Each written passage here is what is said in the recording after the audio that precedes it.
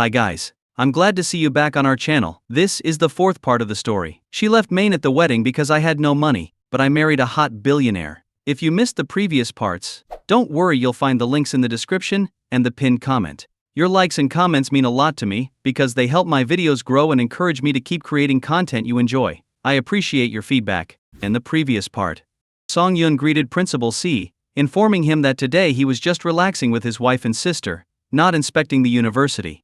Principal C expressed his gratitude for Song Yun's annual donations, which support numerous research projects. Their conversation was overheard by Rui Ar and her friends. K Zixuan, learning that Song Yun was the chairman of the board and the owner of all the university's research institutions, turned pale. Principal C called K Zixuan over and demanded an apology for threatening Song Yun. K Zixuan offered a donation instead, but the principal insisted on an apology. Uncle Niu explained that Song Yun was the richest man in Shanghai, and K Zixuan began to beg for forgiveness. Eventually, Principal C promised to expel him. Song Yun advised considering students' character during selection. Principal C agreed and wished Song Yun a pleasant visit. After that, Song Yun continued to enjoy the day with his wife and sister. The following week, he completed the integration of the Nangang family's businesses into his empire, including several large companies, and reduced his workload by appointing his cousin to a high position and hiring professional managers. Recently, Song Yun spent time with Yi Qingqing, visiting entertainment spots in Shanghai. She became exhausted and asked to visit her parents. Song Yun decided to take her himself. Meanwhile, her father bought a stone with potential jade for 60 million yuan and decided to cut it, despite the risk. Song Yun called in experts for the task. This stone is something I have rarely seen in my life. Are you really going to cut it? Before the three old craftsmen could stop him, Song Yun activated the machine and forcefully brought the blade down on the middle of the stone. The gears grinding against the stone produced a piercing sound, but instead of feeling annoyed, everyone present felt a surge of excitement. Their hearts were filled with anxiety and tension, as no one knew what the outcome would be. The stone was quickly cut open, but no one dared to approach and splash water to inspect it. Song Yun, unconcerned with the hesitation, grabbed a basin of water and poured it over the stone. Such waste. If this young man had been their apprentice, the three craftsmen would have taken off their belts to teach him a lesson. Doesn't he know how meticulous the process of cutting a stone is? And this stone is worth 60 million. One wrong cut, and it's a huge loss. Oh right, this young man is the richest person in the city. Never mind, carry on. Masters, come and take a look. The men carefully peeled back the edge of the stone, revealing a gradually widening crack. Inside, a faint green glow began to emerge. One of the craftsmen quickly closed the stone, his fingers trembling as he took a bottle of heart medicine from his pocket and placed a few pills under his tongue. What did I just see? The other two craftsmen stood in a daze. They couldn't believe Song Yun's luck. If he had been off by just 1 centimeter, the value of the stone would have plummeted.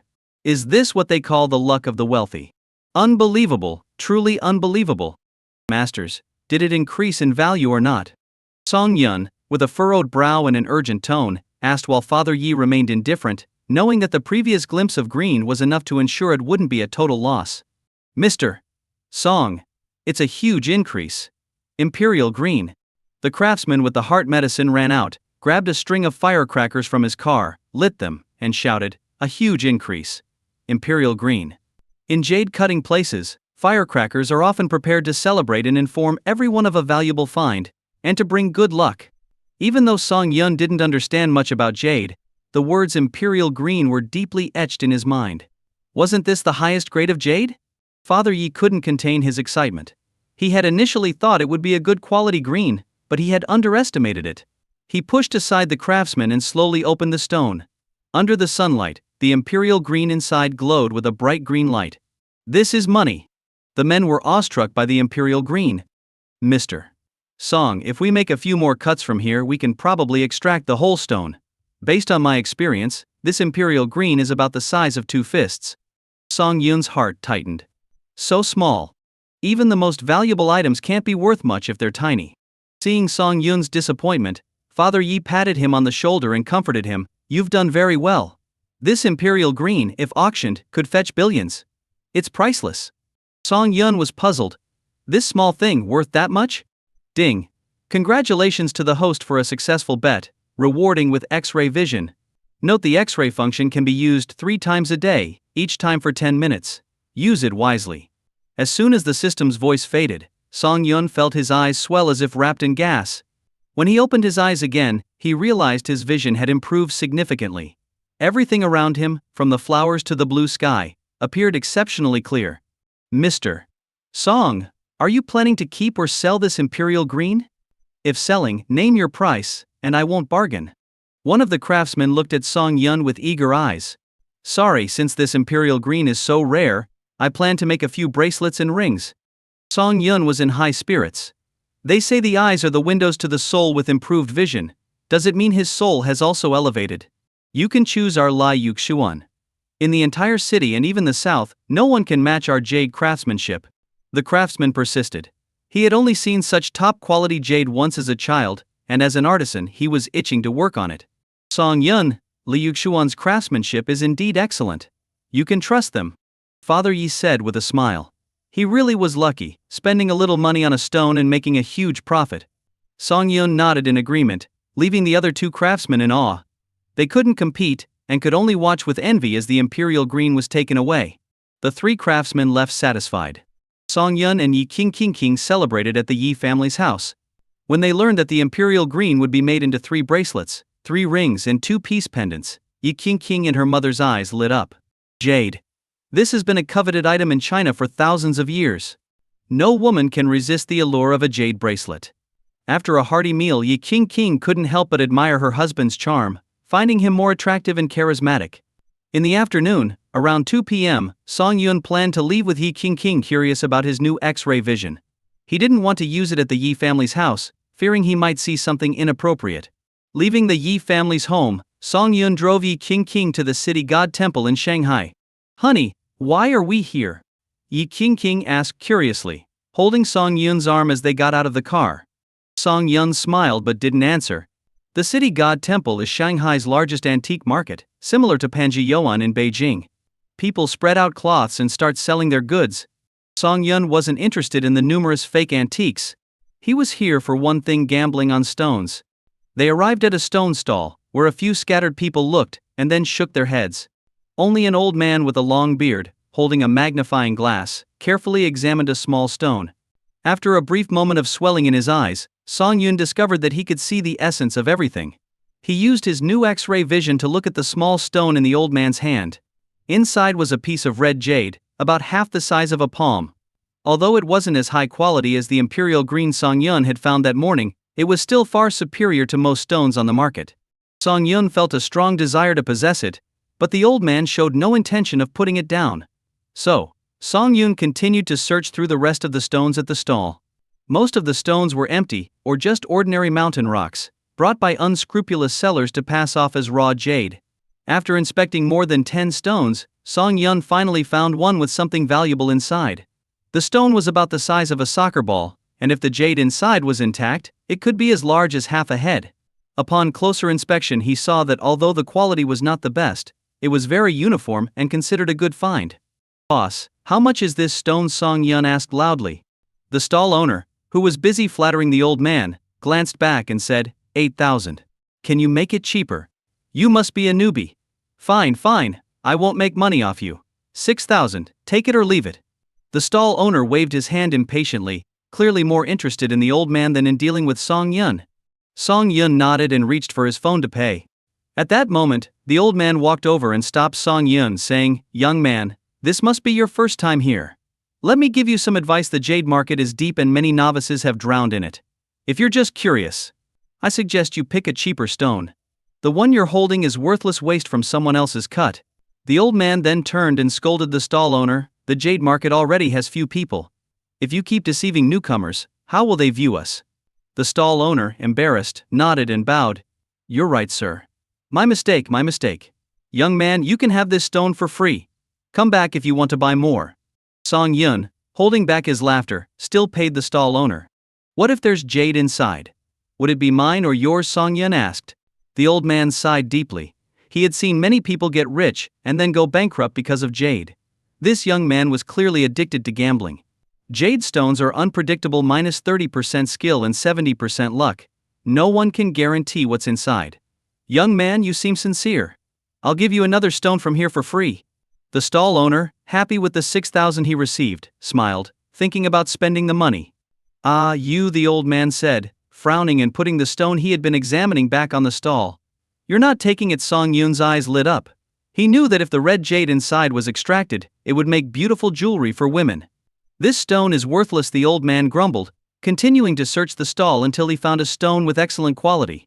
He pointed to it and said, "Remember, buy stones like this. Whether it's jade or serpentine, it's just right. This type of stone might contain jade."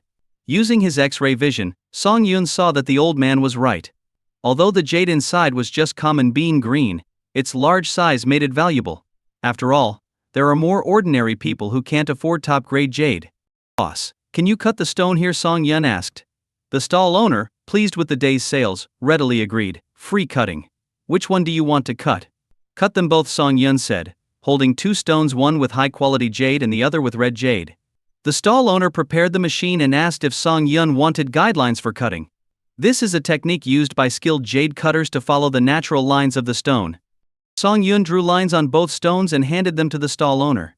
Despite his cunning, the stall owner was diligent about stone cutting, knowing it was impossible to predict what was inside. Last year, a nearby stall owner carelessly cut an average-looking stone and found something valuable inside. The hasty cut reduced its value significantly, costing the stall owner tens of thousands. This kid doesn't listen to Master Ding. He's bound to lose money. Yes, he's just a novice. I hope he learns from this. The onlookers murmured, believing Master Ding's words were as good as gold, but Song Yun defied them.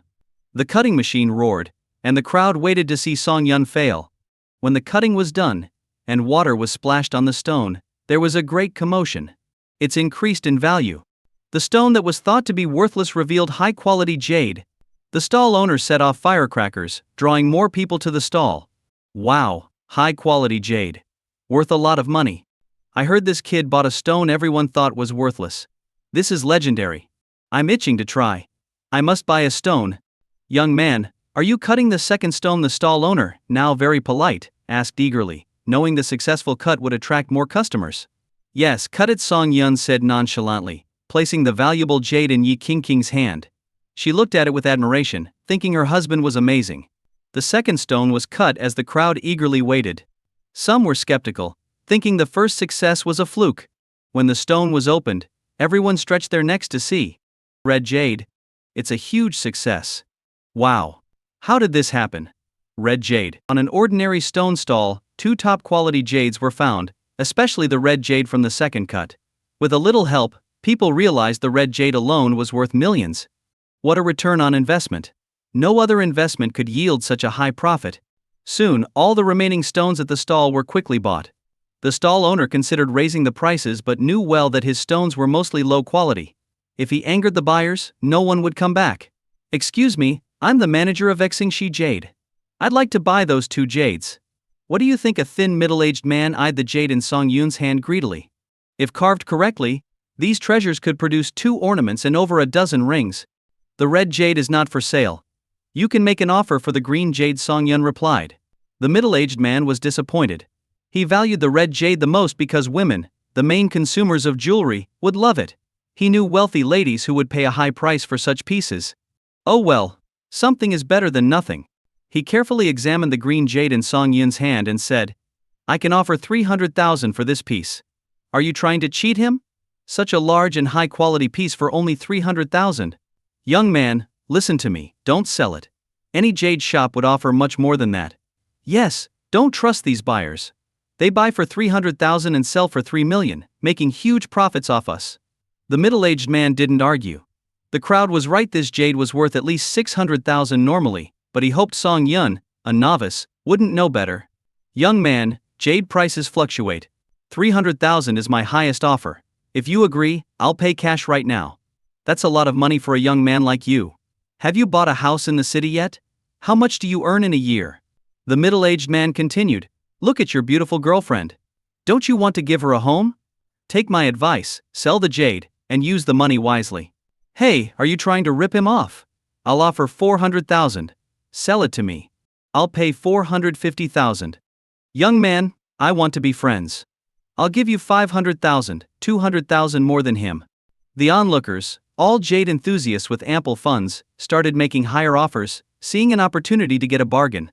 The middle-aged man, frustrated by the competition, gritted his teeth. Finally, he held up 6 fingers. 600,000, not a penny more. If anyone offers more, I'll back off. 600,000 is still too low. I wouldn't make much profit. I wish I had more money, or I'd offer more. This is a new story for our Jade Circle. A regular guy becomes a millionaire overnight. Amazing. Song Yun wasn't satisfied with the price and was about to leave. At that moment, Master Ding, the old man from before, stepped forward and said, "Young man, I'll offer 700,000. Will you sell?" "Master Ding, you have plenty of jade at home. Give us a chance," the middle-aged man pleaded. He dared not offend Master Ding, a retired president of the city's Jade Association with many influential disciples. "I just can't stand you bullying a novice," Master Ding said disdainfully. He turned to Song Yun and asked, "What do you think?" "Sure, let's do it," Song Yun agreed, handing the jade to Master Ding, who immediately wrote a check for 700,000. To reassure Song Yun, Master Ding added, "I'm Ding Mo. You can cash this check at the nearby bank. Don't worry, I'll still be here cutting jade." Song Yun had already recognized Master Ding's reputation. Besides, 700,000 was just a small amount to him now. He wanted to build connections. "Sir, I trust you. Go ahead and cut the jade. I'd like to watch and learn." Master Ding appreciated Song Yun's respect. He placed the green jade by the cutting machine and began working on his selected stone. The machine's buzzing filled the air as a large crowd gathered to watch Master Ding at work. What quality jade will Master Ding find? Could it be Imperial Green? Be serious. We've only heard of Imperial Green but never seen it. Actually, I heard a rich man found Imperial Green today, and it's at La Yuxuan for carving. Really? I must see it. Song Yun smiled, knowing the Imperial Green was his. If people found out, it would cause a sensation. Master Ding, a true expert, finished cutting in less than 10 minutes. He examined the jade, disappointed by its mediocre quality despite its size. "It's jade." Master Ding found jade. Smack. An older man slapped a young onlooker who had shouted, "Quiet. Don't you see everyone else is silent?" Master Ding said there was no jade in those stones, yet the young man found valuable green and red jade. Now Master Ding found only being green. Shouting like that embarrasses him. Why the long faces? "I bought this stone for 4,000 yuan and now it's worth over 200,000. Isn't that a good profit? Are you not lighting firecrackers because you look down on me?" Ding Missouri joked with the crowd, not taking their concerns to heart. After all, having seen countless people in the jade business, he had long since mastered the art of remaining calm in both victory and defeat. The crowd snapped out of their silence, congratulating him and lighting firecrackers, making the atmosphere lively. Seeing that the event was wrapping up, Song Yun, with Yi Kyung King tightly holding the red jade, prepared to leave. "Wait a moment, young man." Ding Missouri pushed through the crowd and quickly approached Song Yun, smiling. "Would you be interested in coming with me to a real jade betting site? You can see how the pros do it." Ding Mo, impressed by Song Yun's sharpness and extraordinary luck, wanted to mentor him. The jade betting circle was full of charlatans, and finding someone worthy to pass on his knowledge to was rare. Song Yun's appearance today had kindled a spark of hope in him. Additionally, he wanted to show Song Yun the realities of the jade betting world, to teach him that fortunes could be won or lost in a single cut, and to prevent him from going astray. "What's your name, sir?" Song Yun asked tentatively. "Ha ha ha. I'm Ding Mo. You can call me Grandpa Ding. I was the president of the Jade Association in Shanghai and own the largest jade betting club and a chain of jade stores in the city." Hearing this, both Song Yun and Yi King King were stunned. They hadn't expected this elderly man in simple white clothes to be so wealthy.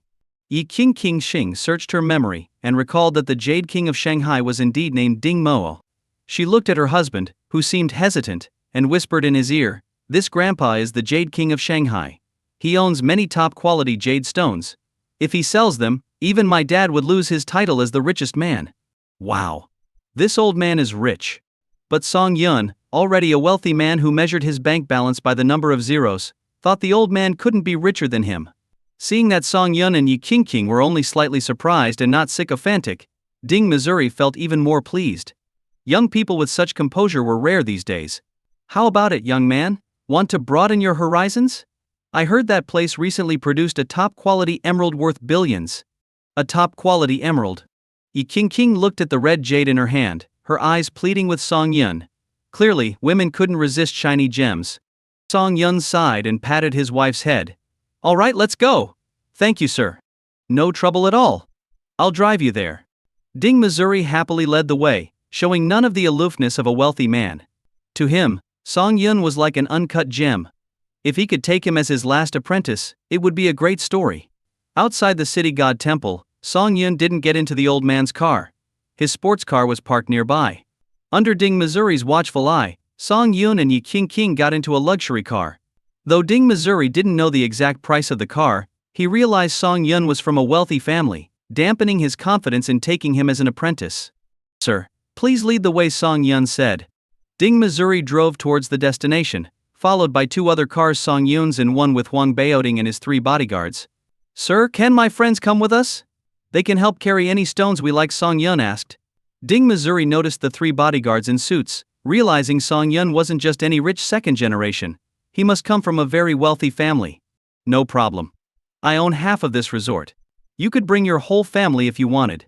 Inside the resort, Song Yun admired the lavish setup. Owning such a large piece of land in Shanghai was impressive enough, but the resort's complete facilities, catering to the elite, must have cost a fortune.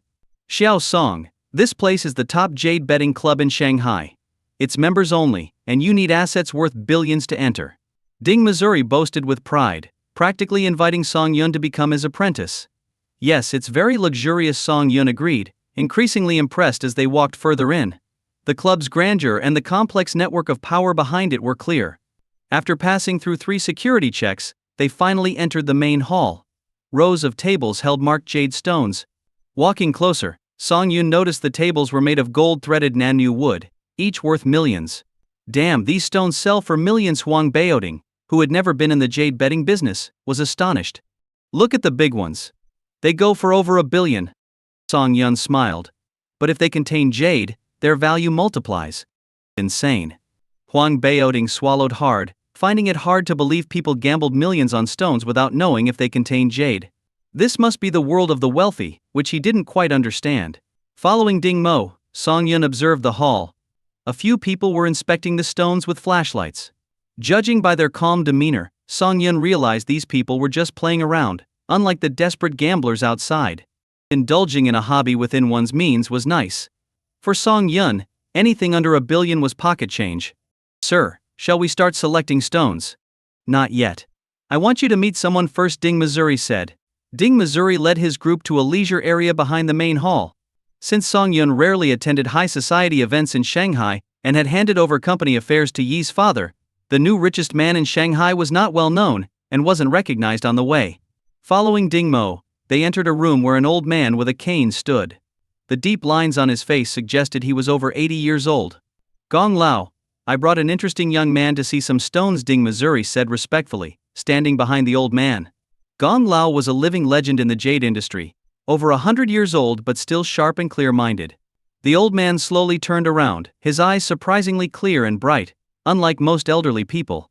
Xiao Ding, take a look at this stone. Gong Lao nodded at Song Yun and his companions, then focused on the stone. Ding Missouri looked and couldn't help but laugh. Gong Lao, isn't this the stone you bought 60 years ago? Why do you still have it? I'm still unsure about it, Gong Lao sighed. I feel there's a top-quality jade inside, but I'm afraid to cut it.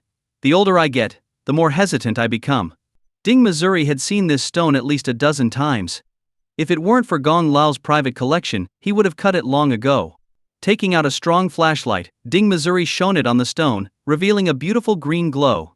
Gong Lao, you can see the green through it. Why not cut it today? Well, if you don't cut it, it will haunt you, Ding Missouri urged seriously. You've kept this stone for 60 years. How much longer do you want to wait? Let me think. Gong Lao sat in a rattan chair, leaning on his cane, silent. Ding Mo, helpless, called Song Yun over. What do you think of this stone? Using his X-ray vision, Song Yun saw the stone had only a thin layer of jade at the top. Although it was of imperial green quality, it was as thin as paper and virtually worthless. After a moment of thought, Song Yun said, I don't think much of this stone. Ding Missouri quickly covered Song Yun's mouth and apologized to Gong Lao. He's young and inexperienced. Please don't mind him.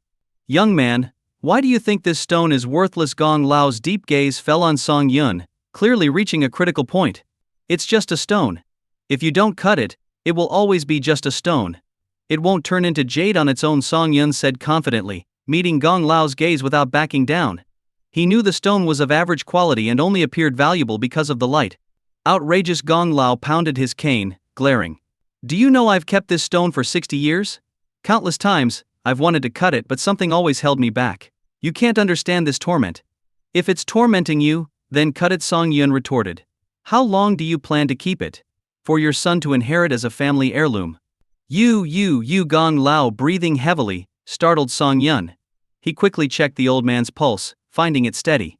Gong Lao, I'm just saying that instead of being haunted by a stone, you should cut it. If there's jade, everyone will be happy. If not, you can stop worrying about it. Before Song Yun could say more, Ding Missouri pulled him away. This kid is causing trouble, urging the old man to cut the stone. What if there's no jade and the old man gets too upset? Sigh. Gong Lao remained indecisive. The stone he had kept for 60 years had become more than just a stone, it was an obsession. Cut it, Gong Lao. Let the younger generation see and learn, Ding Missouri urged. Covering Song Yun's mouth again, Ding Missouri thought about how Gong Lao's family might chase them away with brooms if they found out about this. Ding Missouri regretted bringing Song Yun. This kid was trouble, and he was glad he hadn't suggested taking him as an apprentice.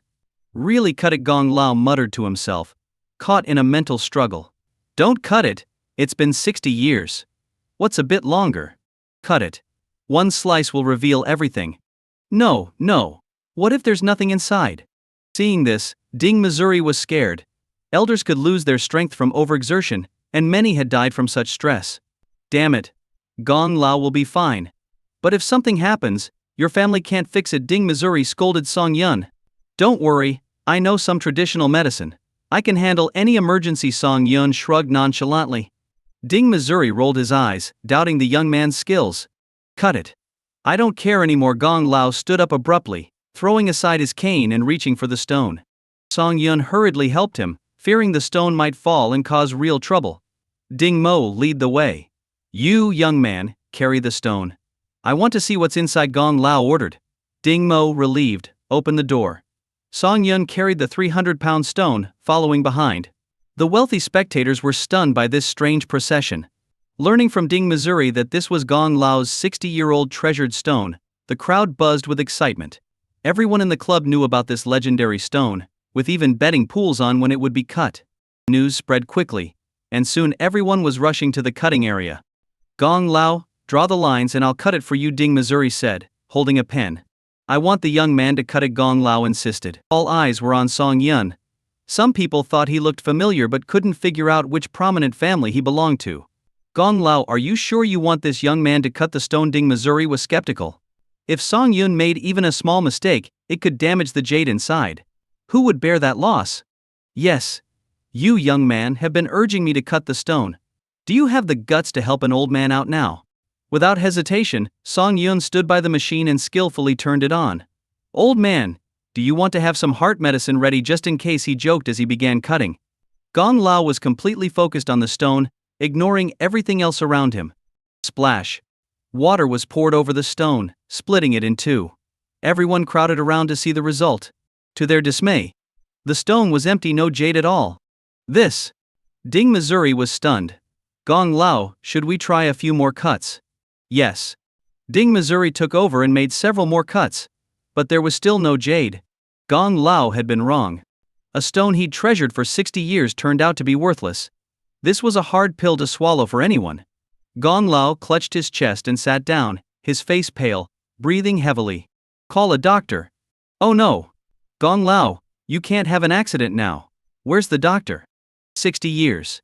A lifetime of waiting, and this is the outcome. Some were concerned, some were just curious, and some were calculating their bets in the betting pool. Song Yun pushed through the crowd and checked Gong Lao's pulse. He found that the old man was not in immediate danger but was suffering from extreme stress. Song Yun massaged Gong Lao's pressure points, and after a few minutes, his color began to return. My life is a joke, Gong Lao muttered, disheveled and distraught. 60 years and this is what I get. Why should I bother with stones anymore? Seeing Gong Lao in such despair, Song Yun restarted the stone cutting machine. The crowd was puzzled. What was he doing? Hadn't it already been declared worthless? Using his X-ray vision, Song Yun carefully ground the stone's surface. Soon, green powder began to appear. Splashing water on it revealed the coveted imperial green jade. The crowd erupted in excitement. Many had heard of imperial green but had never seen it. They couldn't believe their luck today. Gong Lao. It's increased in value. Imperial green. How much is this worth? I knew it. Gong Lao, a master in the jade circle, couldn't have chosen a worthless stone. Song Yun brought the stone to Gong Lao, whose eyes lit up at the sight of the vibrant green. Give me a flashlight. I need to see how deep the jade goes, Gong Lao said, regaining his composure. After examining it, he sighed deeply. So that's it. I wasn't wrong to doubt. The thin layer of jade was just enough to trick the eye. Gong Lao turned to Song Yun, ignoring the crowd's praise. Young man, you have an extraordinary eye for jade. How would you like to be my apprentice? Ding Missouri was shocked. What was happening? Gong Lao wanted to take Song Yun as a disciple. I'm sorry, Gong Lao. Jade is just a hobby for me. I don't intend to pursue it seriously, Song Yun replied. This left everyone stunned. How could he refuse such an offer? You must be crazy. This is Gong Lao, a legend in the jade world. Call your family, they'll tell you what a great opportunity this is. You're refusing, Gong Lao? You don't understand what you're missing. You're making a mistake you'll regret forever. The crowd chastised Song Yun, unable to believe he would turn down such an opportunity. Young man, are you sure you don't want to reconsider? Gong Lao asked, still surprised. No, I just wanted to find some beautiful jade to make jewelry for my wife. Song Yun declined again. Gong Lao thought for a moment, and then took out a purple jade bead from his pocket. It was top quality and worth a fortune. If you become my apprentice, I'll give you this as a gift. Take it, young man. People would give anything to become Gong Lao's disciple. This purple jade is incredible. How can you refuse? Ignoring the crowd, Song Yun smiled and shook his head. Thank you, Gong Lao, but I must decline. With that, he took Yi Qingqing's hand and left. Everyone was dumbfounded. Did he really just walk away? Gong Lao didn't seem angry. He patted Ding Missouri's shoulder. When the time is right, things will fall into place. Gong Lao, you should rest. I'll keep an eye on this young man. If he finds nothing, I'll talk to him about your offer again, Ding Missouri said, determined to uphold the Jade Circle's reputation. Song Yun and Yi Qingqing went to the front hall to choose stones. Using his X-ray vision, Song Yun was surprised to find a stone containing 3 different colors of jade: green, black and red. Such a find was extremely rare and could be considered a true treasure. As Song Yun placed his hand on the stone, a voice called out, "Hello, sir. Are you interested in betting on this stone?" The speaker was a jade betting expert from the club. Their job was to help clients find good quality stones and sell them, earning a 20% commission on the sale price. Do you need anything? Song Yun asked calmly. Let me introduce myself. My name is Jang Lun, a 5-star jade betting expert at this club. I see you're new here. Is this your first time? Although news of Gong Lao cutting a stone had spread throughout the club, only the high-status guests were allowed to witness it. The staff could only imagine this scene with envy. Sir, as someone who has been in this circle for decades, I must say I don't think much of the stone you've chosen. Look at these cracks and fissures, they go deep, which means even if there is jade inside, it won't be of good quality. Jang Lun confidently shared his knowledge of jade betting and some technical details. Experts like him preferred dealing with novices like Song Yun because they were easy to persuade and rarely bargained. However, just as Jang Lun was about to proceed with his sales pitch, Song Yun interrupted him. I don't need any help, thank you. If you have time, please assist someone else. Jang Lun was taken aback, feeling embarrassed. Sir, we come here to have fun, right? If you find a good piece of jade, it will boost your reputation. I sincerely suggest you hire me for a short time to help you select the best stone. Thank you for your kind offer, but I really don't need any help. I like this stone and I want to open it, Song Yun replied with a smile. Then he turned to a nearby attendant and said, Could you bring me a marker? I need to mark this stone for cutting. The attendant took Song Yun's credit card, processed the payment, and arranged for the stone to be moved to the cutting area. Sir, this stone wasn't cheap, but it doesn't look promising. I don't know what to say. Good luck. Jang Lun sighed and went off to find another customer. At the cutting area, there were only a few people around, as most of the wealthy patrons were either selecting stones in the hall or discussing the earlier events in the leisure areas. The attendants carefully moved the several 100-kilogram stone to the cutting machine and began working cautiously, following the lines marked by Song Yun. Since the jade inside the stone was large, Song Yun chose the most meticulous and time-consuming method of grinding the stone surface. After about 10 minutes, the attendants had completed only half of one side.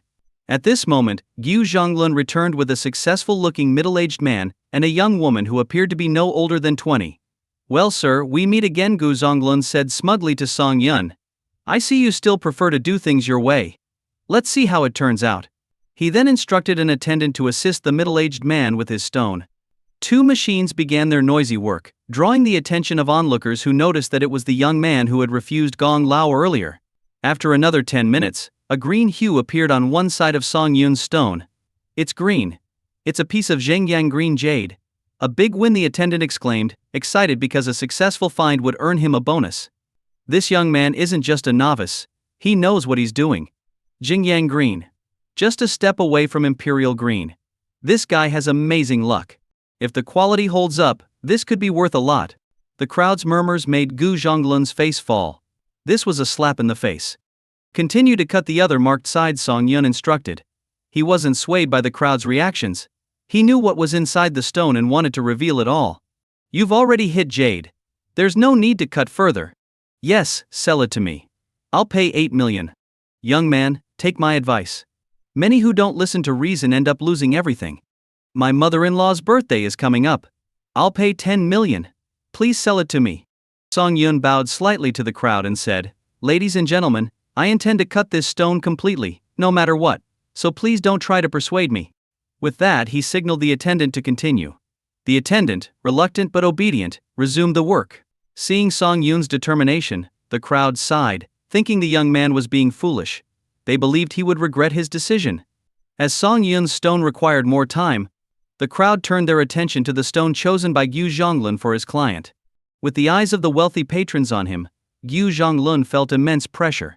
He prayed for a decent find to maintain his reputation and potentially secure more sales.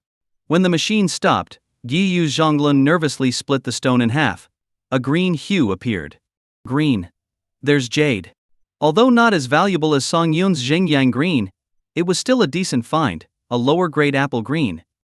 Just as everyone was about to congratulate him, Jang Lun completely opened the stone. This move shattered his dreams. The stone indeed contained jade, but it was riddled with dozens of cracks of varying sizes. These cracks ran through the jade, rendering it practically worthless. What a pity. Without those cracks, this stone could have been worth several times more. See, you really can't celebrate too early. Now it's a huge loss. I'm itching to open a stone myself. Jang Lun stood there, stunned. His mind was filled with the image of the cracks in the jade. How could he have made such a mistake? The surface of the stone had looked flawless, just as the books described. How could this have happened? "Expert Gyu, is this the treasure you picked for me?" The client's face was dark with anger.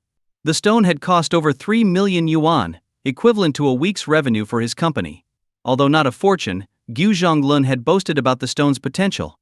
Now, not only had he lost money, but he had also embarrassed himself in front of other wealthy patrons. Jang Lun was at a loss for words. He realized that his reputation in the club was ruined, not in a good way. A seemingly perfect stone with internal cracks, who could have predicted that? The only explanation was bad luck. But here, 90% of the patrons believed in luck. They wouldn't hire someone who brought bad luck. HMPF. I'll have a word with the manager about your so-called expert advice and why your guaranteed stone turned out to be a loss. The client left with his young girlfriend, leaving Jang Lun to collapse onto the ground in despair. Soon security came and escorted Jang Lun away. Even the best experts can't predict jade. I've learned a lot today. Gong Lao's stone didn't rise in value. This young man's stone didn't drop. And expert Gyu's perfect stone was full of cracks. I need to be more cautious in the future. Honestly, why do we rely on these experts? They seem average to me. Betting on jade is about luck. We've all made it this far because of our luck. Why not choose for ourselves? This statement resonated with many wealthy patrons. Soon Song Yun's stone revealed another surface. When the attendant splashed water on it, his heart seemed to stop for a moment. Black jade? Oh my god! The stone contained 2 colors. The probability of finding dual-colored jade in a single stone was extremely low. In nearly 100 years of jade betting, it had only been heard of once or twice. And today it was happening in his hands. If his bonus was less than 100,000 yuan, he would cause a scene in the manager's office. It's rising. A dual-colored stone. Congratulations, sir, this is extremely auspicious. The attendant shouted to the crowd, The second color is black jade. Green and black combined, worth billions. The crowd gasped in shock. Did they hear correctly? Dual-colored jade? Unbelievable. When the black side was revealed, everyone was mesmerized. It was not just pure black but had hints of blue, making it look mysterious. I've seen it all now. I can't wait to brag to my friends. Today's my lucky day. Why are you laughing? Did you find the stone? So what? I have the money to buy it. Young man, I'll pay 1 billion for your dual-colored jade. I'll offer 1.1 billion. Sell it to me. The stone caused such a stir that the entire club knew about it. People who had been chatting elsewhere flocked to see it. Once in a century. Song Yun licked his lips. He had seen the jade with his X-ray vision and thought he was prepared, but the real reveal was breathtaking. Am I dreaming? Yi Qingqing stared at Song Yun, looking dazed and adorable. Song Yun pinched her cheek and said, "We've hit the jackpot today. You're amazing, darling." "Do you have X-ray vision?" Yi Qingqing joked, making Song Yun sweat. How did she always guess so accurately? Was it women's intuition? "Boss, there's one more side to go. Shall we continue?" the attendant, taking a break, asked. "Continue." Despite Song Yun's determination, the crowd tried to persuade him. "Brother, please don't risk it. Dual-colored jade is rare enough." "Right. If there are cracks in the last side, it'll be a disaster." "Shut up. I'm still waiting to buy it." Song Yun handed Huang Baoding a card to get 60,000 yuan in cash, which he placed in front of the attendant. "Continue cutting. This is your tip. If it rises again, there's more reward." The attendant, motivated by the cash, stood up excitedly to continue. Damn it. Why won't he listen? "Please, young man, I'll pay 1.5 billion. Forget it. It's his stone. Honestly, I want to see what's inside too." The machine whirred again, and the crowd waited anxiously for half an hour. When the third side was revealed, the attendant sat down, muttering, "How can this be? It's over." That was everyone's thought. A once-in-a-century dual-colored stone was ruined.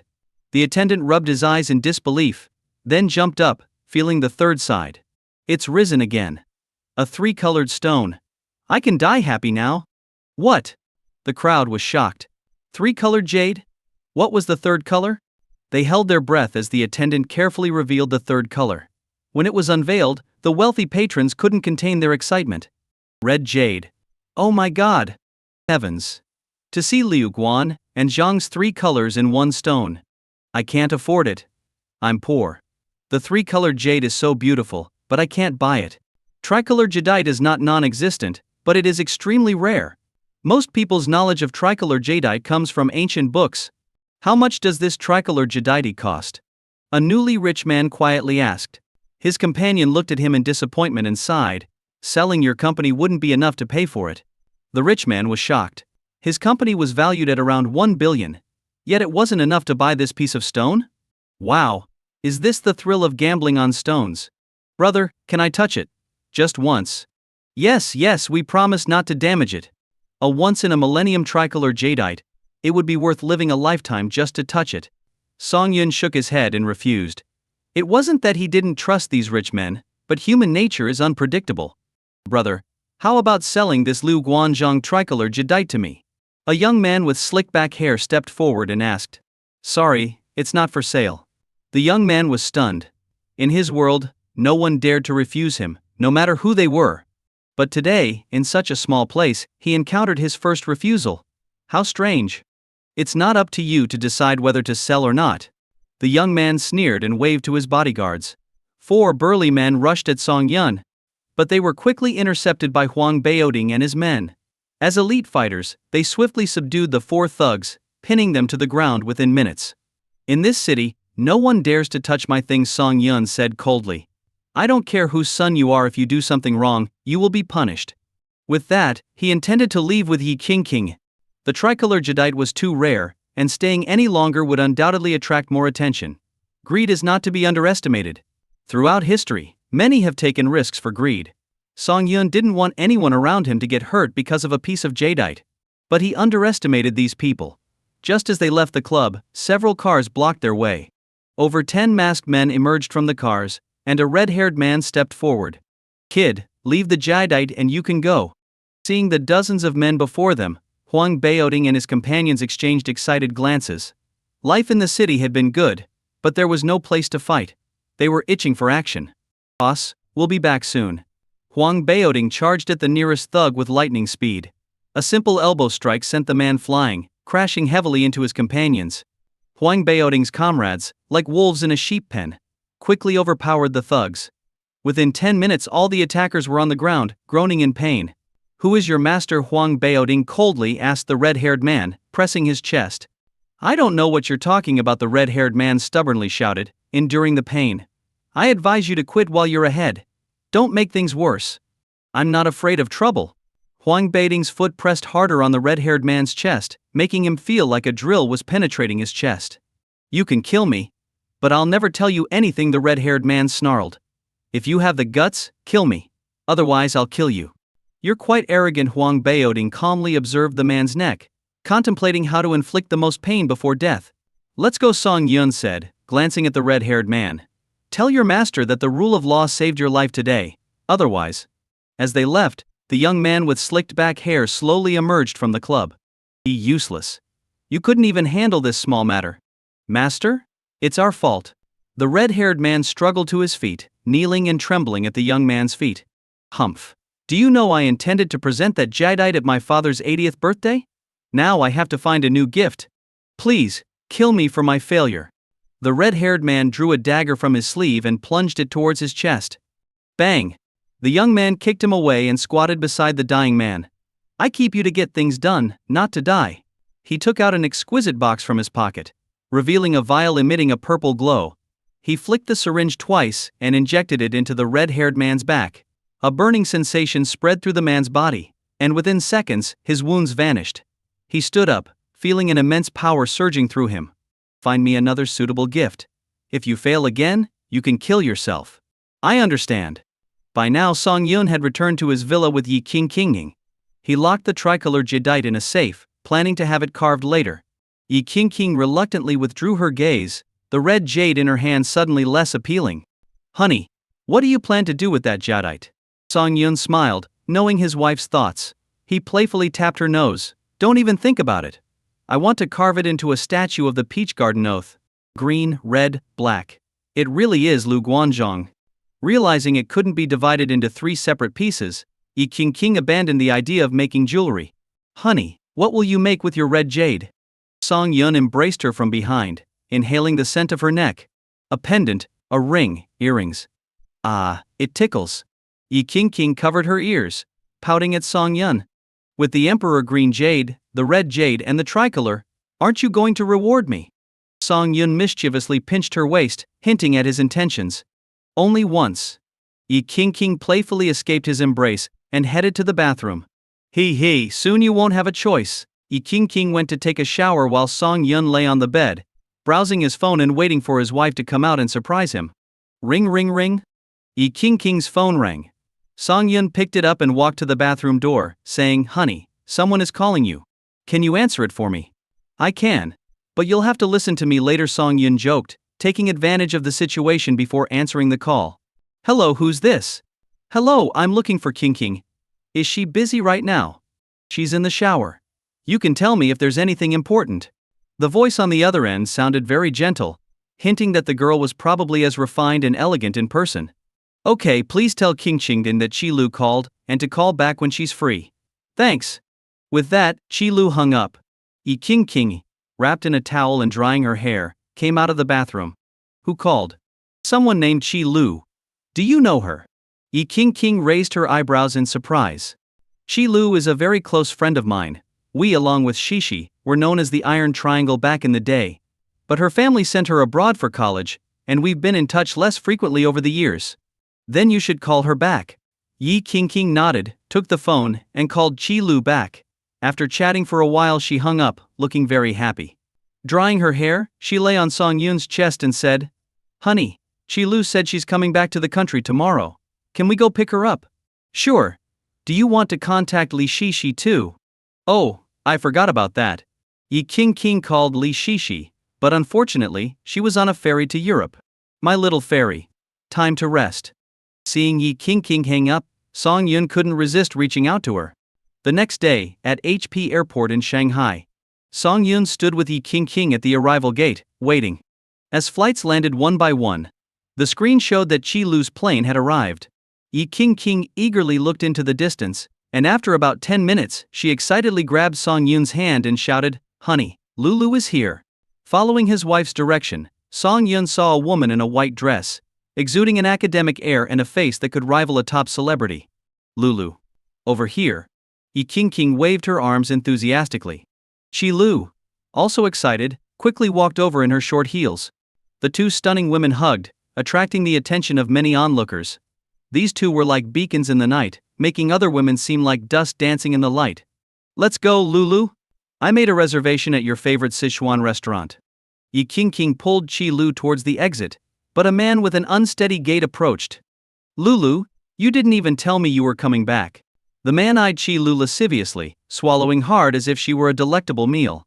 "Wu Qingbo, what are you doing here?"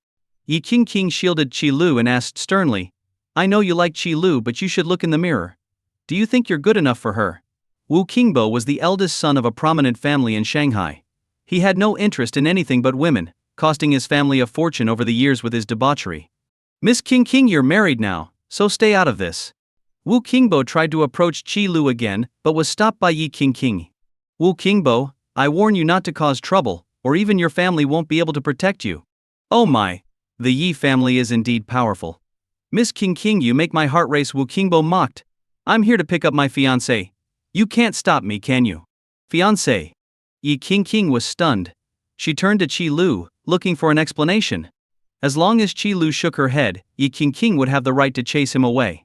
But Qi Lu reluctantly nodded. Shocked, Yi King grabbed Qi Lu's shoulders and asked, "Lulu, why are you marrying this man? Don't you know what he's like?" King, I'll explain later," Qi Lu said, biting her lip and looking at Wu Qingbo with pleading eyes. "I just came back. Can't I spend some time with my friends? Please give me some space." "Hey, good things are worth waiting for. I know you're proud and look down on me, but reality is what it is. In a few days you'll see how I handle you." Wu Qingbo made a lewd gesture in the air before turning to leave. Song Yun, having watched the entire scene, understood that Qi Lu was likely a victim of a family alliance through marriage. When powerful families reach a certain level, alliances like this are inevitable. It seemed Qi Lu was sacrificed for her family's gain. After Wu Qingbo left, Yi King worriedly asked Qi Lu, "Lulu, is there really no other way?" Wu Qingbo's indulgent lifestyle made him repulsive to any woman with self-respect. King, if I had a choice, would I have come back?" Qi Lu sighed, resigning herself to fate. "We were born into powerful families. Marriage is just a tool, and love is an unattainable luxury. Family orders override personal wishes. Lulu, if you don't want to marry Wu Qingbo, I'll find a way to help." After a moment of thought, Yi King seemed to make a decision and looked pitifully at Song Yun. He usually avoided getting involved in such matters, but since his wife was asking, he nodded slightly. King, I appreciate your help, but marrying Wu Qingbo isn't all bad. At least I'll be back in Shanghai, and we can see each other more often." "No. Lulu, if you marry Wu Qingbo, your life will be ruined," Yi King said firmly. "I'll find a way to help you. You mustn't give up." King, even if I hide now, they will find me. You don't know how bad things have gotten with the Qi family, so let's just forget it." Qi Lu was smiling, but the sadness in her eyes was evident. "It's just the little Qi and Wu families. My husband will definitely have a way." Yi King clung to Song Yun's waist and looked up at him pleadingly. "Honey, please help. I promise I'll do anything you ask." Song Yun looked at his wife with amusement and whispered in her ear, "Anything. Anything, honey, please." "All right, I'll help." Song Yun thought it was a good deal. Whatever the Qi and Wu families were, he could easily handle them. And it would earn him some goodwill with his wife. Totally worth it. King, your husband." Qi Lu knew her best friend was married, but hadn't received a wedding invitation, so she wasn't familiar with Song Yun. Like a proud swan, Yi King introduced her husband to Qi Lu. Upon learning Song Yun's identity, Qi Lu covered her mouth in shock. Her best friend was not only lucky in love but also married to a powerful man. Hope reignited in Qi Lu's heart. King, you must come to the engagement party in 2 days. Don't worry, I'll bring my husband, and we'll solve all your problems," Yi King said with a smile. For women, showing off a good husband and well-behaved children was a point of pride. 2 days later, the largest 6-star hotel in Shanghai was bustling with activity. It was the engagement party for Wu Qingbo and Qi Lu, signaling further cooperation between two prominent families in Shanghai, binding them through marriage. As the wealthiest man and his wife Song Yun and Yi King were naturally invited. The Wu and Chi families never imagined how much of a stir the presence of Song Yun and his wife would cause at the party. By noon, luxury cars were arriving one after another, and high society figures entered the hotel with their partners. When the parking lot was nearly full, a Rolls-Royce Silver Ghost slowly arrived, and the other luxury cars made way. Getting out of the passenger seat, Huang Baoding opened the rear door. Song Yun and Yi King appeared, drawing many gazes. While few recognized Song Yun, Yi King was well known in high society. As the wealthiest man's wife, clinging to a man's arm, it was clear who he was. "Let's go," Song Yun said cheerfully. Over the past 2 days he had gained many benefits from his wife, and now he couldn't afford to disappoint her. It was crucial for his future happiness. Handing over the invitation to the doorman, they were about to enter when the doorman said apologetically, "Sir, you too may enter, but your bodyguard cannot enter the main hall today." This precaution was to prevent any of Chi Lu's suitors from causing trouble. The Wu and Chi families took this union very seriously. Song Yun smiled and said, "You can ask the heads of the Wu and Chi families if they dare stop my people." As the wealthiest man in Shanghai, attending this engagement was a favor. They should not offend him. The doorman hesitated, not knowing Song Yun's identity but recognizing his wealth. "You go and greet the others. This gentleman is highly esteemed by my father, so it's reasonable for him to bring his bodyguard." Chi Lu walked out and instructed. As the protagonist of the engagement, the doorman didn't dare argue and retreated. The engagement party was more about announcing the news, so it featured a buffet. Despite this, the spread was lavish and extravagant. Inside the main hall, Yi King was pulled aside by Chi Lu for a private chat. Song Yun and Huang Baoding each took a plate and started enjoying some seafood at a table. Other high society members looked at them with disdain, holding champagne and discussing important matters, not intending to eat. As the crowd grew, some recognized Song Yun. Wu Jiansong was one such person. He had once gone to the Yi family to trouble Song Yun because of his son. Fortunately, the conflict was resolved, and now he regretted it deeply. He silently cursed his former allies for causing the trouble. After that incident, Wu Jianchong kept a close eye on Song Yun, watching him rise to become the wealthiest man. He felt fortunate for not making an enemy of him back then. "Mr. Song, do you remember me?" Wu Jianchong obsequiously stood beside Song Yun. His actions shocked those around. Who was this young man that made Wu Jianchong so humble? Song Yun, savoring a delicious lobster, glanced up. This was the man who had caused trouble before his rise. Fortunately, they had made peace with gifts, otherwise things would have been different. "Yes, Mr. Wu. Is there something you need?" Song Yun calmly wiped his hands and asked. No, just saying hello." Wu Jianchong was ecstatic. Mr. Song remembered him. Being remembered by the wealthiest man in Shanghai was an honor. As Song Yun resumed eating, Wu Jianchong struggled to find a way to build a closer relationship. After a long pause, he finally asked, "Mr. Song, how do you find the food at the engagement party?" Song Yun slowly stopped when he heard this, giving Wu Jianchong a strange look. Although he knew Wu was trying to get close to him, the conversation was awkward. "Just go and get some to try for yourself." Hearing this, Wu Jianchong eagerly grabbed a plate and filled it to the brim. The most noticeable item on the plate was a large chicken. Originally, this whole chicken was meant for soup in a pot, but now Wu had taken it. Others watching must have been wondering about the empty chicken soup. "It's delicious." Wu Jianchong tore off a drumstick and took a big bite, praising, "I didn't expect them to spend so much on the ingredients today." Unashamed, Wu Jianchong continued to eat heartily with Song Yun and Huang Baoding. At first, Wu was hesitant because in high society, no one actually eats much at these events. But then he realized that if the richest man in Shanghai was so down to earth, eating with him was an honor. "You guys just don't understand me," Wu thought. As a somewhat well-known businessman in Shanghai, Wu Jianchong tore into the chicken without any regard for his image. His allies looked at him strangely, wondering if he had gone bankrupt. But seeing Wu enjoy the food so much, they also began to feel tempted. Was the food really that good? Soon, many others started picking up plates and selecting their favorite dishes. Half of the people at the venue were eating, while the rest, who were drinking and chatting, were inwardly cursing their pride that kept them from joining in. Yi King and Chi Lu finished their conversation and walked out of the makeup room. Entering the main hall, they saw a group of people devouring the food.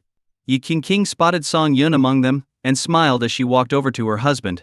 Chi Lu, having attended many high society events both domestically and abroad, had never seen anything like this, guests treating the host's food as if they were trying to get their money's worth. "What are you all doing?" Wu Qingbo walked in, his eyes red from lack of sleep. Last night his friends had thrown him a bachelor party with over 10 women. Remembering their soft waists, Wu felt a tingle. Waking up at noon and rushing to the hotel, he saw the chaotic scene in the main hall. He was furious. How could these people show no manners and disrespect the Wu family like this? "You all are big shots. You never behave like this at other parties. Why are you acting like country bumpkins at my engagement party?" A young heir with some assets wiped his mouth and timidly asked, "Wu Xiao, can't we eat the food?" Eat your damn food." Wu Qingbo slapped the young heir and shouted at the security guards, "Take this bastard to the kitchen and make him eat until he pukes." The others quickly sobered up. Yes, what were they doing? They hadn't even started the event, and half the food was gone. No wonder Wu Qingbo was angry. They dispersed, picking up their glasses and resuming their conversations as if nothing had happened. Wu Qingbo approached Wu Jianzhong, who was still eating, and asked angrily, "Uncle Wu, what do you mean by this?" Despite his status, Wu Qingbo still had to respect Wu Jianzhong. "What, Qingbo? I'm hungry. Can't I fill my stomach?" Wu Jianzhong stood up and stared at Wu Qingbo, saying, "Even your father can't stop me from eating. Your Wu family is big and wealthy, yet you're so stingy. Uncle Wu, are you determined to embarrass the Wu family? Hey, let your father come and talk to me. You're too young." Wu Qingbo laughed in anger and waved to his bodyguards, "Throw him out." Two burly men immediately lunged at Wu Jianzhong. Though a successful businessman, Wu Jianzhong couldn't withstand their blows. He doubled over in pain and vomited everything he had eaten. "TSK, ruining my appetite." Song Yun looked at Wu Qingbo with disdain and said calmly, "Go easy on him." Before the words were fully out, Huang Beiding flipped the table and attacked the two bodyguards assaulting Wu Jianzhong. Within a minute, the two bodyguards were knocked out against the wall.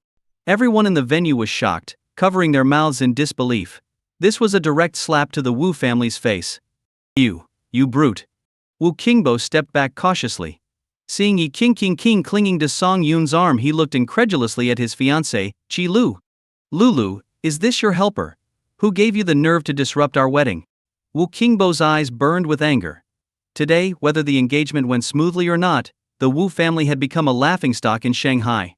"Wu Qingbo, don't you know our engagement is just a political alliance? Do you really think any woman would willingly marry you?" Qi Lu shook her head coldly. "Stop dreaming.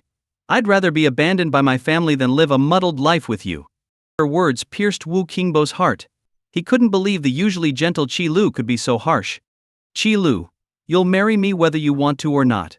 A flamboyantly dressed woman in high heels walked in, her seductive appearance attracting the attention of many men. "Yu Fei, what do you think you are? Just a trophy wife my father brought in." Qi Lu finally released her pent-up emotions. You ungrateful girl. I'm your mother." Yu Fei clutched her chest and panted, "I'll tell your father to punish you." "Hey, just a stepmother. Do you really think you're the master of the Qi family?" Qi Lu's words made the onlookers realize that Yu Fei, who looked not much older than Qi Lu, was just the Qi family patriarch's new, pretty wife. "Lulu, stop this nonsense." A frail man walked in, his face grim as he looked at Qi Lu. "This is a decision made by both families. As a member of the Qi family, you must consider the family's interests." This man was Qi Lu's father, Qi Liangxi, the current head of the Qi family. Seeing the familiar face, Qi Lu couldn't believe that the father who once loved her so much could now sell his own daughter. Sadness flickered in Qi Lu's eyes. She wanted to argue but only managed to whisper, "Father." Yi King tugged at Song Yun's arm, signaling it was his turn to step in. Song Yun sighed. If it weren't for his wife, he wouldn't bother with this high society drama. He gently pushed Qi Lu towards Yi King and stepped forward. "Master Qi, I'm aware of your family's business. Selling your daughter for money isn't a bit too much." His words stung Qi Liangxi, making his face burn with shame. Despite his anger, he couldn't deny the truth. "Who do you think you are? This is a family matter, and outsiders have no right to interfere." Though Qi Liangxi's eyes flashed with anger, he quickly masked it. The surrounding guests watched the drama unfold. Offending both the Wu and Qi families was no small matter in Shanghai. Some admired Song Yun for speaking up, but few thought he stood a chance against the combined power of the Wu and Qi families. Among the onlookers, Wu Jianzhong nursed his swollen face and seethed with resentment. He hoped Qi Liangxi would get what was coming to him. Offending someone as powerful as Song Yun was a grave mistake, and if the Wu and Qi families fell, he'd savor his revenge. Young man, you seem remarkable. But if you have feelings for our Lulu, you'd better forget about them. She's to be married into the Wu family. Yufei stepped forward, her fingers lightly grazing Song Yun's neck as she spoke. This young man was incredibly handsome, exuding the aura of a noble scion. To her he seemed the perfect lover. But with her husband nearby, she couldn't be too forward. She'd comfort this heartbroken boy in private later. Song Yun brushed her hand aside, frowning at the seductive woman. He had no interest in such affairs. I'm a friend of Qi Lu, and I intend to get involved in this matter. What kind of friend? A lover. Perhaps Wu Qingbo fumed, recalling how this man had picked up Qi Lu at the airport and fought his men. Was he being cuckolded? Fury burned in Wu Qingbo's heart. He had been with many women, but this was a first for him. Shut your mouth if you don't know how to speak. Wu Jianzhong saw his chance to align with Song Yun. With his face swollen, he boldly stepped up. Qi Liangxi shot a puzzled look at Wu Jianzhong, who avoided his gaze. Something was off. You're determined to disrupt this wedding, aren't you? Wu Qingbo's father, Wu Ji, finally stepped forward. Wu Jianzhong, leave now, and we won't hold you accountable. Otherwise, the Wu family will target your business. The Qi family will do the same. Wu Jianzhong felt immense pressure but hoped Song Yun would support him, leaving a good impression. I knew it. You two old men would sell your children's love for profit. I want no part of it. His words stunned the crowd. No one expected Wu Jianzhong to dare stand up to them. Was he out of his mind? Fine. I expected trouble, but I didn't think it would be you, Wu Jianzhong. Wu Ji signaled, and a dozen security guards with batons stormed in. Throw them out. As the guards rushed Wu Jianzhong, the guests couldn't believe their eyes. This was supposed to be a high society engagement, not a street brawl. Boss. It's up to you now, Huang Beiding said coldly. He had tried contacting their other two comrades, but they were also occupied. Fortunately, he knew Song Yun was a formidable fighter. Handling a dozen guards would be easy. But let's go. Song Yun and Huang Beiding sprang into action. Song Yun barreled through the guards, single-handedly tossing one aside, while Huang Beiding struck weak points, leaving the guards writhing on the floor. Damn. They're trained fighters. Let's see how tough you are. Wu Ji called for reinforcements. Stop. All of you stop right now. A stern voice commanded. A middle-aged man strode in, and Wu Ji and Qi Liangxi paled at the sight of him. Mister. You. Why are you here? The newcomer was Yu Ji, a top official in Shanghai. Wu Ji. How dare you cause trouble in broad daylight? Do you have no regard for the law? Yu Ji's authoritative presence made Wu Ji tremble. Stop. Everyone, stop right now. Wu Ji didn't dare defy Yu Ji. A single charge from Yu Ji could ruin the Wu family in Shanghai. By now, most of the guards lay unconscious or groaning on the floor. Song Yun and Huang Beiding stood back to back, unscathed and looking like invincible warriors. Mr. Song, are you all right? Yu Ji hurried over. Before leaving Shanghai, Secretary Cheng had entrusted him with Song Yun's safety. Any harm to Song Yun would shake not just Shanghai's economy but also affect Elder Ouyang's opinion of him. Who are you? Song Yun looked at the middle-aged man with curiosity. Although he could tell from his demeanor that he was someone important, the man was still a stranger. I am a close friend of Secretary Cheng and currently the top official in Shanghai, Yu Ji replied, relieved to see Song Yun in good shape. Wu Ji and Qi Liangxi, noticing the growing familiarity between Song Yun and Yu Ji, felt a chill run down their spines. They exchanged a fearful glance. Master Yu. Do you know this young man? Wu Ji cautiously approached and asked. Yu Ji turned to look at him coldly. Did you send thugs to attack Mr. Song just now? Oh no! It's happening. Wu Ji's legs trembled in fear, his face showing pure terror. No, I wouldn't dare. Explain what happened today. If you lie, I'll make sure to expose all the skeletons in your family's closet. Wu Ji dared not lie and recounted the events truthfully. What era do we live in? Still forcing arranged marriages? Yu Ji reprimanded Wu Ji sternly. As a leading family in Shanghai, instead of contributing to society, you're scheming over your children's marriages. I deeply despise you. Yes, it's my fault, Wu Ji conceded, nodding repeatedly. Mr. Song, this matter involves both the Wu and Qi families. It might be unwise for you to intervene. Wu Ji's eyes lit up at these words, thinking they both would share the blame. Once Yu Ji left, he could deal with Song Yun. But Yu Ji's next words crushed his hopes.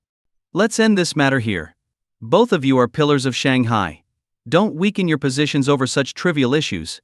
Do you understand, Wu Ji? Yes, you are right. And you, Qi Liangxi? I accept the mediation. Yu Ji's words stunned the onlookers.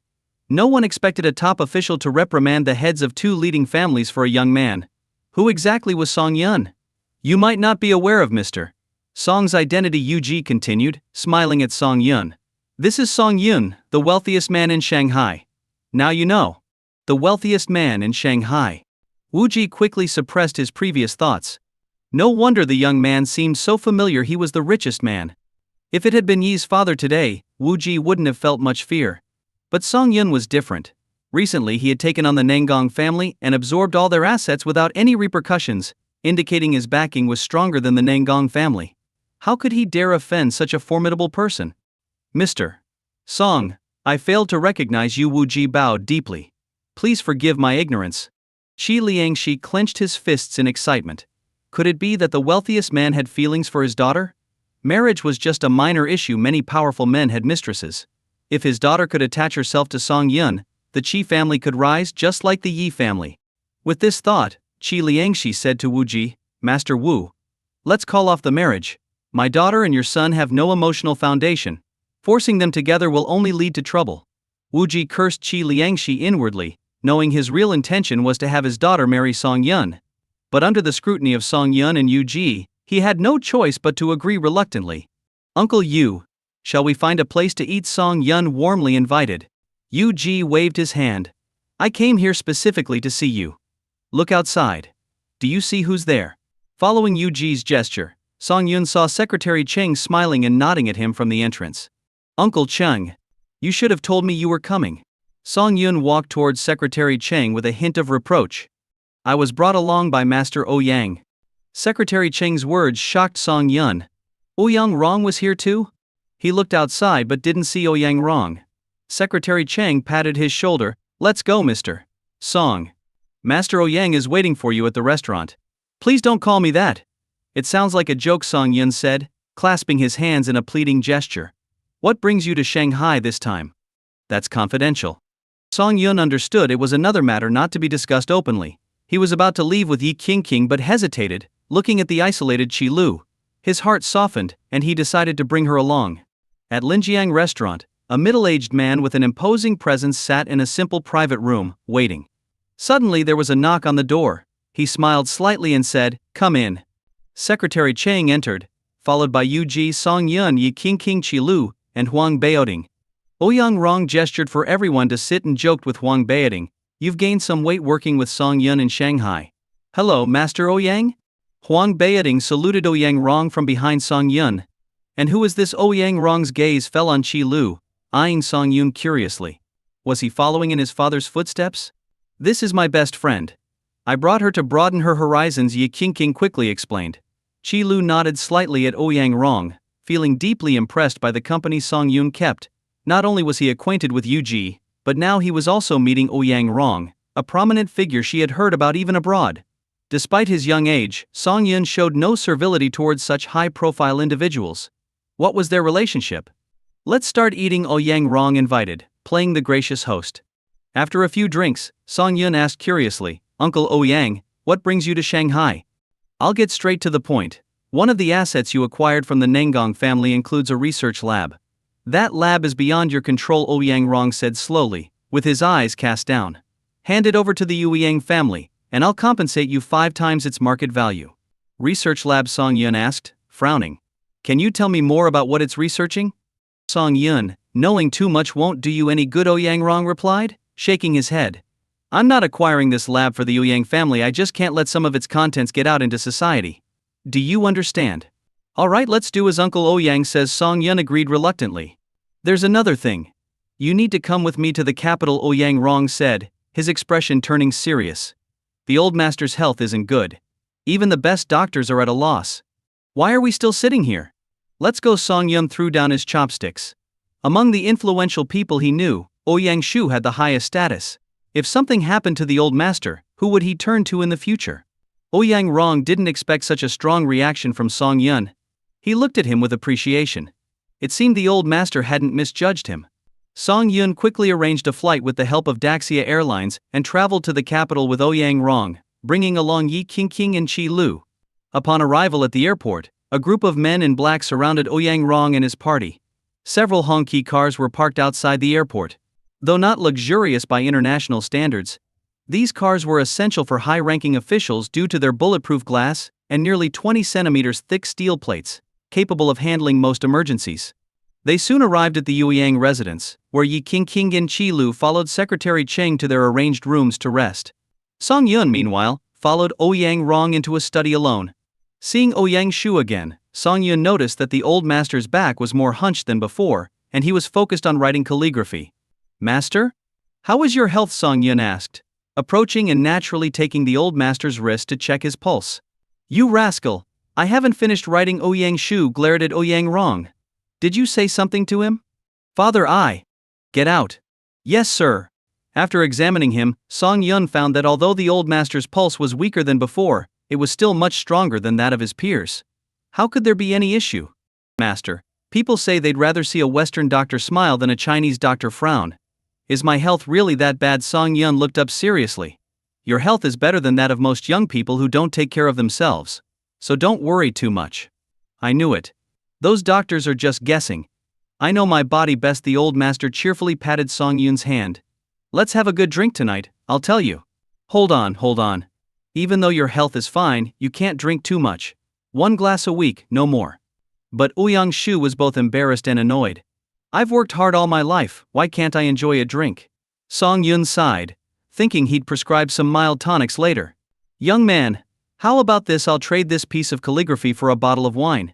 Don't think I'm cheating you, this piece could fetch millions at an auction." Song Yun looked at the calligraphy. Just one glance and he felt a surge of imposing energy, as if facing 1,000 soldiers. "How about it? Isn't it great?" The old master proudly stroked his beard. "It's far better than most calligraphy masters' work." Song Yun became engrossed in the piece, muttering, "The sharp strokes have a thunderous might, beauty, truly masterful." The old master was about to make a joke but suddenly felt dizzy, almost falling over. "Master, are you all right?" Song Yun quickly helped him to a chair and checked his pulse again, but it remained steady. "Strange. Song Yun, I need to rest. If anyone comes, please entertain them for me," the old master said, closing his eyes. Song Yun stayed by his side, keeping his fingers on the old master's wrist, ready to catch any change in his pulse. After several hours, the old master's breathing was still steady. "Grandpa, look at me," a little girl burst in, holding a beetle on a string. "Brother, when did you get here?" It was Ouyang Shu's granddaughter, who carefully walked over to Song Yun, seeing her grandfather asleep. "Shushu, Grandpa isn't feeling well. Why don't you play outside?" Song Yun gently patted her head. Even his soft voice woke the old master, who looked at his granddaughter with affection. "Shushu, what do you have there?" "Grandpa, this beetle is really strong," she boasted. "Wait," Song Yun said seriously, then stood up, stretching his numb legs, thinking about the slight possibility. "Master, if nothing showed up on your scans, there might be a more bizarre explanation. Go on." You, the old master's eyes lit up. "Are you talking about the southern legend?" "Yes, and we can verify it quickly." Song Yun called Ouyang Rong and asked him to fetch some herbs from the best traditional medicine clinic. Within half an hour, the herbs were ready. Song Yun ground them, put them in a small brass basin, and set them alight. "Master, breathe in the smoke deeply." Ouyang Rong wanted to intervene but saw his father obeying Song Yun seriously, realizing something must have happened while he was gone. The herbs burned fiercely, producing extremely pungent smoke. Ouyang Shu bent over the basin, feeling very uncomfortable. Achoo! With Ouyang Shu's sneeze, a tiny insect flew out and landed on the table, twitching twice before lying still. Song Yun was very curious. He didn't expect that Gu poison had survived into modern times and wondered who could have used it. "Song Yun, what is this?" Ouyang Rong asked, his face dark as he stared at the insect on the table. He couldn't believe that such a thing had been inside his father's body. "Egg worm," Song Yun replied, picking up the insect and casually tossing it into the brass basin. The flames flared up, as if the worm contained immense energy. "Master, move around a bit," Song Yun said. Ouyang Shu stood up and walked around several times, joyfully exclaiming, "I felt terrible walking the past few days, but now I feel so much better." "You saved my life again," Ouyang Shu said with a smile. "But how did you know I was infested with a Jew worm?" "I learned about this case while studying with an old Chinese doctor. I didn't think of it at first, but Shushu's words reminded me. Father, how should we handle this? Ouyang Rong felt a burning anger in his chest, and swore to find the person who used the Gu and tear them to pieces. Investigate, Ouyang Shu commanded. Ding. Host detected in the Ouyang family study in the capital. Would you like to sign in? The system's untimely notification rang out. Song Yun couldn't miss out on the system's perks and quickly clicked the sign in button. Ding. Congratulations to the host for signing in. You are awarded master level calligraphy skills. Memories of calligraphy master's practices flooded Song Yun's mind. After over 10 minutes he fully absorbed them. Looking at the calligraphy on Ouyang Shu's desk again, Song Yun saw it differently. If calligraphy were ranked, the old master would be an 8, the likes of Wang Ziji would be a 9, and Song Yun, now mastering all the techniques, would be a 10. I'll prescribe some medicine for you, master. After a week of taking it, you'll be immune to all poisons. Song Yun picked up the old master's brush and started writing on a blank piece of paper. Ouyang Shu glanced over and was stunned. Song Yun's handwriting was incredibly beautiful. He never expected that someone as young as Song Yun would surpass him in calligraphy. Thinking about how he had bragged earlier, Ouyang Shu felt a wave of embarrassment. This young man was truly exceptional. Song Yun, it's great that you came today. You should join us for the Ouyang family dinner tonight. Ouyang Shu marveled at the prescription Song Yun wrote, hesitating to hand it over. Is it appropriate? Of course. If anyone dares to gossip, I'll throw them out myself. Ouyang Shu reluctantly gave the prescription to Ouyang Rong, saying, "Get the medicine and bring this paper back to me." Ouyang Rong glanced at the paper, deeply impressed by Song Yun's writing. The flowing strokes captured a carefree spirit in just a few strokes. Song Yun, this young man, wasn't just a businessman, he seemed to excel at everything. Don't even think about keeping that paper, Ouyang Shu warned his son. If I find anything different, I'll take your head off. Yes, Father. Ouyang Rong sighed. He had been tempted, but his father's sharp instincts always caught him. In the evening the family dinner was held in the courtyard. Song Yun, along with Yi King and Chi Lu, joined the old master. The Ouyang family was large, with 70 to 80 members. Many had forgotten about Song Yun, but seeing the young man favored by the old master, they felt a pang of jealousy. Grandpa, I'm back. A robust young man approached Ouyang Shu, reaching out to support him. Ouyang Shu pushed him away and scolded, "As a soldier, you must follow orders. Today isn't a leave day. Why are you back?" The young man shrank back, embarrassed. Seeing his timid demeanor, Ouyang Shu became even more irritated and smacked him on the back of the head. "Stand up straight." "Grandpa, I'm shaking in your mighty presence," the young man joked, trying to lighten the mood. "You'll be the death of me." Ouyang Shu pointed at Song Yun. "Look at Song Yun, just a year older than you but so mature. When will you reach his level?" The young man wanted to argue but saw his father, Ouyang Rong, giving him a warning look and backed down. "Father, it's getting late. Shall we start the dinner?" Ouyang Rong asked cautiously. "Let's begin." Each family member took their seats according to their status. Song Yun, along with Yi King and Chi Lu, was seated at the main table with the old master. The others looked on with envy and resentment, knowing how rare it was to dine with the old master. Grandpa. Quiet. Growing up under strict discipline, the young man had a stern father and a serious grandfather. While others envied his status as the Ouyang family's heir, few understood his struggles. Song Yun, I've always felt my calligraphy has form but lacks soul. Take the simplest character, Ren person, the old master said, writing the character with water on the table. While others might find it beautiful, Song Yun saw it as merely aesthetically pleasing.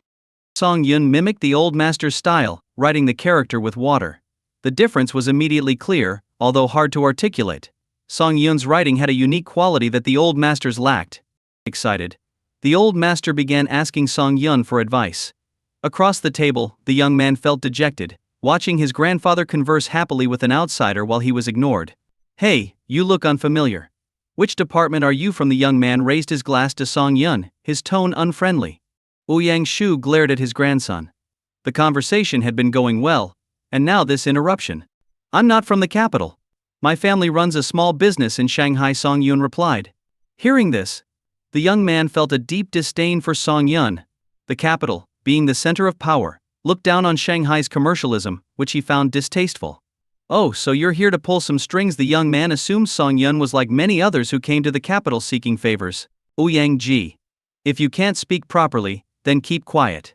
Before the old master could lose his temper, Ouyang Rong quickly reprimanded, "Isn't this table full of food enough to keep you quiet? Once you're done eating, Go take care of your sister. Ouyang Ji rolled his eyes, intending to take his younger sister, Ouyang Shu, to play. But she mischievously covered her nose and exclaimed rather, "You stink. Stay away from me." Well, it seemed like his whole family was against him now. Frustrated, he decided to join the younger generation's table with a bottle of liquor in hand. He's been in the military for so long that he's not very sharp, Ouyang Rong said with a smile. But you're all about the same age, so you should have plenty to talk about. After the banquet, let Xiao Ji show you around the capital. Ouyang Shu snorted coldly. He wasn't particularly annoyed with his grandson, but he couldn't stand his unruly demeanor. Come, let's continue our conversation, Ouyang Shu said. During the 2-hour family banquet, the old master was deeply impressed. He had initially thought that Song Yun was just good at calligraphy, but his theoretical knowledge was equally solid. After Song Yun's detailed explanations, Ouyang Shu felt he was close to a breakthrough. As the banquet ended, Ouyang Shu mumbled something to himself as he headed to his study. Ouyang Rong waved to his son, saying, "Take Song Yun and the others out for some fun, but don't come back too late." Initially, Ouyang Ji wanted to refuse, but seeing how his grandfather favored Song Yun made him jealous, and he immediately thought of numerous pranks. "All right, got it? Got it." Ouyang Ji drove a car with regular plates and called out to Song Yun, "Get in." Song Yun sat in the front passenger seat while Yi Qingqing and Qi Lu chatted it in the back. After more than an hour, they arrived at a bar. Upon getting out, Song Yun saw that the bar was quite large from the outside. Several scantily dressed, elaborately made-up girls stood at the entrance, eyeing the men entering and leaving. In the parking lot, Ouyang Ji's car seemed out of place among the Porsches and Lamborghinis, indicating that the patrons were quite wealthy. "Let's go. Time for you to broaden your horizons," Ouyang Ji said, leading the way. As they approached the bar entrance, they drew a lot of attention. The girls eyed Song Yun with admiration and flirtation, wishing they could have him to themselves. The men, on the other hand, were fixated on Yi Qingqing and Qi Lu, surprised to see such beautiful women in the bar. Seeing Song Yun with his arm around Yi Qingqing, some men felt disheartened. "Damn it. Just when you find someone you like, she already has a boyfriend," some thought, while others, more daring, still harbored mischievous thoughts. As Song Yun and his group queued for entry, a sports car in the parking lot suddenly roared to life, despite no one being inside. Ah, that's the latest self-driving Ferrari. It just launched. 30 million. Whose new car is that? Oh my god, I thought it was an older model. Guess I was wrong. Girls screamed, looking around for the car's owner. A young man, flashing his expensive watch, pressed a button on the car key, and the Ferrari turned off. The girls swarmed around him, but he quickly dismissed them, uninterested. His real focus was on Yi Qingqing. Walking towards her, he noticed Song Yun's watch and paused. "Hello, may I take a closer look at your watch?" he asked with a playful look, recognizing it as a rare, custom-made Vacheron Constantine 152, gifted to Shanghai's richest man. He suspected Song Yun was wearing a fake, but Song Yun ignored him. But the young man persisted, hiding his smirk. "Brother, that watch on your wrist, it's a Vacheron Constantine 152, right? It costs at least 60 million, he said, smiling. He expected Song Yun to be embarrassed, thinking he had caught him wearing a fake. But this watch was a special gift to Shanghai's richest man. "How did it end up on your wrist?" The girls who had been excited about the 60 million yuan figure quickly lost interest, thinking Song Yun couldn't possibly be connected to Shanghai's richest man. They thought he was wearing a fake and felt secondhand embarrassment for him. "Hey beauty, your boyfriend sure likes to show off," the young man said to Yi Qingqing, hoping to create a rift between them so he could swoop in. But Yi Qingqing just glanced at him with disgust, saying, "Your tactics to belittle people are pathetic and disgusting." The young man was stunned. Women these days, he thought, would rather be with a handsome pauper than a genuine rich guy like him. He raised his car key, saying, "Unlike some people who wear fake watches to deceive women, I bought this car for over 30 million. As a man, the most important quality is being genuine. But hey, if someone likes to show off, there's nothing we can do. Ladies, let's go inside and have a drink. It's on me tonight." The girls screamed in excitement. Ouyang Ji watched the drama unfold with glee. Although he didn't know Song Yun's true identity, anyone connected to the Ouyang family couldn't be wearing a fake watch. But he enjoyed seeing Song Yun humiliated. After entering the bar, Ouyang Ji ordered a bunch of drinks but didn't plan on staying with Song Yun and the others. "You guys have fun. I'm going to chat with some friends," he said, grabbing a bottle of brandy and heading to a booth nearby. On the other side, the young man who had mocked Song Yun at the entrance was surrounded by a group of women, but he couldn't help but glance over at Song Yun's table. Just as he was plotting how to separate Yi Qingqing from Song Yun, someone smacked the back of his head. "What the hell? Who is it?" he yelled, turning around to see a man about his age. His anger immediately dissipated. "Oh, it's you, brother he. Ma Yaoshi, you've got guts, huh? Coming to the bar without giving me a call. Having fun with all these girls," He Zuo teased. The women at the table were intimidated by He Zuo and cautiously moved away from Ma Yaoshi. No, I'm not staying long. I have to go home soon," Ma Yaoshi said obsequiously. He couldn't afford to show any displeasure toward He Zuo. Everyone knew that in the capital, the He family's business was among the top 5, and their company was a money-making machine. Ma Yaoshi, an ordinary rich second generation, had to smile and be humble in front of someone with a higher status and more wealth. "I saw you staring at something just now. Did a woman catch your eye?" No, I was just lost in thought." Ma Yaoshi didn't dare let He Zuo see Yi Qingqing. Women targeted by He Zuo in the capital usually didn't end well. After he was done with them, no other man dared to get involved, not because He Zuo forbade it, but because of his unsavory habits.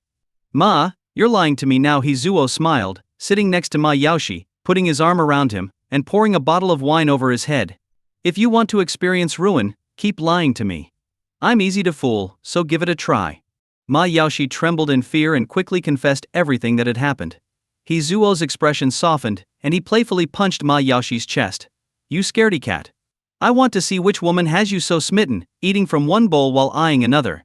Ma Yaoshi realized that any chance he had with Yi Qingqing was over. No matter how beautiful a woman was, after going through He Zuo's hands, they were often left in a wretched state. "Keep having fun. I'll go check out this beauty you mentioned." He Zuo walked towards Song Yun's table and was stunned upon seeing Yi Qingqing and Qi Lu. These two women were incredibly beautiful. One looked like a ripe apple, tempting to take a bite. The other, elegant and demure, seemed like someone you would want to bully just to see her cry. No wonder that rascal Ma Yaoshi was eyeing them even with all those women around him. He wouldn't be able to resist them either. Today was definitely his lucky day. He licked his lips, thinking about how to get both women into his hands. Song Yun, who was quietly drinking, looked up and saw He Zuo's lecherous expression. He frowned and stood up, blocking He Zuo's view. He Zuo was displeased, thinking, "Is this guy one of the boyfriends? Damn. Do women only care about looks nowadays? Can good looks feed them?" "Have you seen enough?" Song Yun asked coldly. He Zuo snorted and walked away. Returning to Ma Yaoshi, he called the bartender. "Send the best drink package to table 8, and tell them I want to make friends with those two beauties." The bartender, excited about the tip, hurried to deliver the drinks to Song Yun's table. The package cost 660,000 yuan, guaranteeing him a 5,000 yuan commission. The bartender and staff soon arrived at Song Yun's table with the drinks. "Sorry, but I didn't order these," Song Yun said, puzzled. "Don't worry. These are a gift from Mr. He to the ladies," the bartender explained, pointing to He Zuo, who was watching from afar. The bartender sighed inwardly, thinking, "Poor guy, bringing his girlfriend here and catching Mr. He's eye. Everyone knows what He Zuo is like. It's almost impossible for his girlfriend to leave unscathed. Take them back." "We don't need them," Song Yun said. "Excuse me." The bartender couldn't believe his ears. Did this guy not know who He Zuo was? Refusing him in public?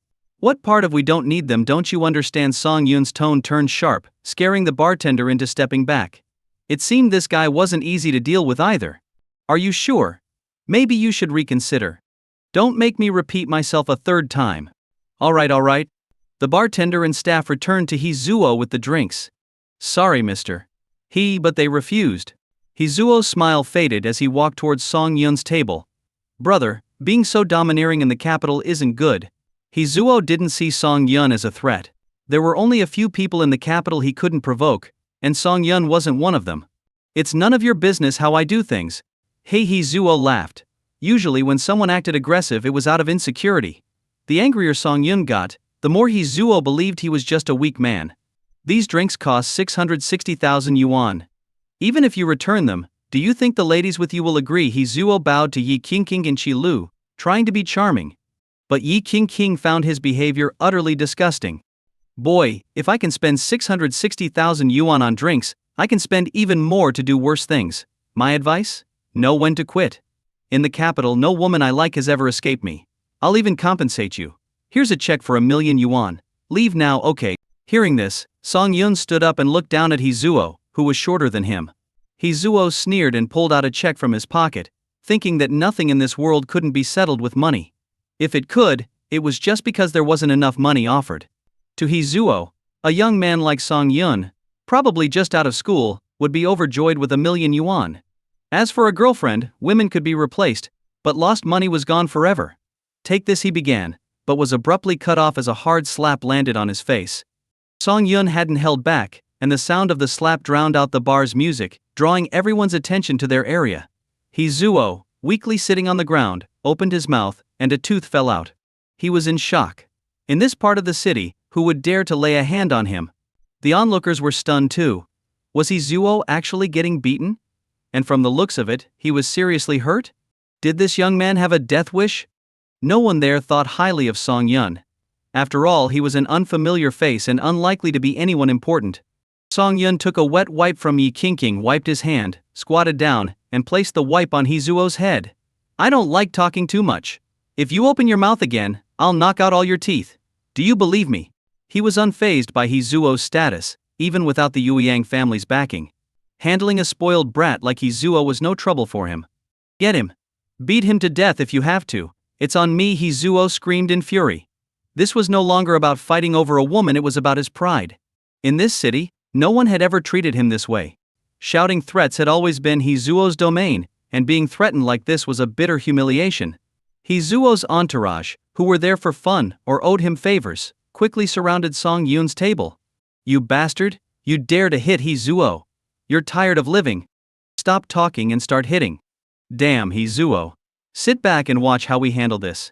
Each tried to be the loudest and the toughest, hoping Hizuo would remember them and reward them later. Song Yun, annoyed by their chatter, charged at them. These men, weakened by their indulgent lifestyles, were no match for Song Yun, who moved through them like a tiger among sheep. Soon, they were all lying on the ground unmoving. What a disgrace. First Hizuo got beaten, and now his minions were down too. How could he ever show his face in the city again? Hizuo glared at Song Yun, his face twisted in rage. You better wait. I'll call for backup. Song Yun slowly walked towards him, lifted him off the ground like a rag doll and said, if you say one more word, you'll lose another tooth. I mean it. Oh no. Day. Hizuo, clutching his mouth, felt several more teeth loosen. Seeing Song Yun's fist ready to strike again, he quickly shouted, do you know who I am? I'm the heir to the He family in this city. If you touch me, you won't survive here. The He family? Never heard of it. Another punch. And Hizuo's front teeth fell out. Our company is ranked 4th in the city. You're finished. I swear I'll have you killed. So what? You're still in my hands right now. Hizuo was scared now. He knew that desperate people were dangerous. With so much to lose, he had to give in, at least for now. All right, I admit defeat. Please let me go. Where did you go wrong? Hizuo was speechless. Where had he gone wrong? Was it wrong to hit on a girl? I'll give you 3 seconds, or you'll get another slap. I was wrong about everything. I admit defeat. Please let me go. Is that it? That doesn't sound very sincere. Song Yun smirked. Are you planning to get revenge later? No way, Hizuo stammered. Smack.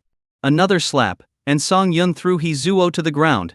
Ma Yaoshi, who had been watching from a distance, hurried over to drag Hizuo away. This guy was insane. Even after Hizuo revealed his identity, Song Yun didn't hold back. Wasn't he afraid of the He's family's revenge? Thank goodness he hadn't provoked Song Yun earlier, or he'd be in the same mess now. Wait, could that watch really be from Shanghai's richest man? The more Ma Yaoshi thought about it, the more certain he became. Only someone with powerful backing could act so fearlessly. Maybe Shanghai's richest man was behind this kid? Wow. Ma Yaoshi felt uneasy. If this guy really had such a powerful ally, there was no need to fear the He family. You idiot! What are you mumbling about? Hizuo weakly grabbed Ma Yaoshi's collar, shouting, call my family. Tell them I'm being beaten to death. Ma Yaoshi nodded, and reported the situation to Hizuo's father. Hizuo's father was taken aback. He knew the bar's owner was influential, and stepping in at this point indicated serious trouble. If someone dared to hit Hizuo after he revealed his identity, it could only mean one of two things: either the person had a terrifying background, or they were so lowly they didn't care about the consequences. Which was it? He decided to call his biggest ally to come along. If the aggressor was a nobody, they could handle it easily. If they were powerful, they could negotiate. Hello, Mr. Deng? Sorry to bother you so late. My son was beaten up at the bar, but I can't figure out who did it. Would you mind coming along to help? I'm really sorry, old he, but I'm currently out of town inspecting a project and can't return right now. How about this? I'll have my daughter, Deng Qe, accompany you. Alright. I'll send someone to pick up Miss Deng right away. Mr. He was unexpectedly pleased. Everyone in the city knew that Deng Qi was the apple of the Deng family's eye, highly favored by the old master. If any trouble arose, Deng Qi would be more useful than her father. After hanging up Mr. He thought for a moment and decided to go to the Deng family home himself. When he arrived, he found Deng Qi looking quite unhappy. Ms. Deng, I'm really sorry to disturb you so late. Deng Qi, her voice cold, replied, Uncle He, you should discipline He Zuo. If he had run into a nobody, it would be fine, but what if he provoked someone important? Our Deng family would be dragged into it too. It was the first time Mr. He had been lectured by someone so much younger, but given the Deng family's higher status and the fact that he needed their help, he had to humble himself. Let's go. I want to get this over with quickly so I can go back to sleep. We'll go right away. Back at the bar, He Zuo was gradually recovering. Supported by Ma Yaoshi, he looked at Song Yun with a murderous glare. I don't know if you're brave or just stupid, but it's fine. When my reinforcements arrive, it'll be the end of you. He Zuo couldn't believe Song Yun hadn't fled after beating him, instead continuing to chat casually with two women. He thought Song Yun must be truly idiotic. If this became a joke in the city tomorrow, it would be He family's heir beaten by an idiot, losing a few teeth in the process. This thought dampened He Zuo's initial excitement. After about 10 minutes, the crowd around them grew larger. Excuse me, please let us through. Hearing this, He Zuo excitedly shouted, Dad, I'm here. I'm here. Mr. He pushed through the crowd with a stern face, eager to see who dared to assault his son. With Deng Qi by his side, as long as they didn't provoke any top-tier families, there was nothing to fear. Seeing his son's condition, Mr. He was relieved that it was only minor injuries. But when He Zuo opened his mouth revealing his missing teeth, Mr. He was furious. Who dared to hit him so hard? Who hit my son? Show yourself. I want to see what you have backing you. Mr. He, the founder of a powerful group, had a commanding presence. His shout made many of the young people around tremble. Hey, you've been running wild, and today you met your match. Deng Qi stepped forward, examining He Zuo's mouth and laughing. Consider this a lesson. One day you might provoke someone truly powerful, and not even know how you died. Sister, I really understand now, He Zuo said, not daring to show any disrespect to Deng Qi, the Deng family's cherished princess. Wow. This is going to be good, Ma Yaoshi muttered, licking his dry lips. Even among the rich, there were levels. He was at level 4, He Zuo at level 7, and Deng Qi at level 9, the pinnacle of the city's elite. Ma, is that woman really important? It looks like He Zuo doesn't dare act up in front of her and even calls her sister. That woman is Deng Qi, the Deng family's little princess. She's at the top among the city's elite. Even He Zuo's father would have to show her some respect. On the other side, Deng Qi examined He Zuo like livestock. Nothing serious. You can get new teeth and still eat fine. Feeling wronged, He Zuo pleaded, Sister, please deal with the person who hit me first. Hey, where is the culprit? I want to see who dares. Following He Zuo's pointed direction, Deng Qi froze upon seeing Song Yun and Yi Qingqing. Her body went rigid, as if struck by lightning. Her whole body tingled. This fool dared to offend Song Yun. It was clear that He Zuo had hit on Yi Qingqing and been beaten by Song Yun for it. Ignoring Song Yun's current status as the richest man in Shanghai, even the warning from a big shot to her father not to investigate Song Yun was enough to show his extraordinary background. Now, this idiot not only dug his own grave but also dragged the Deng family into it. If she could, Deng Qi wanted to knock out all of He Zuo's teeth. Oh, isn't this Miss Deng? Are you here to support this scoundrel? Yi Qingqing coldly taunted. Song Yun, holding a bottle of wine, watched the scene with a blank expression. Deng Qi had never left a good impression on him. If she decided to interfere today, he wouldn't hold back. You laugh now. Once Deng Qi deals with that guy, you'll see what happens to you, He Zuo shouted, feeling emboldened by Deng Qi's presence. With Deng Qi by his side, He Zuo felt invincible. Deng Qi turned stiffly, incredulously looking at He Zuo. Didn't he understand? If someone dared to mock her, they had some serious backing. Miss Deng, isn't that woman beautiful? I'd say getting beaten for a chance with her isn't a bad trade, right? Smack. Deng Qi slapped Hizuo across the face. Hizuo was stunned. What was going on? Why was he getting hit again? How many times had he been slapped today? Damn it! Why was his support hitting him? Was there no justice in this world? Mister. He sensed danger, realizing the situation was more complicated than it seemed. Miss Deng, what are you? Mister. He began. But Deng Qi cut him off rudely. He Zhengshan, look at the son you raised. Do you know who he offended? The richest man in Shanghai, Mr. Song. Even my father would respectfully call him Mr. Song. Who do you think you are to try and snatch a swan for a toad? After returning to the capital, Deng Qi couldn't stop thinking about Song Yun. She used her connections to investigate his identity for a long time but eventually reached a single conclusion: don't dig any deeper, or you'll face a dead end. Deng Qi had to hide her romantic feelings, but she never expected to see Song Yun in a place like this again. The richest man in Shanghai, Mr. Song. The crowd gasped. No one had imagined that such a plainly dressed man could have such a prestigious identity. The He father and son turned pale, staring blankly at Song Yun. Hello, Mr. Song. The Deng family won't get involved in this matter, Deng Qi said, bowing deeply to Song Yun, her voice filled with fear. Deng Qi, who usually acted arrogantly in the capital, was backing down today. This showed just how powerful the richest man in Shanghai must be. Onlookers marveled at the dramatic scene, while Ma Yaoshi, at the edge of the crowd, trembled in fear. He must have gone mad. He had tried to flirt with the richest man in Shanghai's girlfriend. And this Song Yun was married to the daughter of the previous richest family, the Yi family.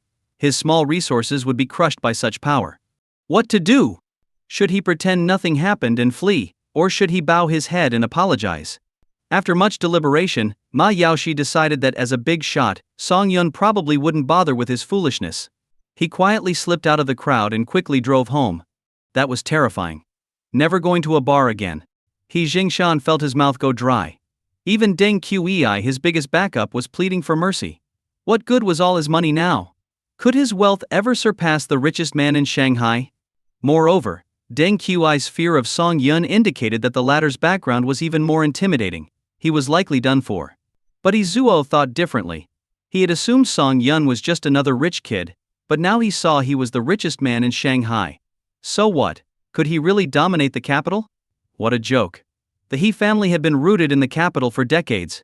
If anyone could crush them easily, the He family wouldn't have survived. Hizuo spat out a mouthful of blood at Song Yun's feet and said spitefully, if we were on your turf, I might be scared, but this is the capital. You, an outsider, have no right to act arrogant here. So what if you're the richest man in Shanghai? I can get people to make sure you don't leave this city. Hearing this, He Zhengshan fell to his knees in fear. What had he done to deserve such an unfilial son? At this critical moment, instead of begging for forgiveness, he dared to provoke further. This was all because his mother had spoiled Hizuo rotten. Hey, everyone seems quite heated, a voice came from the crowd.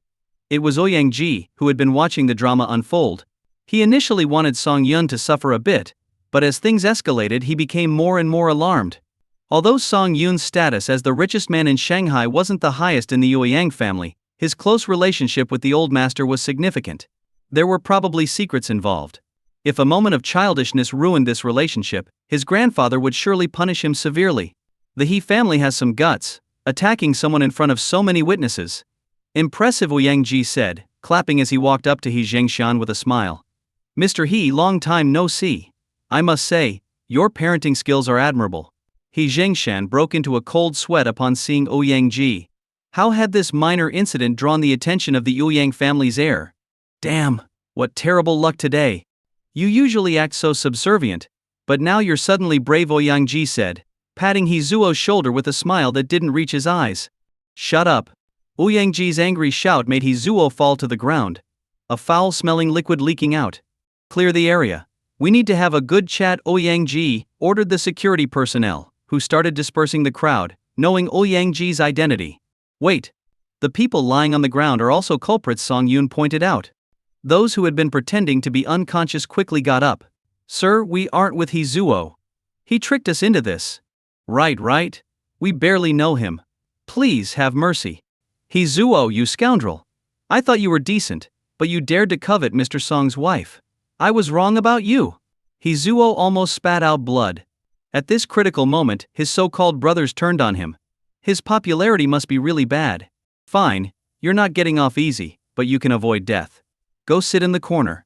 We'll deal with Hizuo first, Song Yun said. Yes, take your time with this brute. We're not in a hurry. The men squatted in the corner, cautiously glancing at Song Yun. Brother Ouyang, you know Mr. Song. Deng Qi was shocked by Ouyang Ji's intervention. She knew he wasn't one to meddle, so there must be a reason.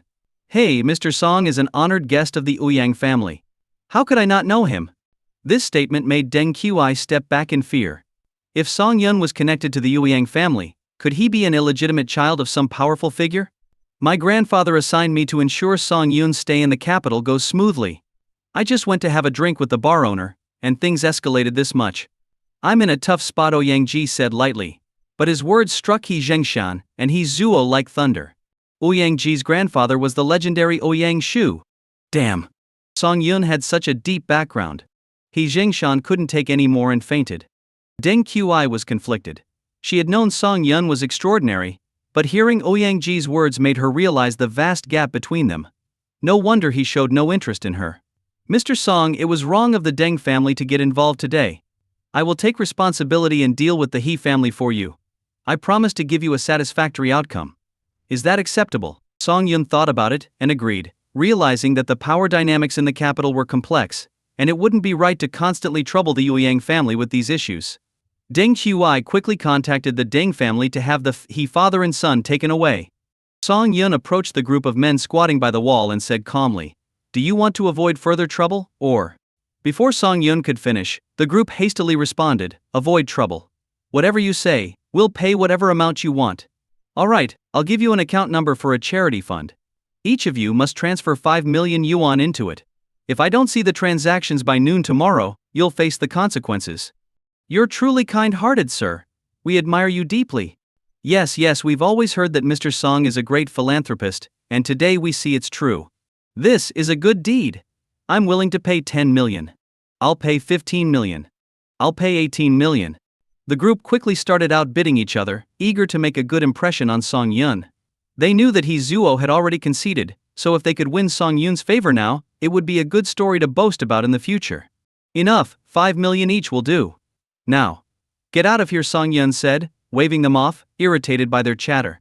Not wanting to linger any longer, Song Yun and his group returned to the Ouyang family home. The next morning, after breakfast, Ouyang Ji changed into his military uniform, looking every bit the dashing air of a prominent family, impressing Song Yun. Grandfather, after breakfast I plan to take Song Yun to the camp for a tour. What do you think? Ouyang Ji asked. Ouyang Shu gave his grandson a peculiar look. Normally Ouyang Ji was stubborn and unyielding. Why was he suddenly so keen to show Song Yun around? Ouyang Ji was actually trying to keep Song Yun from telling the old master about last night's incident. Song Yun, intrigued by the protectors of the country, was excited about the prospect of seeing the military equipment up close. What man wouldn't be tempted by such a sight? Xiao Song, what do you think? Asked Ouyang Shu. Let's go. The camp doesn't allow women, so I'll ask King to take Shushu out for a walk. Otherwise she'll pester me all day, Ouyang Shu said with a chuckle. If not for his health, he would have loved to take his granddaughter out himself. But with Ouyang Rong always watching him, sneaking out was impossible. After breakfast, Ouyang Ji drove a jeep with Song Yun to the camp. After a long drive they finally arrived. As soon as they got out, a group of soldiers surrounded them with smiles. Captain, you smell of perfume. Did you secretly meet your wife last night? Hey, you idiot, the captain's just been through countless flowers without a single petal sticking to him. Captain, tell us your stories. I've been in the camp so long I've forgotten what women look like. Facing the rowdy soldiers, Ouyang Ji pretended to be angry and shouted, "Get lost. If you've got so much energy, run 10 kilometers. Now, line up, turn and march." The soldiers quickly fell in line and began their run. These rascals may seem unruly, but each one is carefully selected and top-notch, Ouyang Ji said proudly. It looks like your unit is quite extraordinary, Song Yun praised. I once dreamed of being a protector of the nation too, but for some reason. Well, let's not talk about it. Ouyang Ji looked at Song Yun with newfound respect. This camp truly was a place for real men. The soldiers finished their 10 kilometers quickly and surrounded Ouyang Ji again. Alright, this is my friend Song Yun, get to know him. Captain, This guy looks so delicate. I'm afraid to shake his hand in case I hurt his skin. You dog, show some respect. Let's see you train with me. The soldiers made space as Ouyang-ji and one of the men prepared to spar. After a few moves, Ouyang-ji found an opening and sent his opponent flying several meters with a punch. Rubbing his chest, the soldier exclaimed, "I give up. Damn, when will I ever be able to beat the captain?" "You still need more practice," Ouyang-ji laughed heartily. In the camp, without urgent tasks, there were no strict ranks. The only way to earn respect was to beat them in combat. "Song Yun, want to give it a try?" Ouyang-ji asked. Song Yun shook his head with a smile, not wanting to hurt Ouyang-ji. A real man never says no.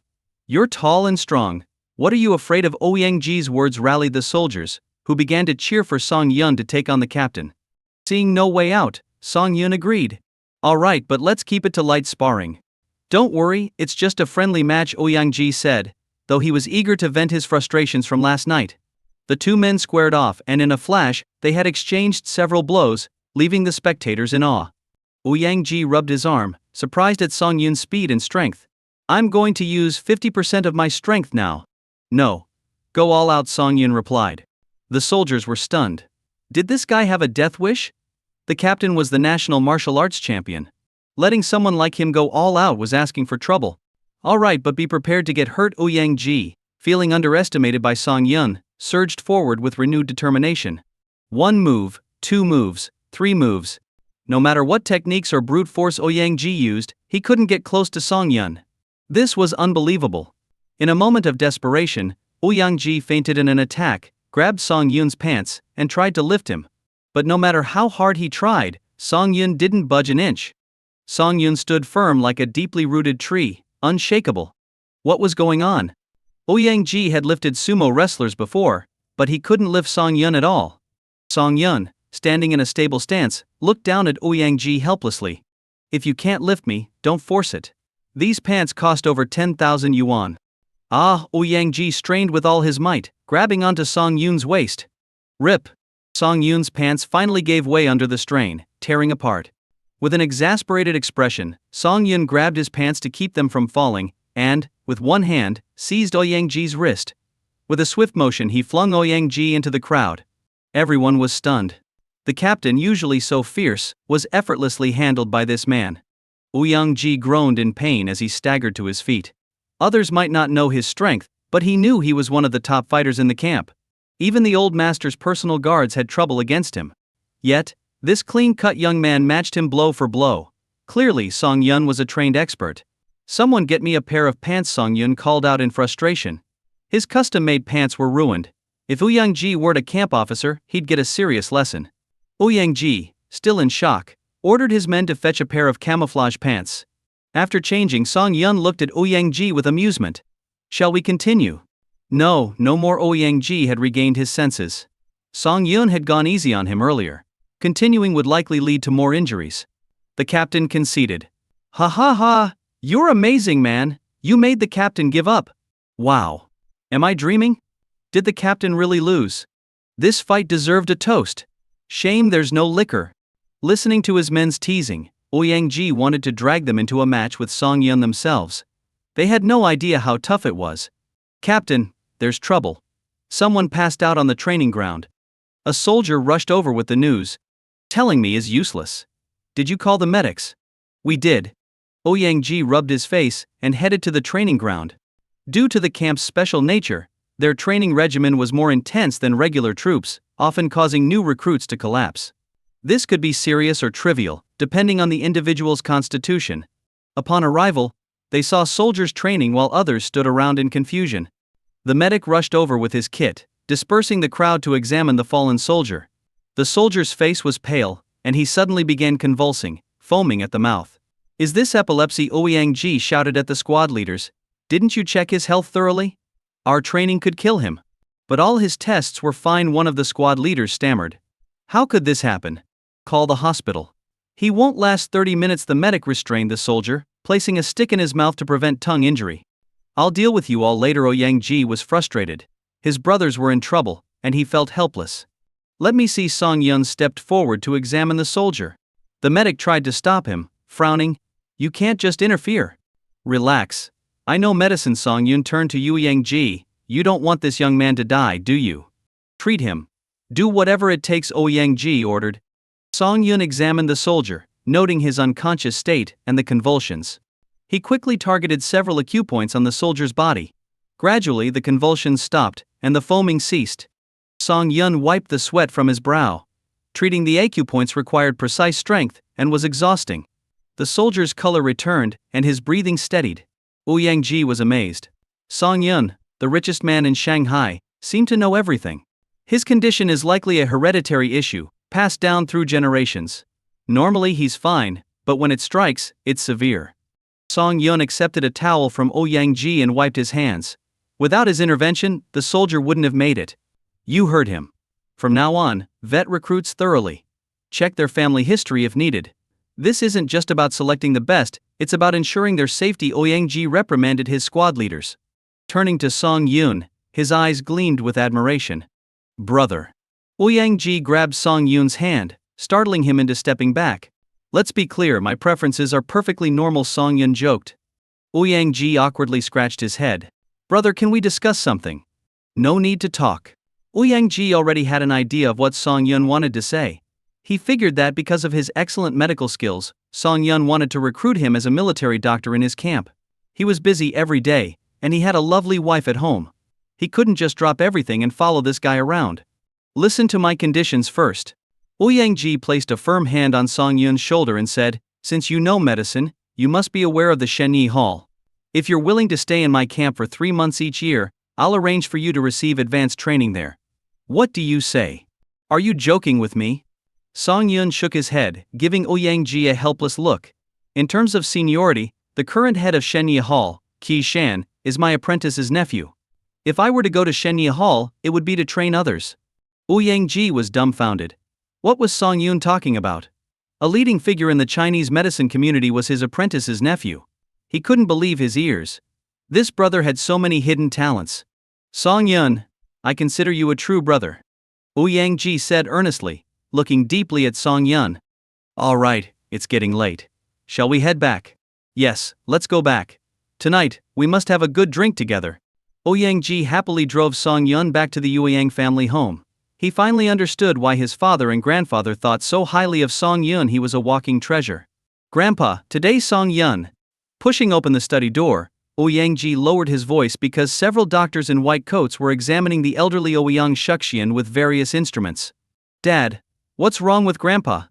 Yang Ji whispered to Yang Rong. Yang Rong sighed, ignoring the question. He knew that Song Yun had cured his father's illness the day before, so why was he suddenly experiencing numbness and poor circulation again? Master Ouyang, these are old ailments accumulated over many years. Combined with his declining physical condition due to age, all the problems are flaring up at once. So, how should we treat him? The doctors exchanged glances. Finally, the head of the medical team said regretfully, there is no cure. Are you saying my grandfather will have to spend the rest of his life in a wheelchair? Yang Ji shouted, his expression agitated. To him, his grandfather was a hero, and a hero shouldn't have to live in such a humiliating way. There must be a way. Tell me there is. Yang Ji, like a madman, grabbed the doctor by the shoulders and shook him.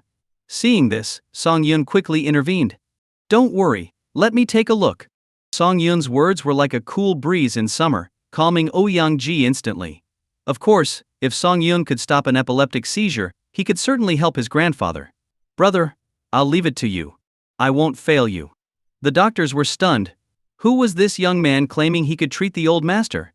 In their system, someone of Song Yun's age wouldn't even have a Ph.D. yet. Song Yun stepped forward and took Ouyang Shuxian's pulse. The doctors despaired when they saw this. It wasn't Western medicine, but traditional Chinese medicine. After a few minutes, Song Yun pried open the old master's mouth and sniffed. As expected, the old man had been drinking. Grandpa, tell me the truth. How much did you drink today? What drinking? All my alcohol has been confiscated by that unfilial son. Ouyang Shuxian looked panicked, but seeing his son's suspicious look, he shouted, What, are you saying you didn't steal my liquor? Grandpa, if you don't want to be paralyzed, you'd better tell me the truth. Just a little bit. How much exactly? Ouyang Shuxian gestured with his thumb and forefinger, indicating about 3 or 4 liang, about 100 to 150 ml. Impossible. That amount would only promote circulation and prevent stasis. Grandpa, tell me the truth. Song Yun leaned closer. Ouyang Shuxian whispered, not much, just half a bottle. Good heavens. You are indeed a living god of alcohol. Most elderly people would end up in the hospital with a single glass, and you drank half a bottle. Sigh. Song Yun sighed and stood up. I will find a way to treat the old master's condition. Really? Brother, you can't lie to me. Ouyang Ji excitedly hugged Song Yun. As long as his grandfather was fine, no one would dare to take advantage of the Ouyang family. But Ouyang Ji didn't know that this was the third time Song Yun had saved the old master. Impossible. The instruments don't lie. We know his condition better than anyone. Yes, I respect Chinese medicine, but it can't perform miracles. Young man, are you saying the old master is possessed? If you dare say that, I'll throw you out myself. Hearing the doctor's words, Song Yun calmly replied, don't worry, it's purely traditional Chinese medicine, with no superstition involved. The doctors were speechless. They were the top doctors in the country, chosen from thousands of candidates. Even they couldn't cure the old master. How could this young man be so confident? Master Ouyang, as a core member of the medical team, I can firmly assure you that the old master's condition is incurable. You should let him come with us to the sanatorium, where we have more advanced equipment and comprehensive care. I'm not going. Ouyang Shuxian was very resistant to the idea of a sanatorium, having lost several old friends there. Although they died of old age, he couldn't help but feel affected by the memories. Grandpa, please trust me. I've been your private doctor for 20 years. You should listen to me this once, right? No. Master Ouyang, please persuade the old master. The longer we delay, the harder it will be for him to recover. Ouyang Rong looked troubled. His father was set in his ways, and changing his mind was almost impossible. As his son, he couldn't just override his father's decisions without getting in trouble. How about letting Song Yun try? Hearing this, the doctors almost exploded in anger. They finally understood the meaning of having eyes but failing to see. Ignoring these top-notch doctors, they instead placed their trust in a young man. If it weren't for the old master's high status, they would have walked out already. Get me silver needles for acupuncture, an alcohol lamp, and these few herbs. Song Yun listed the items and sent Ouyang Ji to get them from Shenyi Hall. About half an hour later, everything was ready. Song Yun first instructed Ouyang Ji to decoct the herbs. Then, he heated a needle over the alcohol lamp and aimed at the old master's thigh. What are you doing? The medical team leader hurriedly shielded the old master's thigh. If Song Yun hadn't been so precise, who knew where the needle might have landed? You reckless young man. Master Ouyang, I suggest you thoroughly investigate his background. Yes, do you even know all the acupuncture points? How dare you perform acupuncture so casually? Ridiculous. Master Ouyang, do you want to see the old master's condition worsen? Hearing the doctor's words, Ouyang Rong hesitated. Though Song Yun had indeed treated the old master well before, the current situation was different. With several top doctors opposing, he couldn't decide. Step aside. I trust Song Yun won't harm Grandpa. Ouyang Ji stepped forward and grabbed the team leader by the collar like a chick. Ouyang Ji, don't endanger your grandfather. I trust my brother. You insolent boy. Hearing this, Ouyang Rong was displeased. Disciplining his son was his business. The doctor should do his job and not meddle. Did they think the Ouyang family would secretly rejoice if something happened to the old master? Captain Zhang, my son has a bad temper. You'd better keep quiet. Ouyang Rong said calmly. Captain Zhang gritted his teeth, glaring at Ouyang Ji, cursing him inwardly. I'm going to start needling now. If anyone gets in the way, I'll practice on them first. Song Yun focused intently on locating the acupuncture points. 1 needle, 2 needles, 3 needles. Soon, the old master's limbs were densely covered with needles, looking quite frightening from a distance. Look at the color of the old master's skin. Captain Zhang shouted anxiously, the nerves in the limbs are very sensitive. Any mistake can cause catastrophic damage. Are you all going to continue aiding this madness? Shut up. At this critical moment, Song Yun was sweating profusely, fully concentrated. He carefully manipulated the needles, and the old master groaned in pain. Jiao Song, I feel very hot. Like my blood is boiling. The old master's lips were dry and cracked, and he spoke weakly. Hang in there. It'll be over soon. After another 10 minutes under their watchful eyes, the old master seemed close to fainting. Song Yun shouted to Ouyang Ji, where's the medicine I asked you to prepare? Oh, here it is. Ouyang Ji quickly handed it over. Song Yun pried open the old master's mouth and poured the medicine in. My career is over. Completely over. Captain Jang slumped to the ground. If anything happened to the old master today, he'd be the first to take the fall. After drinking the medicine, the old master's breathing steadied. Captain Jang's eyes brightened. Could there be hope? But then, the old master started convulsing violently, looking like he was on the verge of death. Hold the old master down. I need to remove the needles. Ignoring the frantic efforts of Ouyang Rong and his son, Song Yun swiftly removed the needles from the old master's limbs. With each needle withdrawn, a wisp of smoke rose, looking quite mystical. When all the needles were out, Song Yun collapsed to the ground, exhausted. It was more tiring than fighting a dozen strong men. Ho! The old master let out a deep breath and opened his eyes, feeling refreshed and strong. He stood up and tried jumping around. After Song Yun's treatment, he felt 30 years younger. How is this possible? Captain Jang and the other doctors were dumbfounded. Was this a joke? Just randomly sticking needles in, and the old master was cured? Then what was the point of them, the Western doctors, existing? Everyone might as well just learn traditional Chinese medicine. Old master, let me check you. Captain Jang and the other doctors busied themselves again. After examining him, they found the old master was almost fully recovered. He just needed some rest. A miracle. No, it should be called a divine intervention. Young man, how did you do it? Captain Jang squatted beside Song Yun, curious. I'm tired. Get me a glass of water. Song Yun croaked, his voice hoarse. Captain Jang eagerly fetched a glass of water and fed it to Song Yun. After drinking, Song Yun felt his strength slowly returning. He sat up and explained, the old master's limb issues were due to excessive alcohol. Alcohol is highly inflammatory, so I used needles to stimulate acupuncture points, accelerating blood flow to expel the alcohol from his system. At the peak, his body was like iron being repeatedly tempered.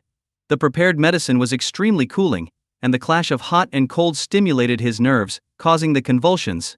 Then I removed the needles to release the built-up energy, completing the treatment. What was that energy? Song Yun looked at Captain Jang as if he were an idiot. What do you think happens when water and fire collide? Oh, I see. Although Captain Jang understood the treatment process, he was still in awe of the experience. This young man was incredible. If he were 20 years younger, he'd shamelessly beg to be his apprentice. Song Yun, you've troubled yourself again. The old master felt a bit embarrassed seeing the exhausted Song Yun. Old master, as long as you behave and don't do anything reckless, I'll be grateful. Ouyang Shu, why did you call me here in such a hurry? An old man with a long white beard burst into the room, looking puzzled when he saw the group of doctors. What was going on? Had something happened to Ouyang Shu? He pushed through the crowd and saw Ouyang Shu sitting in a chair, apologizing guiltily to a young man. What's this all about? Lu Chanqing. Finally you're here. The old master, Ouyang Shu, looked as if he'd seen a savior, and he quickly ushered everyone else out of the study.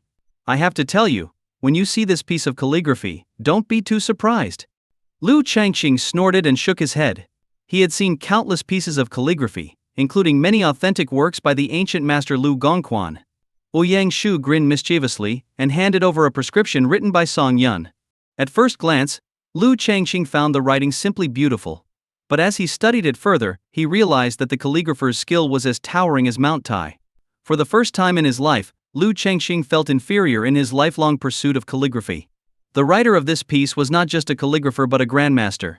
Lu Chanqing instinctively compared these characters to those of his ancestors' works, and found even the authentic pieces at home seemed lacking in comparison. Who is this hidden talent, who has come out of seclusion? Lu Chanqing exclaimed excitedly, Ouyang Shu. I've never asked anyone for a favor in my life, but now I beg you to introduce me to this person. Hey, what if I told you I wrote this? Would you believe me? Rubbish. You don't embody the essence of these characters. You couldn't match this person's skill even in 100 lifetimes. Ouyang Shu wasn't offended by Liu Chanqing's outburst.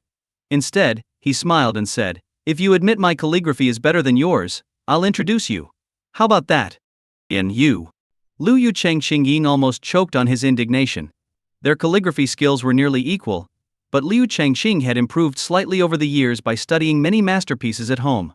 People often compared their works, and Liu Chanqing usually came out on top. He had no idea this old rival had been holding a grudge for so long. Fine, you're better than me. Now, introduce us. Meanwhile, after leaving the study, Ouyang-ji helped Song Yun to a quiet room to rest.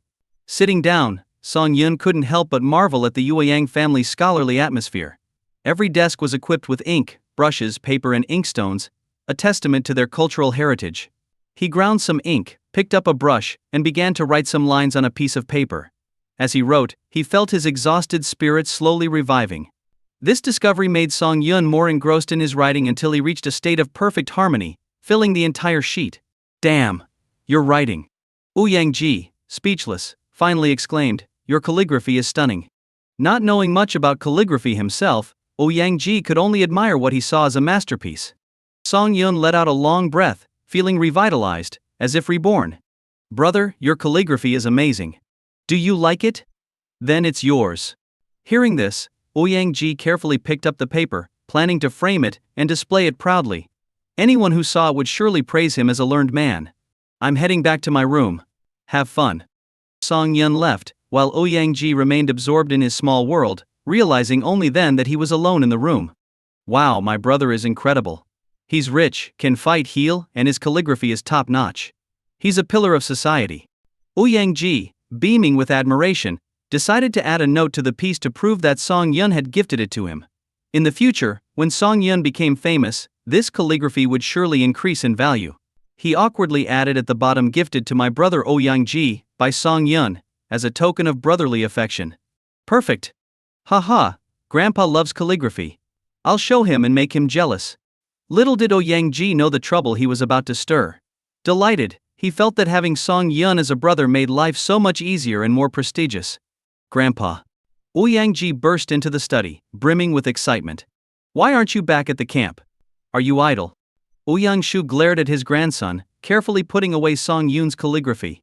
His grandson had always been reckless. If he damaged this masterpiece, Ouyang-shu would have no place to cry. "What do you want? Why are you here?" Ouyang-ji, with a mysterious air, unfurled the scroll he held. "Grandpa, what do you think of this calligraphy?" "Let go. Let go." Ouyang-shu angrily slapped his grandson's arm. Rolling up the scroll could easily damage the paper. Any good thing in his hands would be ruined. "Old Lu, care to take a look?" "Sure. I'm curious to see what treasure Xiaoji has brought." As the scroll slowly unfurled, Lu Chunxing and Ouyang-shu were immediately struck by the familiar strokes. When the entire piece lay flat, Lu Chongqing stood frozen. Despite the chaotic arrangement, each character was top-notch. Thinking back to his own work, it seemed like trash in comparison. "Wonderful. Elegant and unrestrained, breaking conventions." Lu Chengqing praised as he closely examined the piece. "Xiaoji, where did you get this calligraphy?" Keep looking. There's an inscription at the end," Ouyang-ji said proudly, holding his head high. The two elders peered at the end and read, "Gifted to my brother Ouyang-ji by Song Yun, as a token of brotherly affection." The final characters were so sloppy they felt like rat droppings in a bowl of fine porridge, wasteful and disgusting. Who is this Song Yun? Lu Chunxing racked his brain, unable to recall the name. Meanwhile, Ouyang-shu's face grew darker. What a waste of good calligraphy. Lu Chunxing sighed, who wrote these final words. "Ouyang-ji, get over here." Ouyang-shu angrily whipped his belt on the floor. "Do you know what you've done? Grandpa, you must be amazed at how talented Song Yun is." Ouyang-ji was proudly admiring Song Yun's calligraphy, oblivious to the fact that the two old men in front of him were fuming with anger and wanted to tear him apart. "If I don't deal with you for a day, you start itching for a beating, don't you?" Ouyang-shu grabbed a belt and whipped it hard across Ouyang-ji's backside. "Ow, Grandpa, what are you doing? I brought you a treasure, and you hit me." Ouyang-ji rubbed his trousers frantically. Despite his age, his grandfather's technique and strength were formidable, making even a young man like him wince. "Hit you? If you weren't my grandson, I'd have killed you." "Ouyang-shu, this is the disgrace of your family. Hit him harder." "Wait a minute, dear grandpas, shouldn't I at least know why I'm being beaten?" Ouyang-ji was utterly confused, thinking these old men must be crazy. Could it be they wanted to keep the calligraphy for themselves? No way, he had to protect it. "Tell me, did you write these sloppy characters?" What's wrong with them? Wasting a masterpiece. Wasting a masterpiece. Ouyang-shu, beat him to death for me. I'll adopt my grandson to you." Lu Chunxing caressed each character lovingly, more tenderly than his own family. As a descendant of the Liu family, he had a natural obsession with paper and calligraphy. Everyone in the Liu family knew that while breaking the old man's antiques might only elicit a blessing, damaging a single character of a calligraphy piece would get you hanged for family punishment. Liu Yucheng Qingqing was now deeply regretful that he couldn't travel back in time to stop Ouyang from defacing the calligraphy. So, my writing ruined this piece? Ouyang stubbornly asked. This calligraphy is mine. Can't I enjoy it however I want? Yours?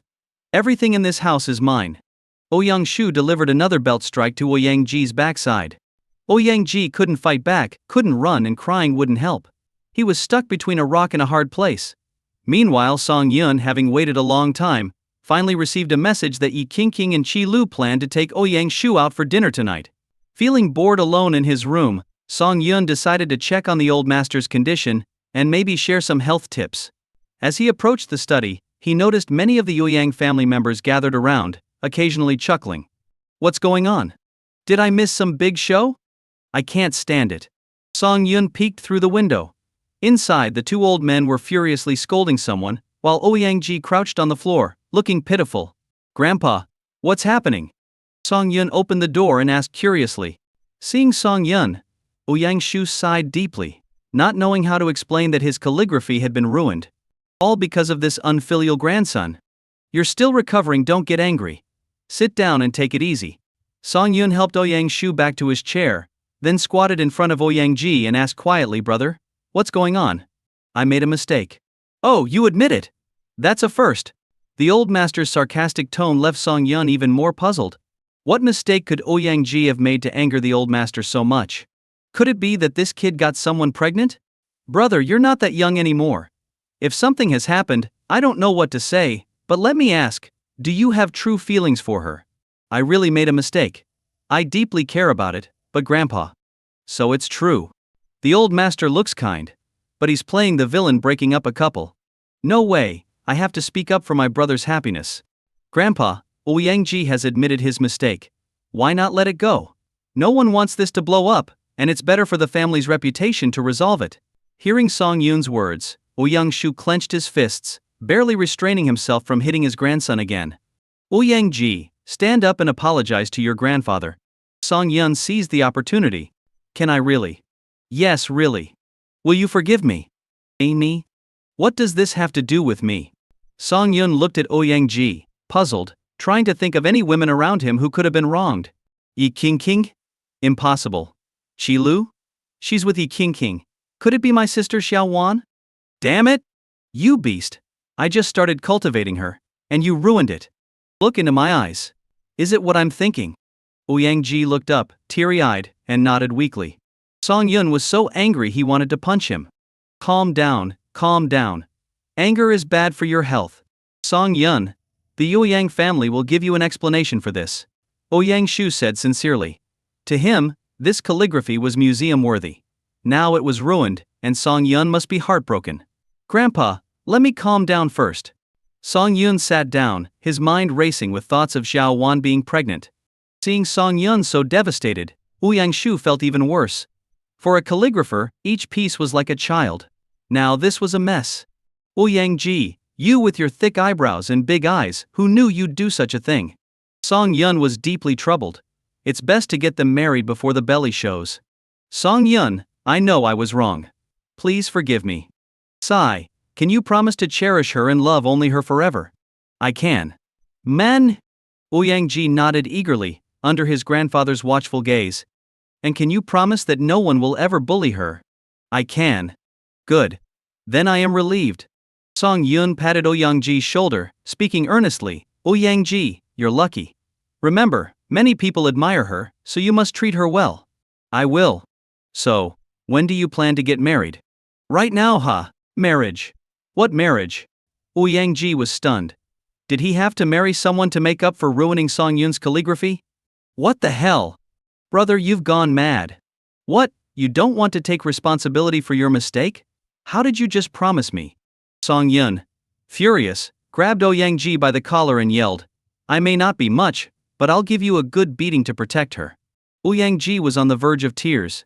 His brother had gone crazy, and it was all his fault. Woe is me. I'll marry. I'll marry right now. That's the spirit. Song Yoon's face lit up, and he patted Ouyang Ji on the arm. From now on, we'll be family. You haven't met my aunt and uncle yet, right? This whole mess isn't great, so I'll explain things to them. Tomorrow, we'll pay them a visit. The 3 other people in the room were baffled. Brother, are you confused? What? Didn't you get my sister pregnant? No. Ouyang Ji protested loudly. I just added some words to the calligraphy you gave me. Damn! Is that it? The anger in Song Yoon's chest subsided, relieved that Xiao Wan was fine. Grandpa, was this really worth all the fuss? Hearing Song Yoon's words, Liu Changqing was shocked. His lips trembled as he asked, You're not angry? Angry about what? That piece was just something I scribbled while practicing. The other 3 fell silent again. This calligraphy, which could be auctioned for millions, was just something he scribbled? Damn. What talent. If he got serious. Unimaginable. Song Yun, may I be so bold as to ask you to write something for me? Liu Changqing licked his lips, his eyes full of eagerness. Sure, my calligraphy isn't worth much. Song Yun picked up the brush. What would you like me to write, old master? Just write. Liu Changqing was at a loss. His mind was filled with countless great phrases and poems, and he couldn't decide which to choose. How about writing eternal youth? Ouyang Shu suggested. Liu Changqing slapped the table and exclaimed, Yes, write that. I'll frame it and hang it in the ancestral hall. That's not necessary. Song Yun tried to decline, but Liu Changqing insisted. It is necessary. Write those 4 characters for me, and I'll watch you do it. Under Liu Changqing's eager gaze, Song Yun wrote the 4 characters on the paper. Liu Changqing lovingly touched the Yishuan paper, carefully absorbing the excess ink with a towel. That's not fair. We're friends, aren't we? Write something for the Ouyang family too. All right. Song Yun felt like a tool being used by these 2 old men. What would you like me to write? For the public, for the people. I'll hang it in the main hall for everyone to see. The Ouyang family held a significant status, with many family members holding high positions. This calligraphy would hold great weight. Song Yun finished writing, and Ouyang Shu, satisfied, gave his grandson a kick, finally venting his anger. Song Yun. Stop! Song Yun glared at Ouyang Ji, knowing he wanted a piece too. The previous 2 old masters were respected, but who was he? Song Yun, I have one more favor to ask. Liu Changqing, feeling embarrassed, said, The director of the National Museum has been wanting an authentic piece from my ancestor, but I refused. To make up for it, I promised to write something for him. But now, I realize I pale in comparison to you. Could you write something for the National Museum? Song Yun, don't underestimate the National Museum. It's a great honor. Think about it, in 100 years, people will be gone, but your calligraphy will be admired by countless people and passed down through the ages. Ouyang Shu advised. Song Yun thought about it and agreed. It would be like practice. Song Yun picked up the brush again and wrote record of Yueyang Tower in one go on the Yishuan paper. Excellent. Excellent. Liu Changqing praised. These characters are as powerful as dragons and snakes, as awe-inspiring as a sword opening the heavens. This single piece will enlighten countless enthusiasts. Song Yun, on behalf of all calligraphers, I thank you for your contribution. Liu Changqing shook Song Yun's hand firmly. Song Yun was a bit surprised at the high praise for his artistic skill. Ha ha ha. This is wonderful. Ouyang Shu laughed heartily. Song Yun, you should know you're the only living person whose work is in the National Museum. It's a great honor. No. It's an honor for the National Museum. Liu Changqing was right. When this piece was displayed, it caused a sensation in the calligraphy world. Countless enthusiasts flocked to the National Museum to see it. Seeing the calligraphy in person, many wept, some were enlightened, and others were deeply moved. Even the top calligraphers, initially proud and aloof, were stunned. Realizing the depth of Song Yun's skill, they were humbled. Many sought to visit Song Yun in person, and some top masters openly expressed their willingness to become his disciples. But when they tried to find more information about Song Yun, they discovered he was the richest man in Madu, with numerous companies, but his address was hidden. No matter the channel, they couldn't find out where he lived. Song Yun's whereabouts became a mystery in the calligraphy world. After spending a few more days with the Ouyang family, Song Yun and his friends planned to return to Madu. With Ouyang Shu's reluctant gaze, the car slowly drove off towards the airport. As they landed in Madu, they saw Yi's father and mother waiting for them. Did you establish a good connection with the Ouyang family? Yi's father looked at Song Yun like a son. proud that his son-in-law had become a prominent figure, admired by many. After returning to Madu, Song Yun took care of several official matters that professional managers couldn't handle. So, while everyone thought he was extremely busy, Song Yun found himself with some free time again. "Honey, why hasn't the jade you sent out been finished yet?" Yi King asked sweetly, lying on Song Yun's chest. Song Yun kissed his wife's cheek and smiled. "Little witch, I'll get up in a bit and go check on it myself." "Alright, I won't stay with you then. I have some things to handle at the office." "Then hurry up and get up." Song Yun playfully slapped Yi King's butt and grinned. "If you stay in bed any longer, I'm getting up. I'm getting up." Yi King pouted and hummed in dissatisfaction. Other women complained their husbands weren't strong, but Song Yun was almost too much for her. She could hardly keep up and wondered if he could handle it. After breakfast, Song Yun drove Yi King to her office and then headed towards Liuxuan. Liuxuan's main store was near Chenghuang Temple. Upon arriving, Song Yun used his X-ray vision to scan the raw stones on the street stalls. Unfortunately, most were just ordinary rocks. The system detects that the host is near Chenghuang Temple. Do you want to enter the temple and offer incense? What was this system up to now? Was it getting into something supernatural? But the system always offered rich rewards, so there must be something good in store. Song Yun stroked his chin and clicked yes. Congratulations on accepting the mission. Please enter Chenghuang Temple and offer incense in the main hall within 30 minutes. Song Yun walked towards Chenghuang Temple. At the entrance, many people were selling offerings and incense sticks. Song Yun spent 100 yuan on a thick sandalwood incense stick. Entering the temple, he saw the incense burner at the entrance was already filled with incense sticks, with worshippers praying devoutly. Song Yun lit his incense and placed it in the burner. But the system didn't acknowledge the mission as completed. What was going on? System, did I do something wrong? Low IQ response system, are you broken? High IQ response system, did I do something wrong? Song Yun had perfected the art of communication in everyday life. Please review the mission details and reconsider. Enter Chenghuang Temple within 30 minutes and offer incense in the main hall. Song Yun was puzzled. He peeked into the main hall, where several prayer mats were laid out for worshippers. There was no incense burner in sight. Wait, there was one. A small porcelain burner in front of the Chenghuang deity, with 3 incense sticks inserted, looking very solemn. Darn. The system really knows how to make things difficult. Song Yun smacked his lips and spent a few hundred more yuan on smaller sandalwood incense sticks. Entering the main hall, just as he was about to insert the incense into the burner, the previously smiling temple attendant's face changed, and he rushed over to stop him. "Young friend, if you want to offer incense, you can do so outside. Only I am allowed to change the incense inside." Yes. Song Yun felt bitter. He didn't want to do this, but the system left him no choice. "System, can we compromise? I won't offer incense inside, and you give me half the reward." 15 minutes left to complete the mission. Failure will result in severe consequences for the host. Damn, severe consequences? Could it be an encounter with some unknown creature? The system was always serious. Song Yun feared being disturbed while sleeping with his wife. "Excuse me, if I must offer incense inside, what would it cost? Maybe some donation?" The temple attendant's face darkened. Was this bribery in front of the Chenghuang deity? It was like offering a kickback in front of a company executive. Imagine how the executive would react. "No. I hope you won't cause trouble, or I'll have you thrown out." 10,000. How about that? You're insulting my integrity. 50,000. I'm a temple attendant. How dare you speak such filth in front of the Chenghuang deity? 100,000. 150,000. Wait, let me think. The temple attendant looked at Song Yun strangely. He interacted with hundreds of people daily, but had never heard of someone willing to spend so much to offer incense inside. This young man was either a big shot or out of his mind.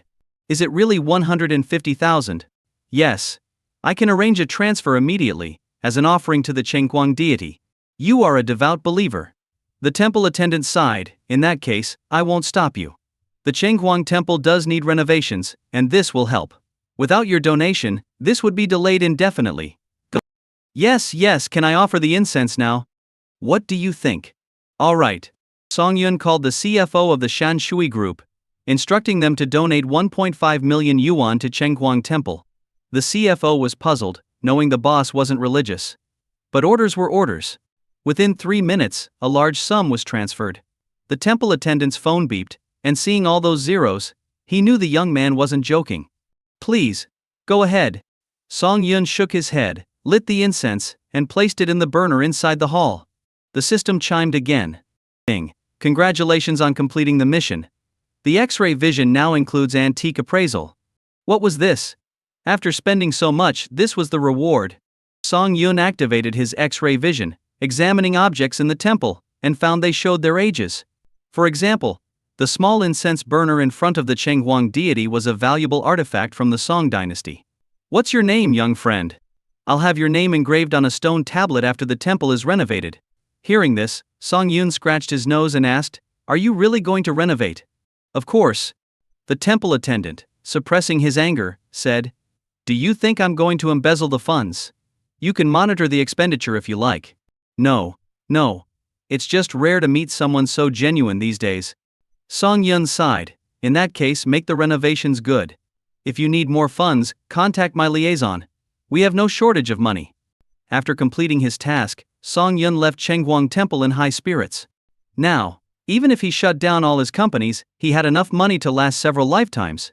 Spending a little money to gain such a useful ability was a great deal. Outside Chenghuang Temple, Song Yun hummed a tune as he browsed the so-called antiques on the street stalls. These vendors were selling mostly newly made items, yet they demanded thousands of yuan, making a huge profit. Just as he was about to check on his jade at Liuxuan, he noticed a middle-aged man dressed as a laborer, holding a cloth-wrapped item. He approached passers-by, carefully unwrapping the cloth to show his item. Hey buddy, your scam is too old-fashioned. How long have you been using this trick? Yeah, do you think people are idiots?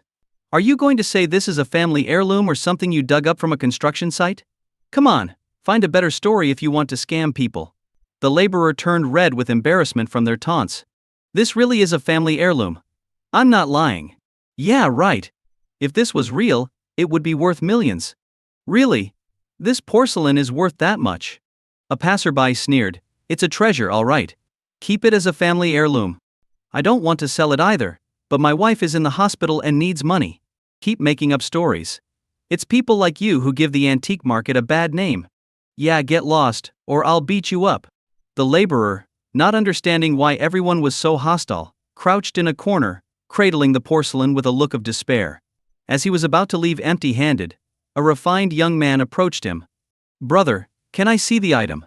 The laborer looked up and smiled bitterly. You can look, but I'm not a scammer. This is really a family heirloom. The young man, Song Yun, who had been observing from a distance, smiled and joked, Brother, did your ancestors include someone important? Of course. My ancestors were from a prominent family in the capital, with one even serving as a grand counselor. Oh. Song Yun's curiosity was piqued. He had come over just to look but now was genuinely interested. He asked the laborer to unwrap the cloth, revealing a brand new wine jug kiln. Using his X-ray vision, Song Yun saw the year marked on it, tracing back to the Yuan dynasty. The porcelain's glaze was pure and translucent, and it was in perfect condition. This wine jug alone could fetch nearly 1 billion yuan at auction. That's a treasure. Song Yun praised. The onlookers laughed at Song Yun, thinking he was a naive newcomer falling for a scam. Hey young man, if it's such a treasure, why don't you buy it? The guy only wants 500,000 yuan. Yeah, last time a similar wine jug sold for over 90 million at Christie's. You won't lose money. Kid, how long have you been in the business? This scam is obvious. You better leave before he swindles you. Song Yun placed the wine jug on the ground, carefully examining it. This was no ordinary item. You fools can't see its worth. They saw it as fake because they lacked the eye for it. Not because his system was wrong. He was about to ask the price when a middle-aged man with shifty eyes, accompanied by a woman in a mini skirt and heavy makeup, approached. The man's eyes lit up upon seeing the jug but quickly masked his excitement with a calm demeanor. Pretending to be casual, he crouched next to Song Yun and asked, Young man, can I take a look at this? I'm not done yet. Song Yun didn't even glance at him. In the antique business, there's an unwritten rule: no one else can interfere while someone is inspecting an item. Allowing it meant giving up the right to buy. The sleazy man wasn't angry. His eyes gleamed even brighter. He had a natural love for antiques, and had built his fortune by scoring big with a few lucky finds. He now ran an antique shop near Chenghuang Temple. He thought today was just a routine check at his store. But finding a rare Yuan dynasty porcelain here was like a gift from the heavens. He didn't consider Song Yun a threat, thinking he could outbid him and make a fortune. Brother, how much do you want for this treasure? 500,000 yuan. Not a penny less. I heard your wife is sick and needs this money, right? Hearing this, the laborer's face fell, thinking Song Yun was trying to haggle. It's none of your business what I need it for. Even if I spend it all on food, it doesn't concern you. No, I have some connections at Huachuang Private Hospital in Madu. If your wife is really sick, I can help with her treatment. Then we can talk about the price. Song Yun genuinely admired the porcelain. Surviving for centuries in such pristine condition justified a high price. Really? You can help? The laborer's eyes brightened.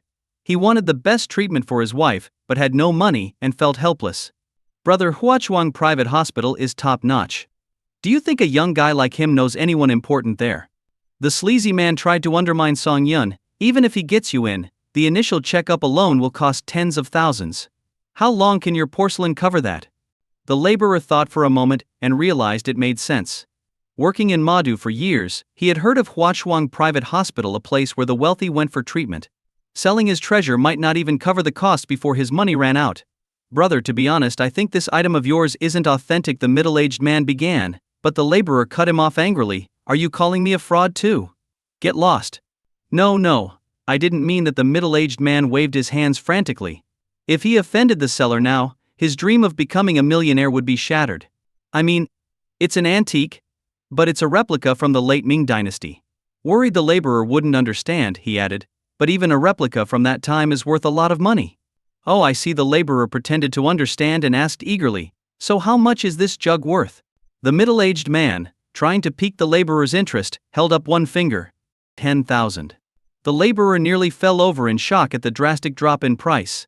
No, I meant 1 million. The laborer was stunned. 1 million. That was an unimaginable amount of money. Boss! You're not tricking me, right?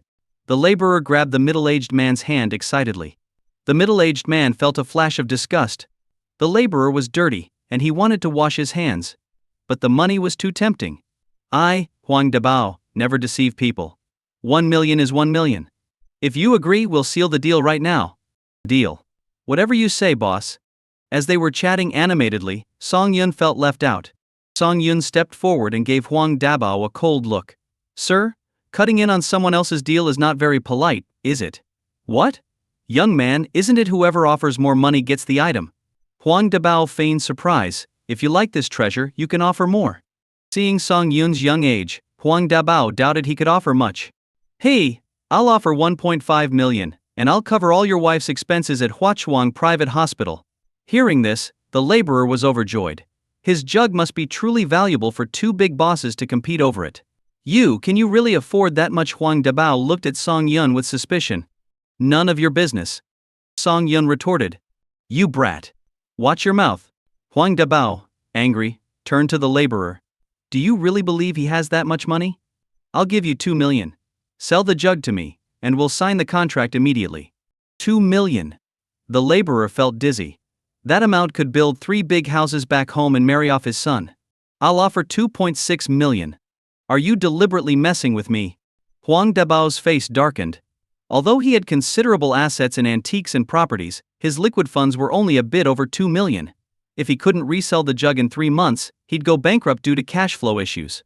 Didn't you say the highest offer wins? Now you're upset. And you? Huang Dabao snorted. All right. We'll see who has the last laugh. His threat didn't faze Song Yun. In Madu, his territory, no local thug or even a powerful outsider could intimidate him. Huang Dabao angrily told the laborer he offered more, so sell it to him. But if he can't pay, come back to me, and the price will be halved. The laborer was torn between the wealthy-looking boss and the young man. Deep down he had already decided. Young man, this money is for saving a life. If you can't, there's a bank nearby. I'll transfer the money to you right now. Really? You have that much money? Of course. The laborer's eyes brightened. The bank was just a few minutes away, so he couldn't be tricked. And my wife? Don't worry. I'll cover all her costs at Huachuang Private Hospital. Good. Let's go to the bank now. The laborer carefully cradled the jug, walking cautiously. This was his wife's lifeline and their future happiness, so nothing could go wrong. As the spectacle ended, the crowd dispersed, leaving Huang Dabao fuming. Damn it! I can't let this chance slip away. Huang Dabao knew some tomb raiders who did dangerous deals. If he couldn't win openly, he'd resort to underhanded methods. Young man, don't blame me. Blame your bad luck and wealth. Meanwhile, at the bank, the transaction was completed under the staff's supervision. The laborer reluctantly handed the jug to Song Yun. It was an heirloom, and selling it made him feel like a disgrace to his ancestors. Brother, which hospital is your wife in? I'll arrange for Huachuang Private Hospital to send a car. She's at the 3rd hospital in HP district. Alright, do you want to go to Huachuang Private Hospital and wait, or follow the ambulance? The laborer, wary, said, I'll follow. My wife is timid, and would be scared if taken away by strangers. Okay, let's wait here for the ambulance. Song Yun called the Huachuang Private Hospital director to arrange the transfer. Half an hour later, a luxury Mercedes-Benz ambulance arrived. A doctor in a white coat stepped out and respectfully greeted Song Yun. Hello, Chairman Song. Yes, this gentleman's wife is at the 3rd hospital in HP district. Transfer her to our hospital, and all expenses are covered. Understood. Understood. We'll provide the best care. After sending off the laborer, Song Yun planned to visit Liu Xuan to check on the progress. As soon as he stepped into the street near Qinghuang Temple, he found himself surrounded by 7 or 8 burly men in camouflage outfits. Song Yun frowned. Despite their simple appearance, their sharp and fierce eyes betrayed them. These men were deliberately guiding him to a secluded area. Curious about their intentions, Song Yun followed them, feigning ignorance. Gentlemen, can you give me some space? Song Yun's demeanor was like that of a timid college student, his eyes filled with fear and shyness. An old man behind him pressed a hand on his shoulder and said sinisterly, Kid, I hear you're quite wealthy. How about lending us some money? I don't have money. Look at me, I'm wearing cheap clothes. How could I be rich? Song Yun exclaimed in distress, If you really need it, I have a few hundred yuan in my wallet. Take it all, just please let me go. You seem to understand the situation. We want that wine jug you just bought. A plain-looking young man removed his hat, revealing a head of blonde hair glinting in the sunlight. And how much are you offering for it? How about this? The blonde man rummaged through his pockets and pulled out a handful of loose change. That's not enough. Not enough. How much did you buy that jug for? The old man gripped the back of Song Yun's neck with a dry hand and smiled. Was it really millions? No, no. Listen to advice, kid. What's more important, your life or some material possessions? The old man patiently explained, You're only in your 20s, with your whole life ahead of you. Dying now would be a huge loss, don't you think? Remember, we have nothing to lose. If you push us, we'll just find a hole and bury you.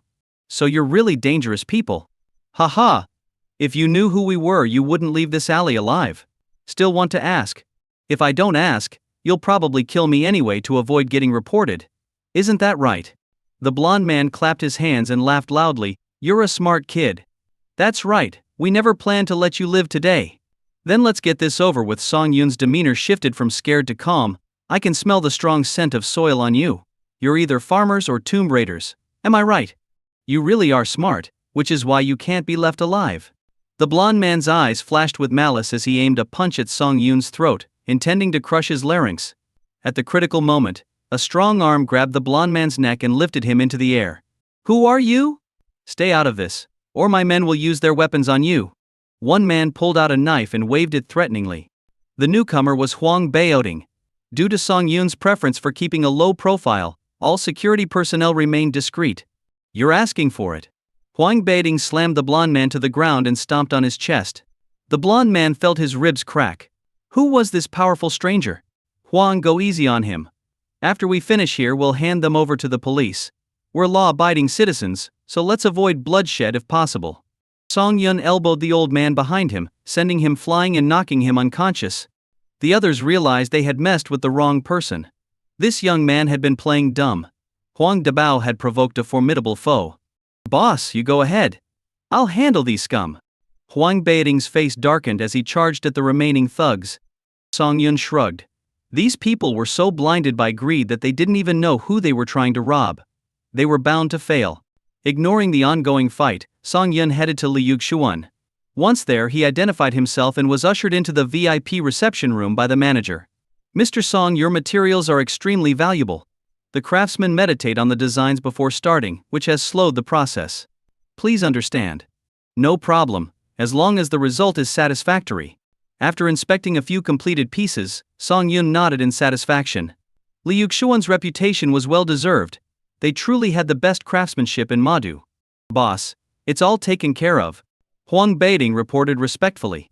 He even envied the police, they were getting all the credit for doing nothing. Alright, let's go home. For the next few days, Song Yun immersed himself in learning everything about antiques. Thanks to the system's modifications, his memory was astonishing. What would take others years to master, he grasped in days, verifying an antique's authenticity and age without using his X-ray vision. Just as Song Yun was about to test his knowledge at the Chengguang Temple Antique Street, an unexpected visitor arrived. Seeing Ouyang Ji grinning foolishly at the door, Song Yun felt a surge of annoyance. He remembered how this guy had spun him around at the Yuan family home. It was truly embarrassing. Brother-in-law. Are you here for a fight? Hearing Song Yun's cold tone, Ouyang Ji shivered and quickly smiled apologetically. Hey Brother Song. Brother Song? Why are you here in Madu? Don't you know about the big discovery in Madu recently? Ouyang Ji looked surprised. As Madu's richest man, Song Yun should have known about it immediately. If you keep stalling, I'll beat you up. No, Ouyang Ji quickly clasped his hands together and admitted, Madu recently discovered an underground site. They say it holds significant research findings. I've been assigned to ensure the safety of the experts. An underground site. Song Yun stroked his chin, thinking about the potential antiques inside. Instead of the fake-filled antique street, this would be a better place to gain experience. Brother, can I come with you? Well, Ouyang Ji looked hesitant. Brother-in-law, Ouyang Ji, are you looking for a beating? Song Yun suddenly stood up, cracking his knuckles and beckoning Ouyang Ji, shall we spar? No, please. Ouyang Ji lowered his head, not daring to look at Song Yun. Actually, I did some digging and found out your sister's name is Yao Wan. Well, I fell in love with her at first sight. Do you believe in love at first sight, brother-in-law? Song Yun was dumbfounded, standing still. Damn, was this guy serious or just asking for a beating? I swear, I've never dated anyone. Plus, I've been practicing a martial art that requires me to stay pure. So, brother-in-law, could you help me meet your sister? Before he could finish, Song Yun swung a side kick at him. Ouyang Ji scrambled to dodge, shouting, this is true love. Song Yun, as my brother, shouldn't you help a single guy out? Love my ass. I bet you just have lustful intentions. Song Yun trembled with anger. This rascal was infuriating. Song Yun, I'm not fighting back because you're my brother-in-law. But if you keep attacking, okay, I'm sorry brother-in-law, stop hitting me. The more Ouyang Ji screamed, the harder Song Yun punched. Just then, the door opened, and Yi Qingqing walked in, stunned by the scene. What was going on? The richest man in Madu beating up the heir of the Ouyang family. This could be quite the scandal. Honey, if you keep hitting him, Ouyang Ji will end up in the hospital. Yi Qingqing quickly intervened, gently stroking Song Yun's chest to calm him down. This rascal. Yes.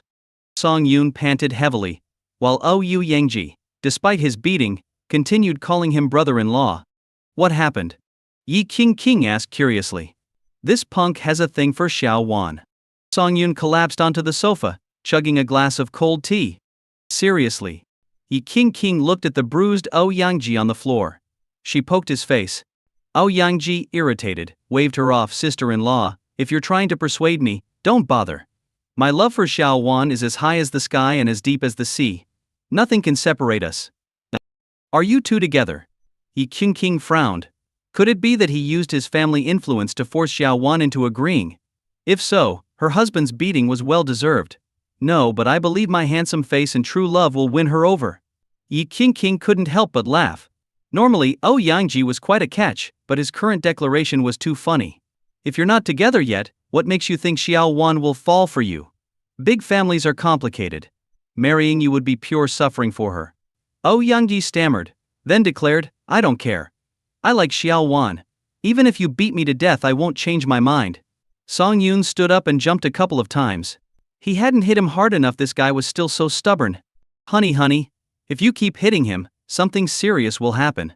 Yi Qingqing quickly intervened. Isn't he infuriating? Who's this thick-skinned? Song Yun's chest heaved with anger. Well, he's young. Yi Qingqing cooed, hugging Song Yun's arm. If Yangji really likes Xiao Wan, why not give him a chance? Whether it works out or not is up to him. But Song Yun hesitated. Even if the main branch of the Yang family isn't full of schemes, what about the other branches? I know how proud big family members are. To them, celebrities are just playthings. Even if Yangji likes Xiao Wan, how can I let her jump into the fire? But Xiao Wan has you, dear. Yi Qingqing smiled sweetly. Song Yun was taken aback by her words. She continued, Xiao Wan can't stay single forever. Under your protection, why not let her marry someone who loves her and comes from a strong family? Yi Qingqing kept some thoughts to herself. Big families often used marriage as a bond, because blood ties are the strongest and most unbreakable. The Yang family wouldn't help Song Yun forever. But if Xiao Wan married Yangji, the Yang family would have a legitimate reason to help if trouble arose. Well, now it was Song Yun's turn to be speechless. Yi Qingqing's words made sense. Xiao Wan was his sister and would eventually marry. Considering Yangji's decent nature, maybe marrying him wouldn't be so bad. Brother-in-law, I truly love Xiao Wan. I'll love her forever and never let her down. Seeing a chance, Yangji quickly stood up, swearing solemnly. But you have to agree to my conditions. Sure, even if there are hundreds. First, you can't reveal your real identity to Xiao Wan. Second, if Xiao Wan doesn't like you and marries someone else, you can't interfere. Third, you can't use external forces to make Xiao Wan accept you. Fourth, no premarital relations. Fifth, brother-in-law, can I change my mind? Yangji asked weakly. Song Yun cracked his knuckles and smiled gently. What do you think? Alright. I agree to everything. Now get lost. If you keep hanging around, I might just kill you. Yangji grimaced as he rubbed his bruises. So, will you still come with me to the underground site? Damn. Almost forgot the main issue. Can you arrange it? No problem.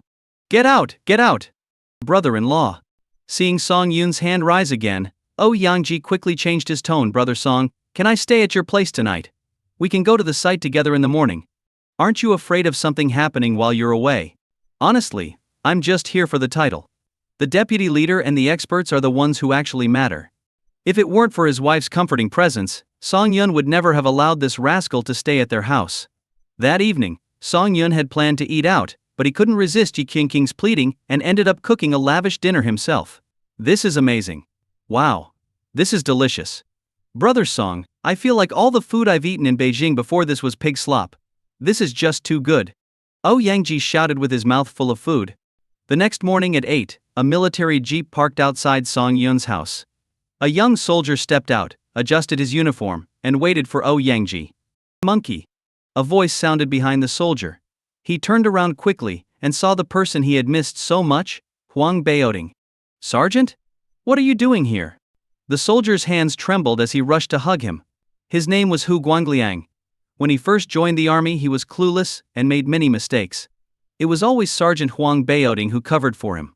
This kindness had stayed with him as he moved through different units. You've bulked up. Huang Baoding patted Hu Guangliang's shoulder with a smile and asked, Who are you waiting for at my boss's house? Your boss Hu Guangliang was stunned. Weren't you assigned to guard Chief Yang? How come you're here now? My boss's parents are old friends with the chief, and my boss himself is very important. The chief assigned me to be his bodyguard. Seeing the concern in Hu Guangliang's eyes, Huang Baoding reassured him, Don't think of this as a demotion. My boss is the richest man in Madu. Life is good here. But your skills deserve more. That's nonsense. I'm perfectly happy here.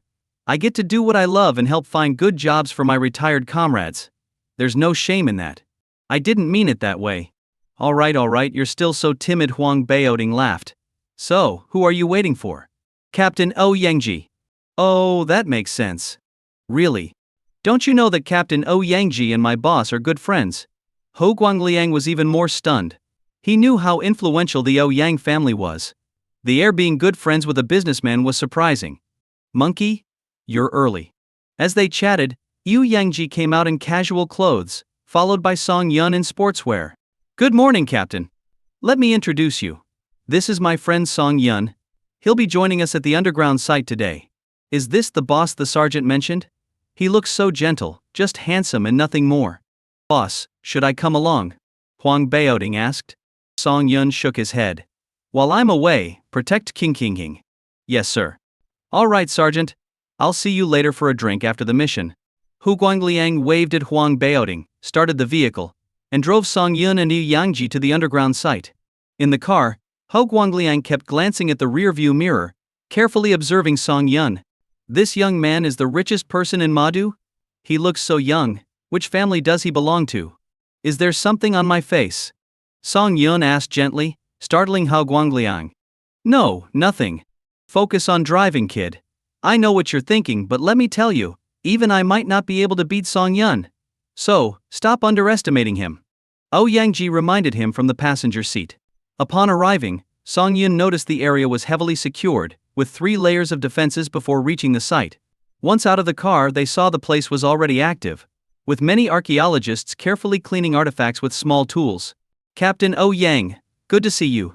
An elderly man greeted Yangji with a smile. Yangji saluted and said, Good morning, Professor Yan. I've heard of your impressive skills, Captain. We'll rely on your protection once we enter the main chamber.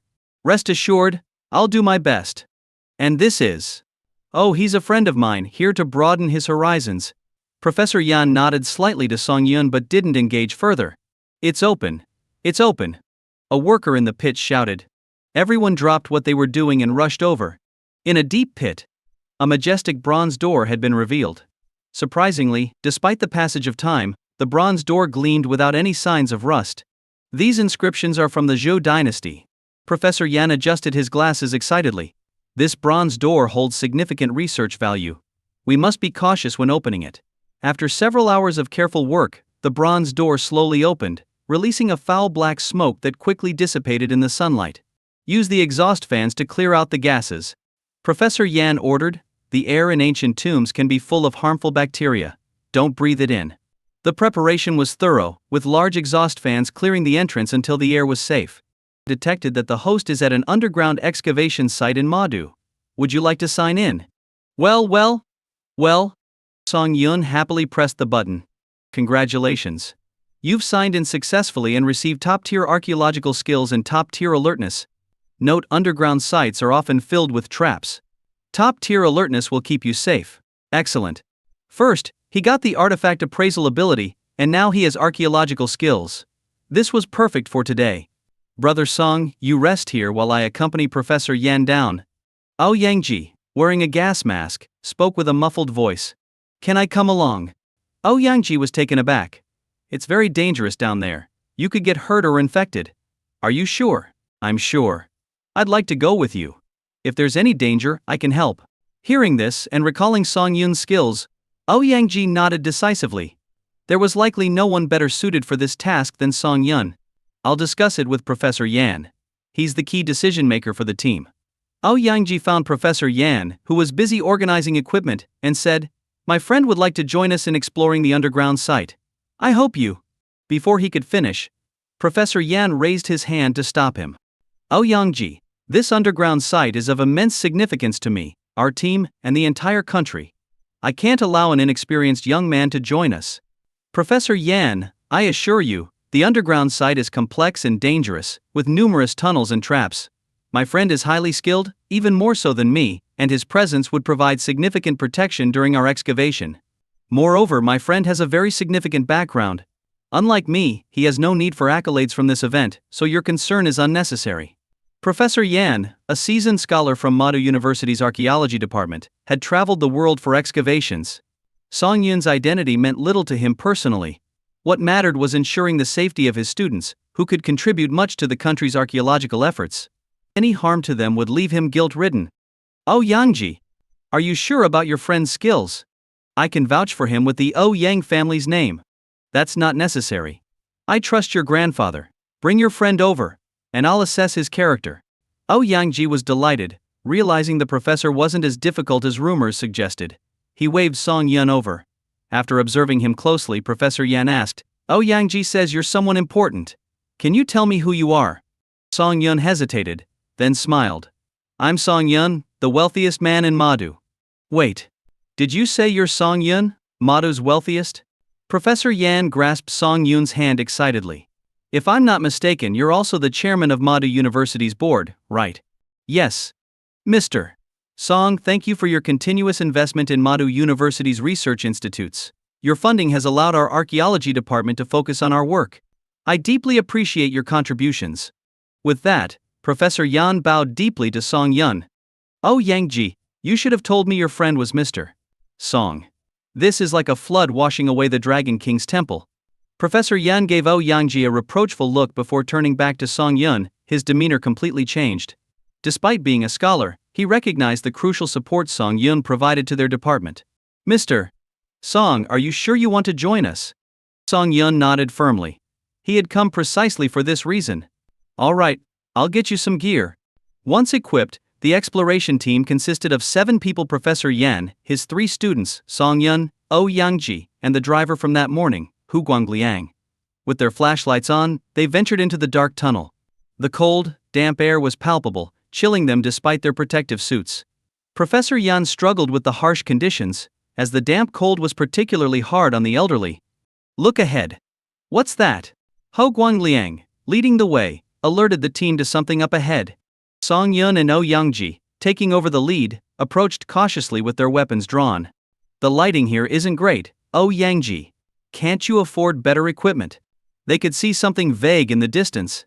But no matter how far they walked, it seemed out of reach, as if they were moving in circles. "Nonsense. This is the best equipment available." Even Oh Yangji, usually so brave, felt a pang of doubt. Were they caught in some sort of trap? Why hadn't they reached their destination yet? "Hold on." Song Yun raised his arm. "Advancing blindly won't help. This could be a visual maze, misleading us without our knowing. We're moving in a straight line, aren't we? Can you trust your senses in this environment?" The team fell silent, the oppressive atmosphere weighing heavily on them. "Should we retreat and regroup?" One of Professor Yan's students suggested, clearly unnerved. They had excavated numerous tombs before but never encountered such eerie circumstances. "That's the safest option," Song Yun agreed. "Even if we don't make progress today, no one should be left behind." Professor Yan nodded reluctantly. But as they turned back, they found their path blocked by a wall. "It seems we're forced to move forward," Song Yun said, trying to keep everyone calm. "Don't worry. If we fail to return, a rescue team will come. They'll bring in equipment that can dig us out." Right, Oh Yangji chimed in, trying to bolster the group's morale. "Let's keep going and see what lies ahead." They continued, huddling against the cold and darkness, until suddenly, an oil lamp flickered to life ahead. The sight filled them with even more dread. With the eerie green light of the mysterious oil lamp and the beam from their headlamps, the group was horrified to discover that this small, 20 square meter space was filled with bones. This realization caused their spirits to falter. If they couldn't find a way out, would they end up as these skeletons? Look at their clothes. Their modern Professor Yan showed no fear, instead eagerly examining the remains. These people must have been tomb robbers. Given that the bronze door was untouched, they must have entered from above using a Luo Yang shovel to dig through the soil layers and create this tunnel. But their presence here confirms one thing: the underground relics are still intact, which is good news for us. "Professor Yan, we should be more concerned about avoiding their fate." Oh Yangji sighed. "We've reached a dead end. Should we rest here or continue searching?" No one wanted to stay surrounded by the dead. Yet after searching thoroughly, they realized this was the only path. Could the underground site really be this small? Frowning, Song Yun examined the area. He picked up a bone with his gloved hand and said, "This is a femur, and it's broken. These people didn't die naturally, they fought before they died. Look at this bone, there are knife marks. If these people were alive, how could they fight in such a cramped space?" The group instinctively imagined the bloody struggle, shivering at the gruesome reality. "This is terrifying." The youngest of Professor Yan's students couldn't stop his legs from trembling. "What made them fight to the death?" Song Yun muttered. It didn't seem plausible. Tomb robbing was often a family business. Relatives wouldn't turn on each other easily. What did they encounter? Song Yun carefully inspected the small space. It seemed impossible for such violence to occur here. "What's this smell? Am I imagining it?" Oh Yangji frowned. With his gas mask on, he shouldn't be smelling anything. "I smell it too." Song Yun shouted, "Quick, cover the breathing holes of your masks." This scent might have driven the robbers mad. Panic set in. They had tools for the excavation, but no cloth to block the scent. "It's the lamp. The oil is laced with a hallucinogen," Professor Yan shouted. With a flick of his knife, Song Yun shattered the lamp. Smash. The lamp shattered, but the strange scent lingered. The group's eyes grew vacant. Urine can counteract many poisons. Searching his memory, Song Yun shouted, then lunged at Yangji. Song Yun, what are you doing? Help. No, I like your sister. Stop. Yangji screamed as Song Yun reached for his waistband. I hope you're telling the truth, or I'll be the only one walking out alive. Song Yun's cold gaze revealed his awareness of his own strength. His system-enhanced body was formidable. If he lost control, the other 6 would die. Brother, please, spare me. Quick pee. What? Brother, I can't just pee on command. Oh Yangji. If you don't want to die, do it now. Professor Yan stumbled around, calling out, Huan, my Huan, wait for daddy. Ho Guangliang grabbed Professor Yan from behind, knowing that losing someone now would be disastrous. It's you. You butcher. Give me back my daughter. Professor Yan, consumed by rage, turned and began choking Ho Guangliang. Ho Guangliang's defenses crumbled under the professor's strength. He slapped at the professor's arms, but to no avail. Shit. Song Yun rushed forward, chopping at the professor's neck just hard enough to knock him out without causing harm. I thought I was done for. Thank you, Mr. Song. Ho Guangliang knelt, gasping for air. The professor's strength was shocking. Oh Yangji. Are you done yet? Song Yun yelled, is anyone here still a virgin? I'm not. I haven't been since high school. Don't look at me. I may not be handsome, but I'm married. Ho! What about you? I have a fiancé back home. Oh Yangji. Hurry up. Oh Yangji was on the verge of tears. Who can pee on command? I really can't go, brother. Song Yun grabbed Oh Yangji's shoulder, saying seriously, hang in there. Your contribution will be remembered.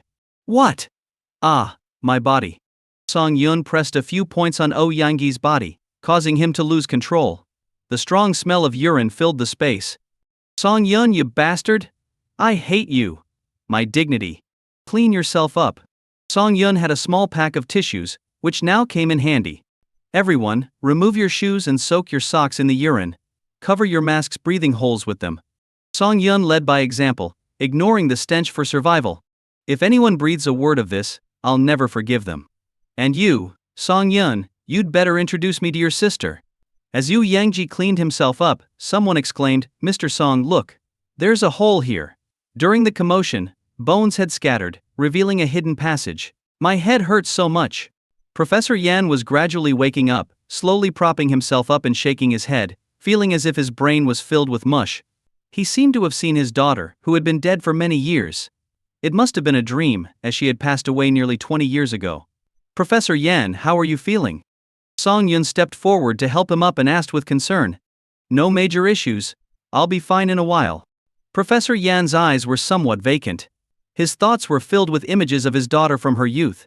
He hadn't felt such a strong desire to go home as he did today.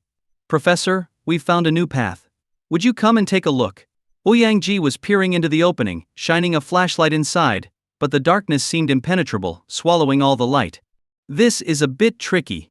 Professor Yan explained to the group the stones used to construct this passage are recorded in history, originating from a meteorite with excellent light-absorbing properties.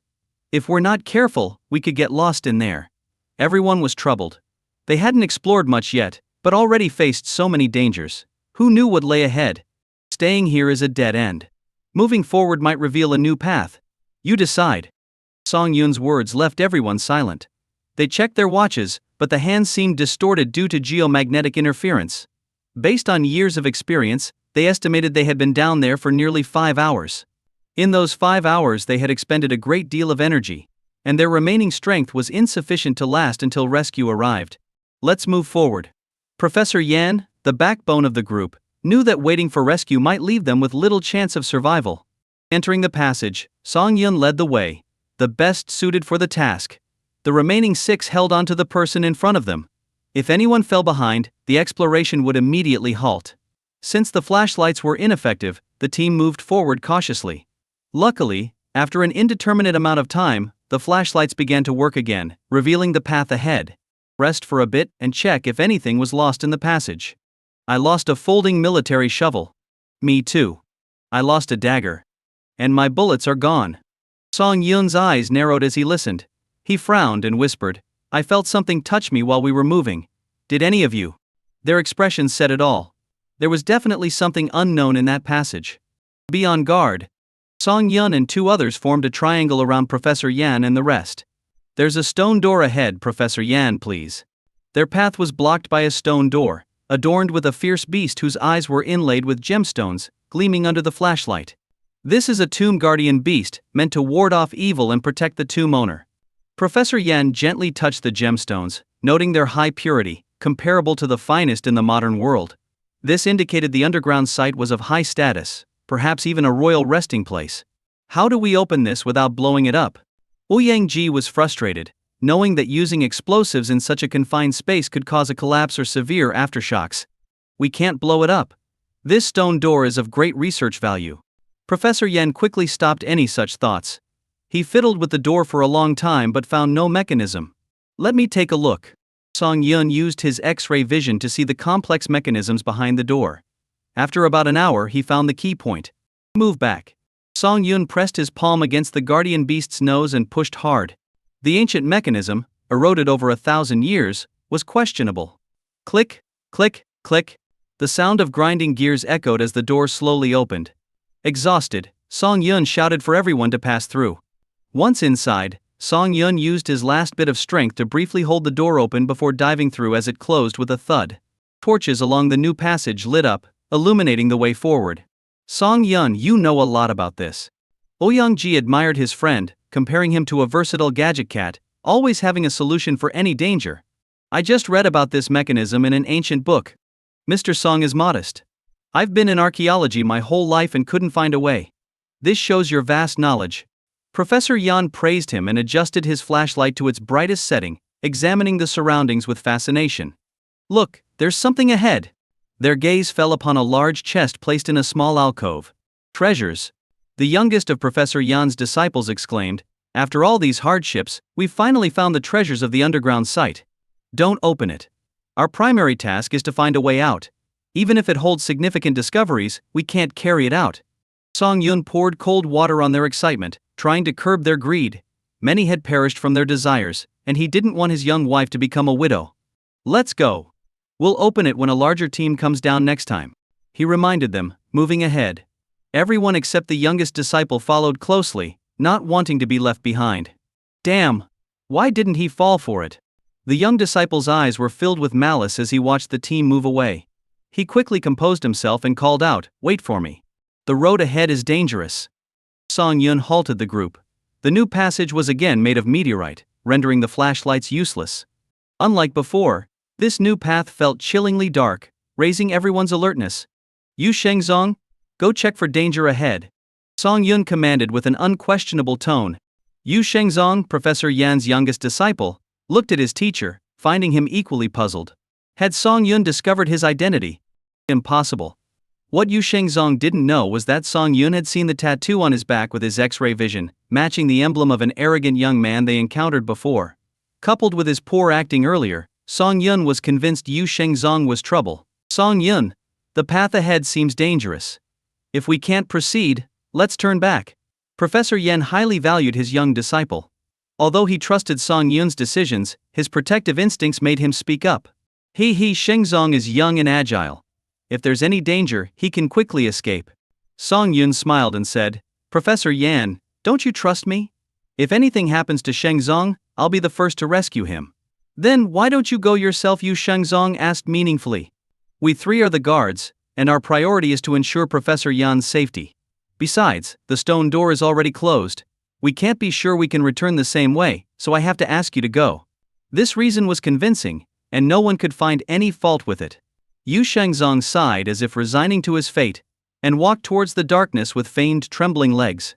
His figure was soon swallowed by the darkness, disappearing as if he had vanished from the world. Brother, sending a youngster to scout isn't like you, Ouyang whispered as he approached. Just wait and see. Song Yun calmly stared into the darkness, prepared for any danger. Help!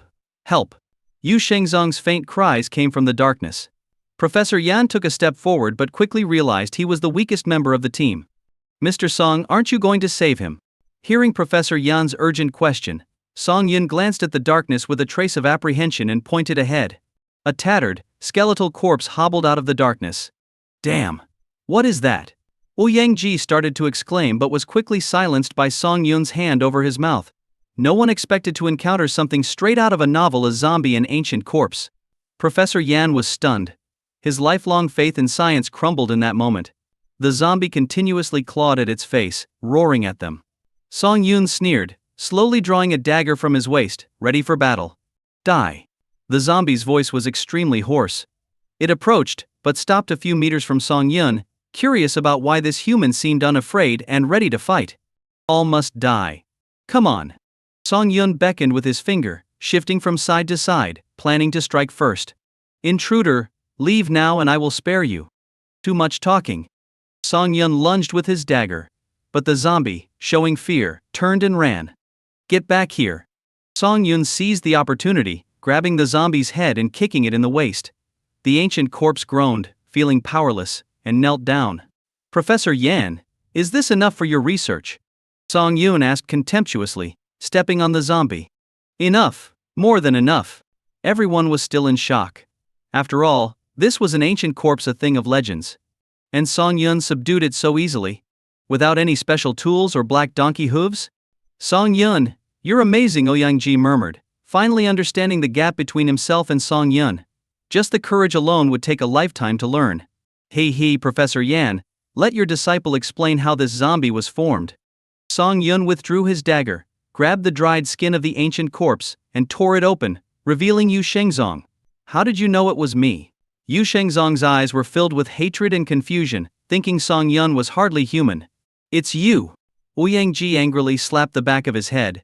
On the surface, this could be seen as a performance art prank, but underground, it could scare someone to death. Why did you do this?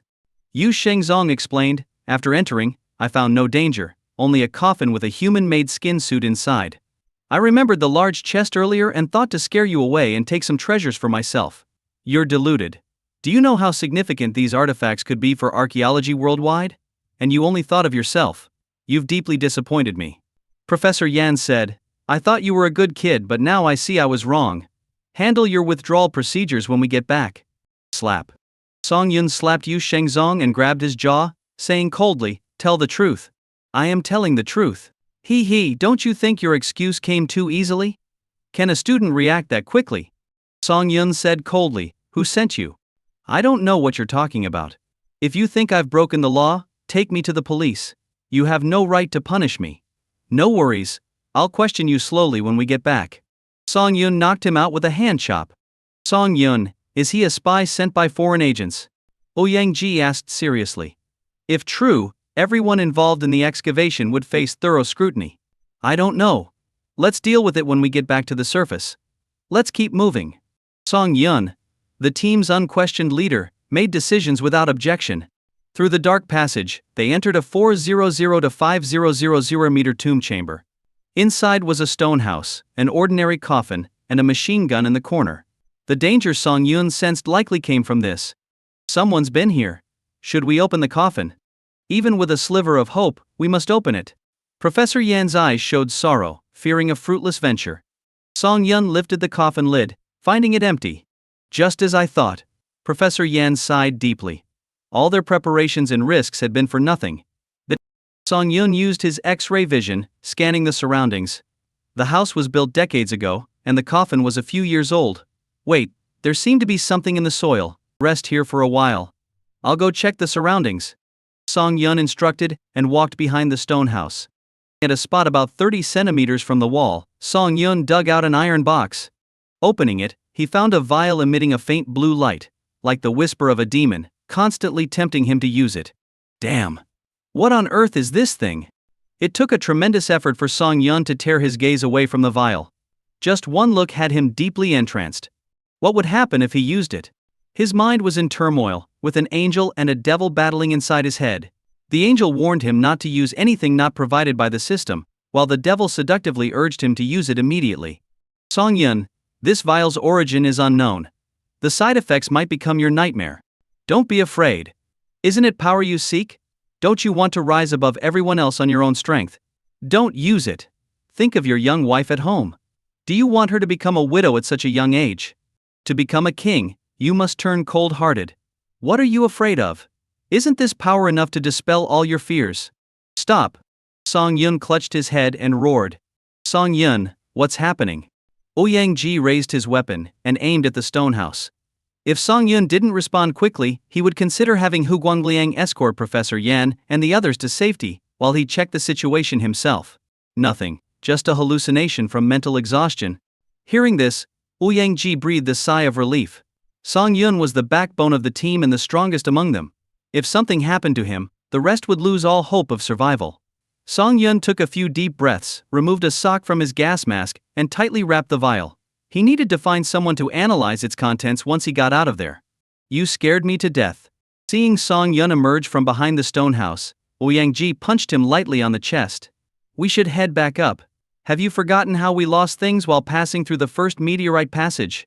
Song Yun was now extremely wary of these mysterious elements. Who knew if Yu Shengzong's backers had more traps in store? Since someone has been here before, there must be a way out. Professor Yan adjusted his glasses and said, Everyone, spread out and look for any mechanisms. The 6 of them each took a different area. Song Yun, already aware of the mechanism's location thanks to his X-ray vision, headed inside the stone house. Inside, there was a wooden bed. Moving it aside, he found a pull ring on the floor. Opening the floor tile, fresh air rushed in. Professor Yan, I found it. Song Yun shouted, and the others quickly gathered around the dark hole, hesitant, not knowing where it would lead. I'll go first to scout. Song Yun jumped down, landing on solid ground only about 2 meters below. An ordinary person wouldn't get hurt. Come down, I'll catch you. One by one, they climbed down. Feeling the air flow, they removed their gas masks and greedily breathed in the fresh air, grateful to be rid of Ouyang strong-smelling urine from before. Triangle formation? I'll lead. Song Yun used his X-ray vision to guide them up a slope. After about 10 minutes, a giant rock blocked their path.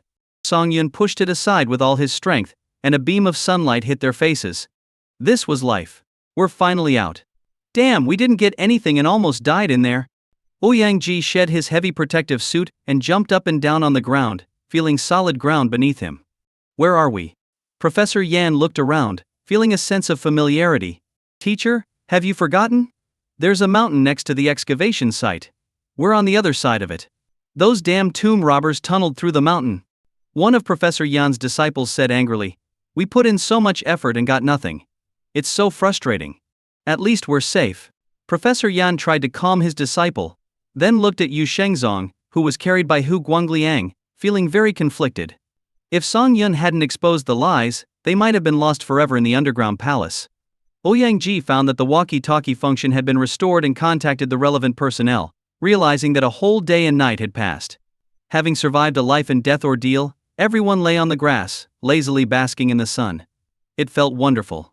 Rescue personnel arrived quickly, along with security and medical staff.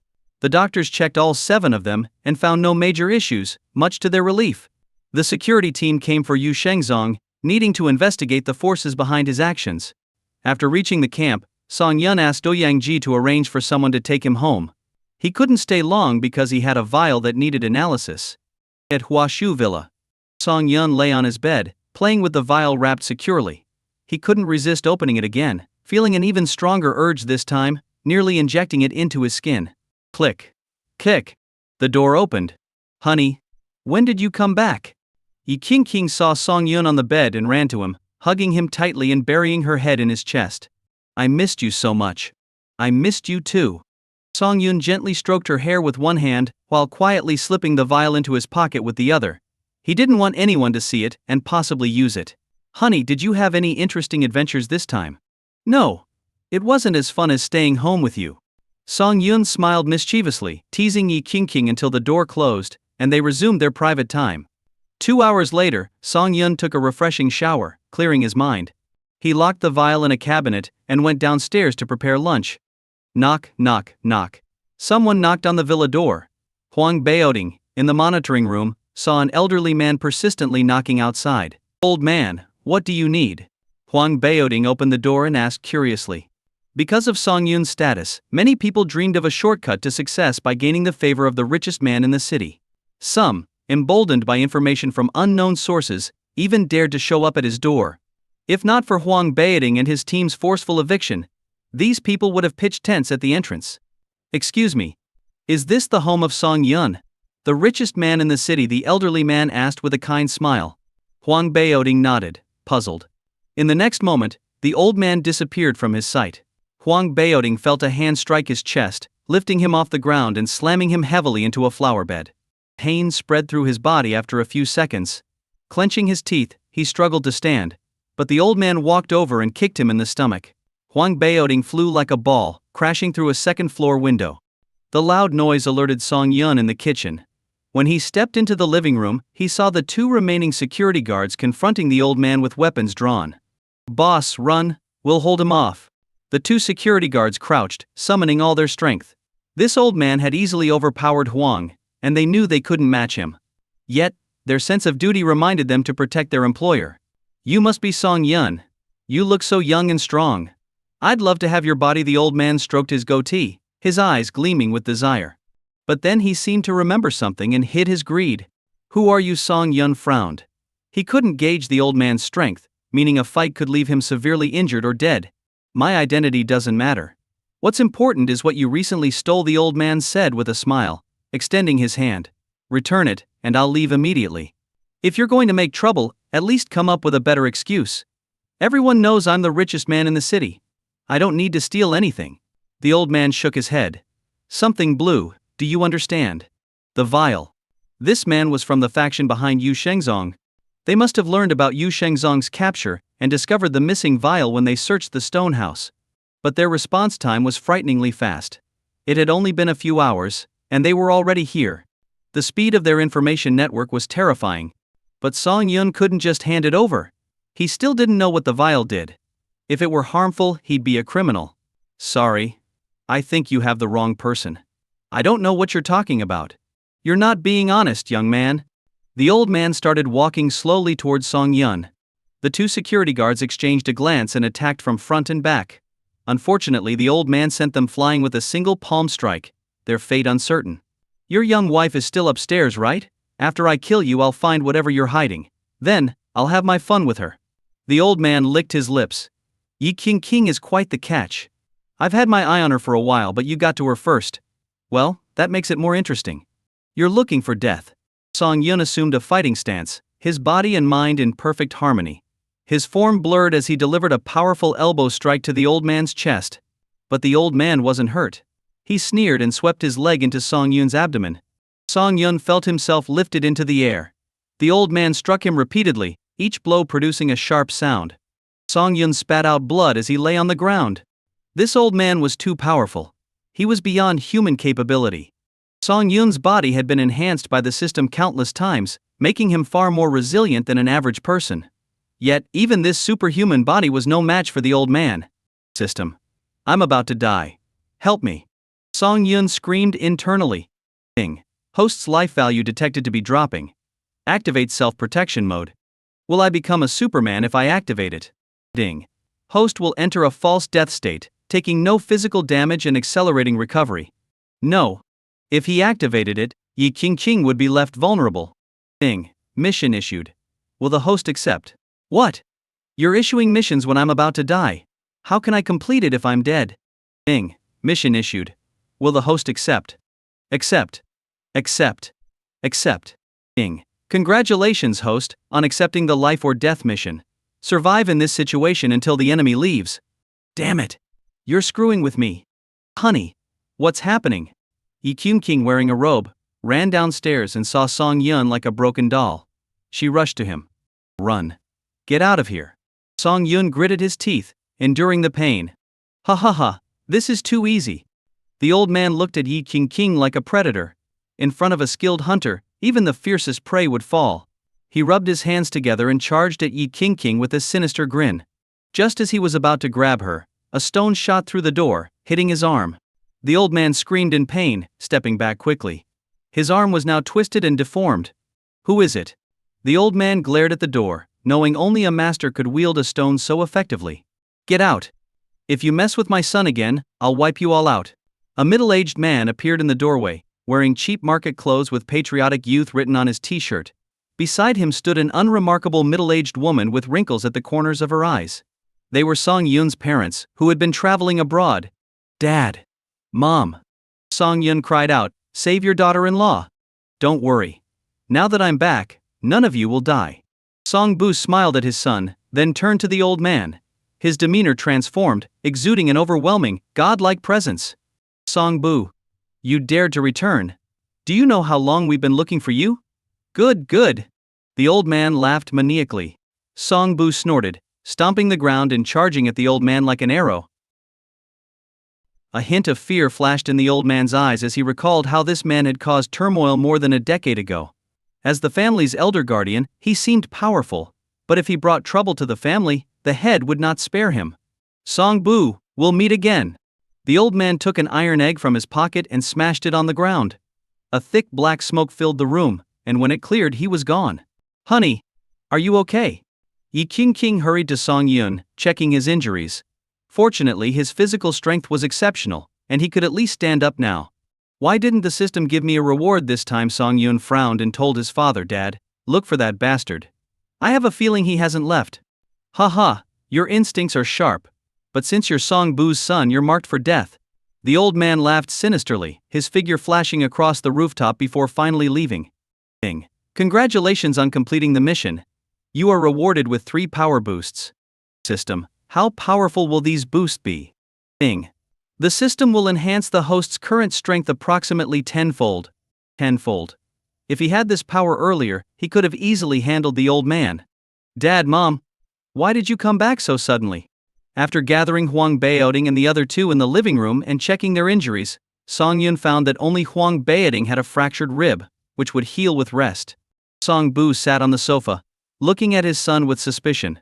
Even though he had been abroad, he had always kept an eye on Song Yun. While Song Yun had been clever since childhood, he never had the talent to become the richest man in the city or acquire so many skills. Who had taught him? Song Bu was deeply worried. He didn't want his son to become a pawn for any organization, nor did he want to outlive his son. After finishing things abroad, we wanted to surprise you. Song Bu lit a cigarette and asked, Son, let's talk in a room. Huh. Song Yun was puzzled but complied, comforting Yi King before leading his father to the study. Have you been in contact with people you shouldn't have? Sitting in a chair, Song Bu brooded for a while before asking. Song Yun licked his dry lips, unsure how to answer. He couldn't just say he used to be a sycophant until one day he vowed to change, and the heavens gave him a system to become awesome, could he? Even he wouldn't believe that. I met an old man in college. Stop. Do you think I believe that? Song Yun, I'm your father. I know your abilities well and you have no talent for business. If you had become a small-time government official, I might believe it. But you're the richest man in the city, skilled in fighting and medicine. Who taught you? Song Bu stubbed out his cigarette aggressively, frustrated. Song Yun really didn't know what to say, making the study fall silent. What is the purpose of the force behind you? Song Yun hesitated, then sighed.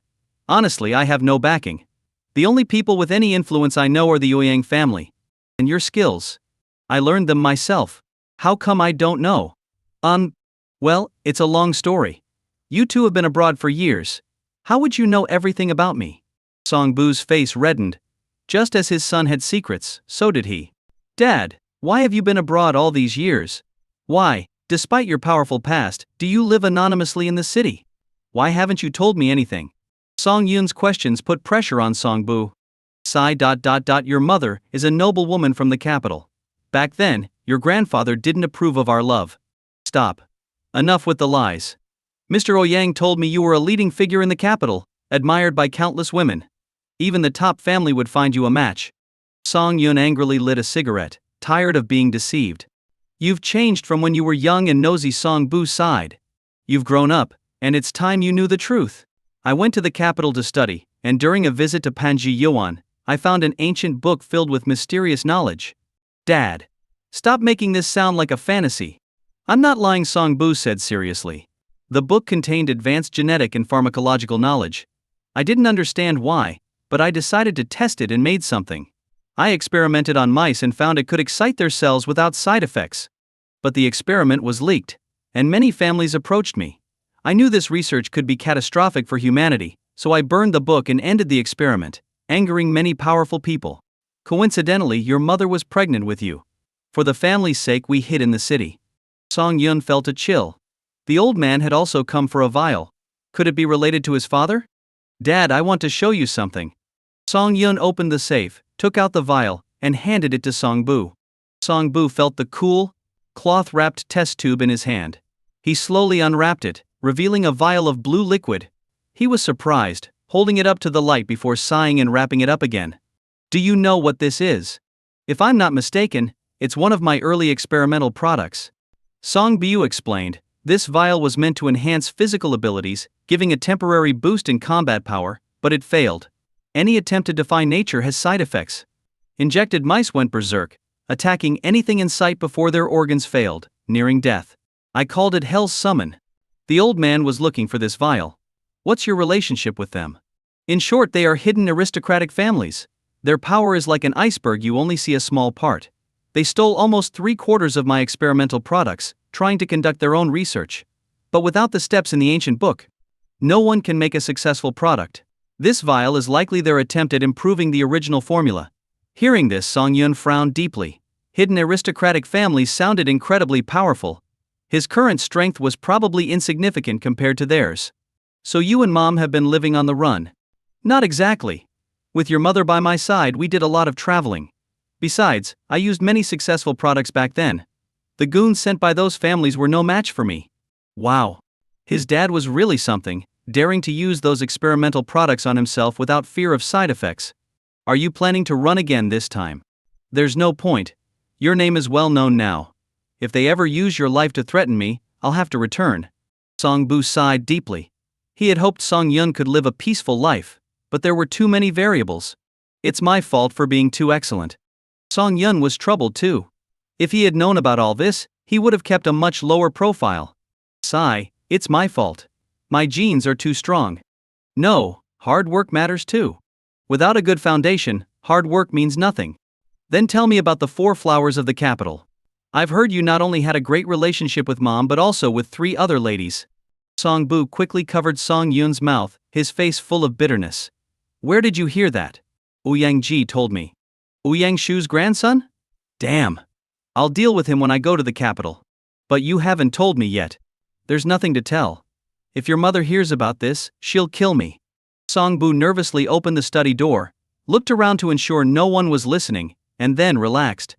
Don't listen to those fools. I was known as the pure and virtuous Mr. Song in the capital. I don't know anything about the 4 flowers. Mom was the rose. There was also the lily, peony, and hibiscus. My dear son.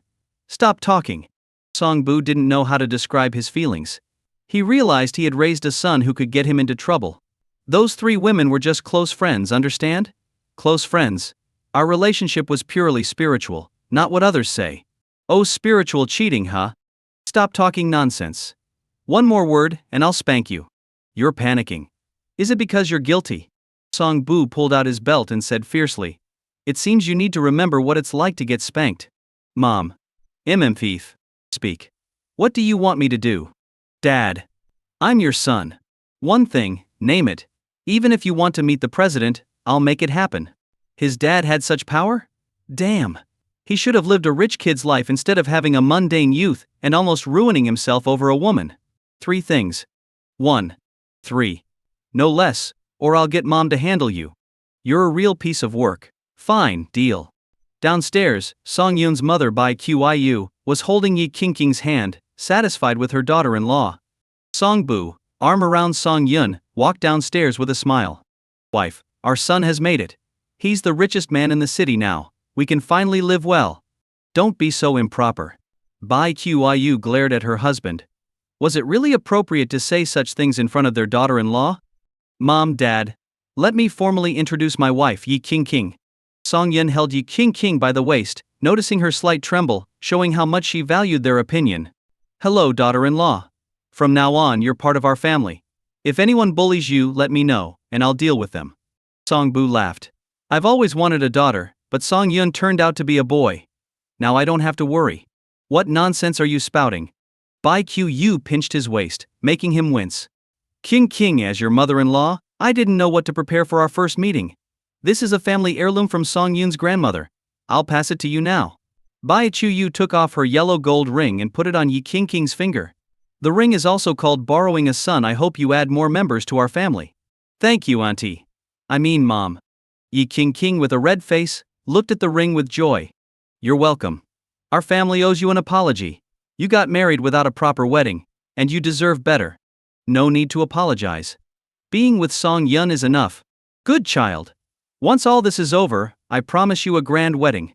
The mother-in-law and daughter-in-law got along well, making Song Yun grateful as long as the two most important women in his life didn't fight. Song Yun, arrange dinner with your in-laws tonight. Bai Qiuyu instructed. Husband, you go deal with those who dared to harm our son. I heard the Nanggong family was ruthless. We're lucky our son survived, otherwise, I wouldn't spare them.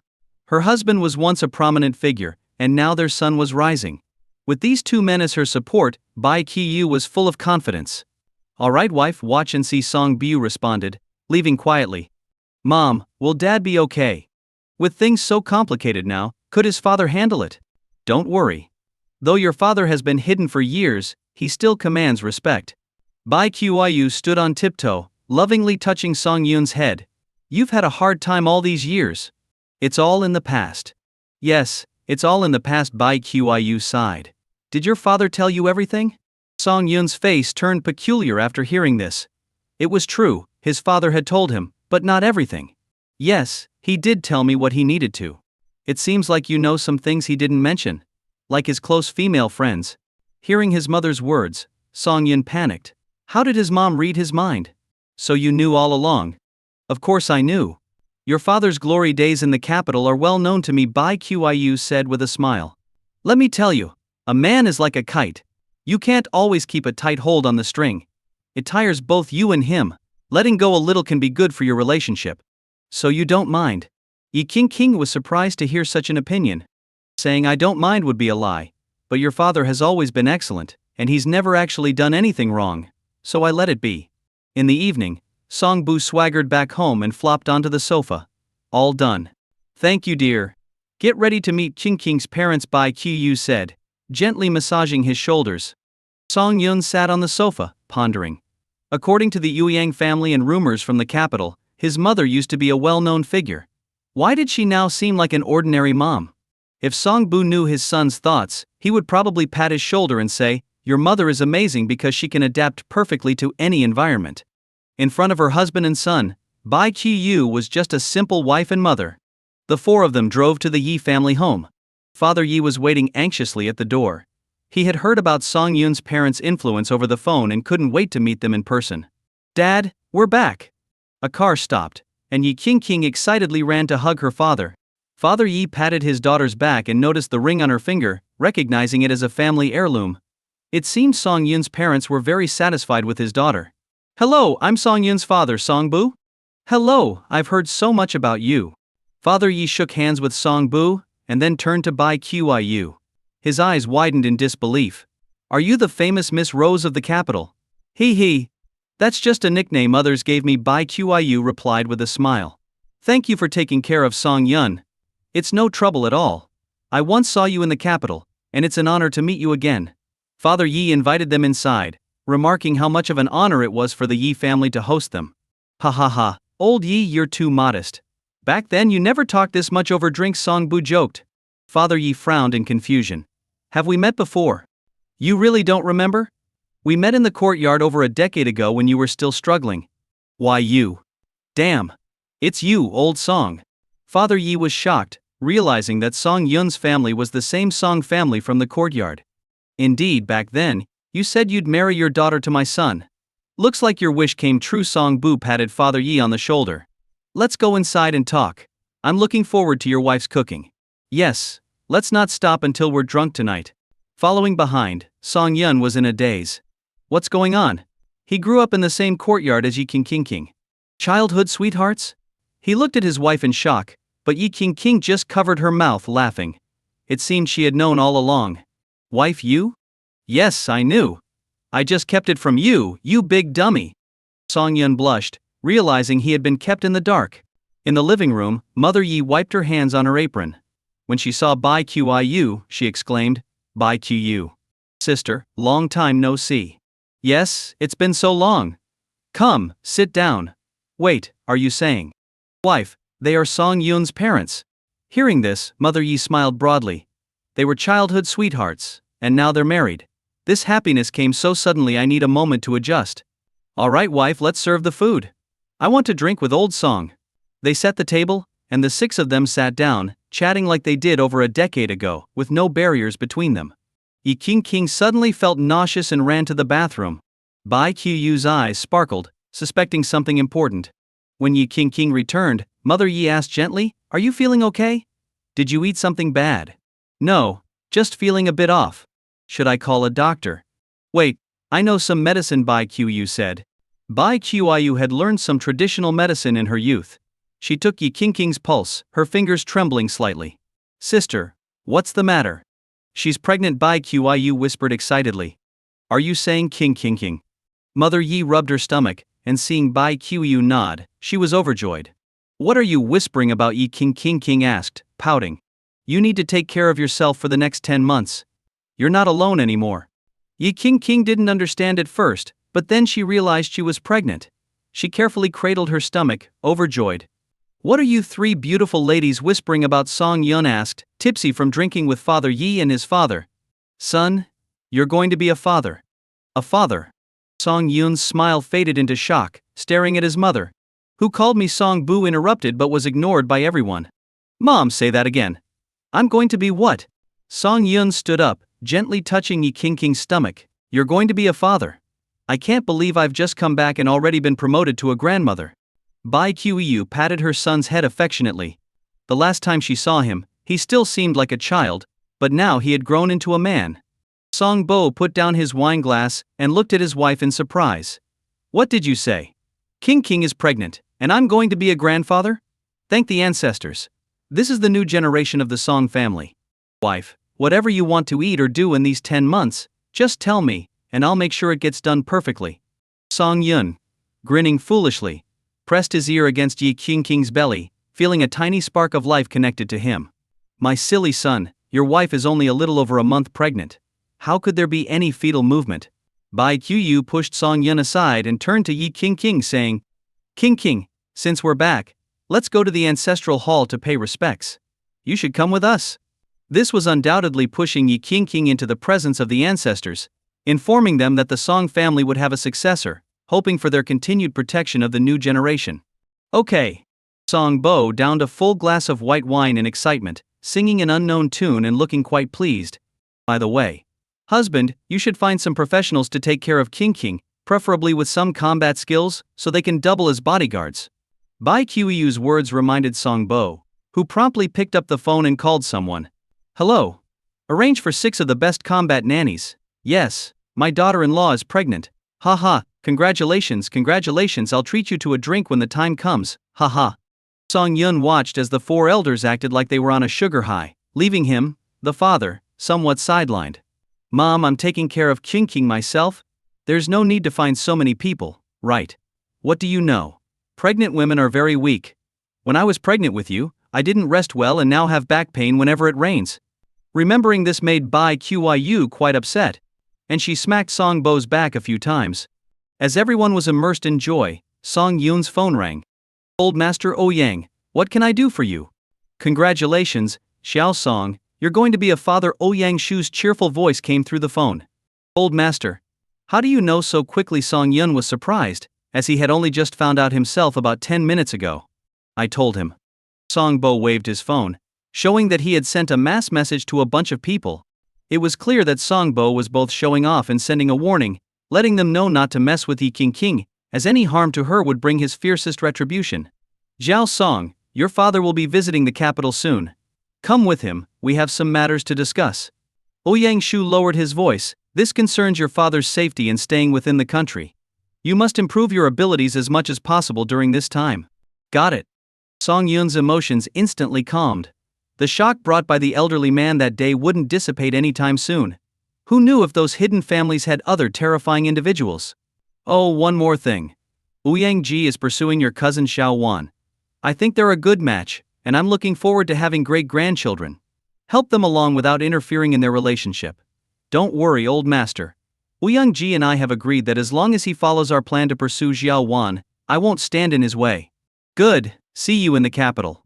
"Goodbye, old master." After dinner, under Bai Qiu's watchful eye, Song Bo and Song Yun obediently cleaned up the dishes and went into the kitchen.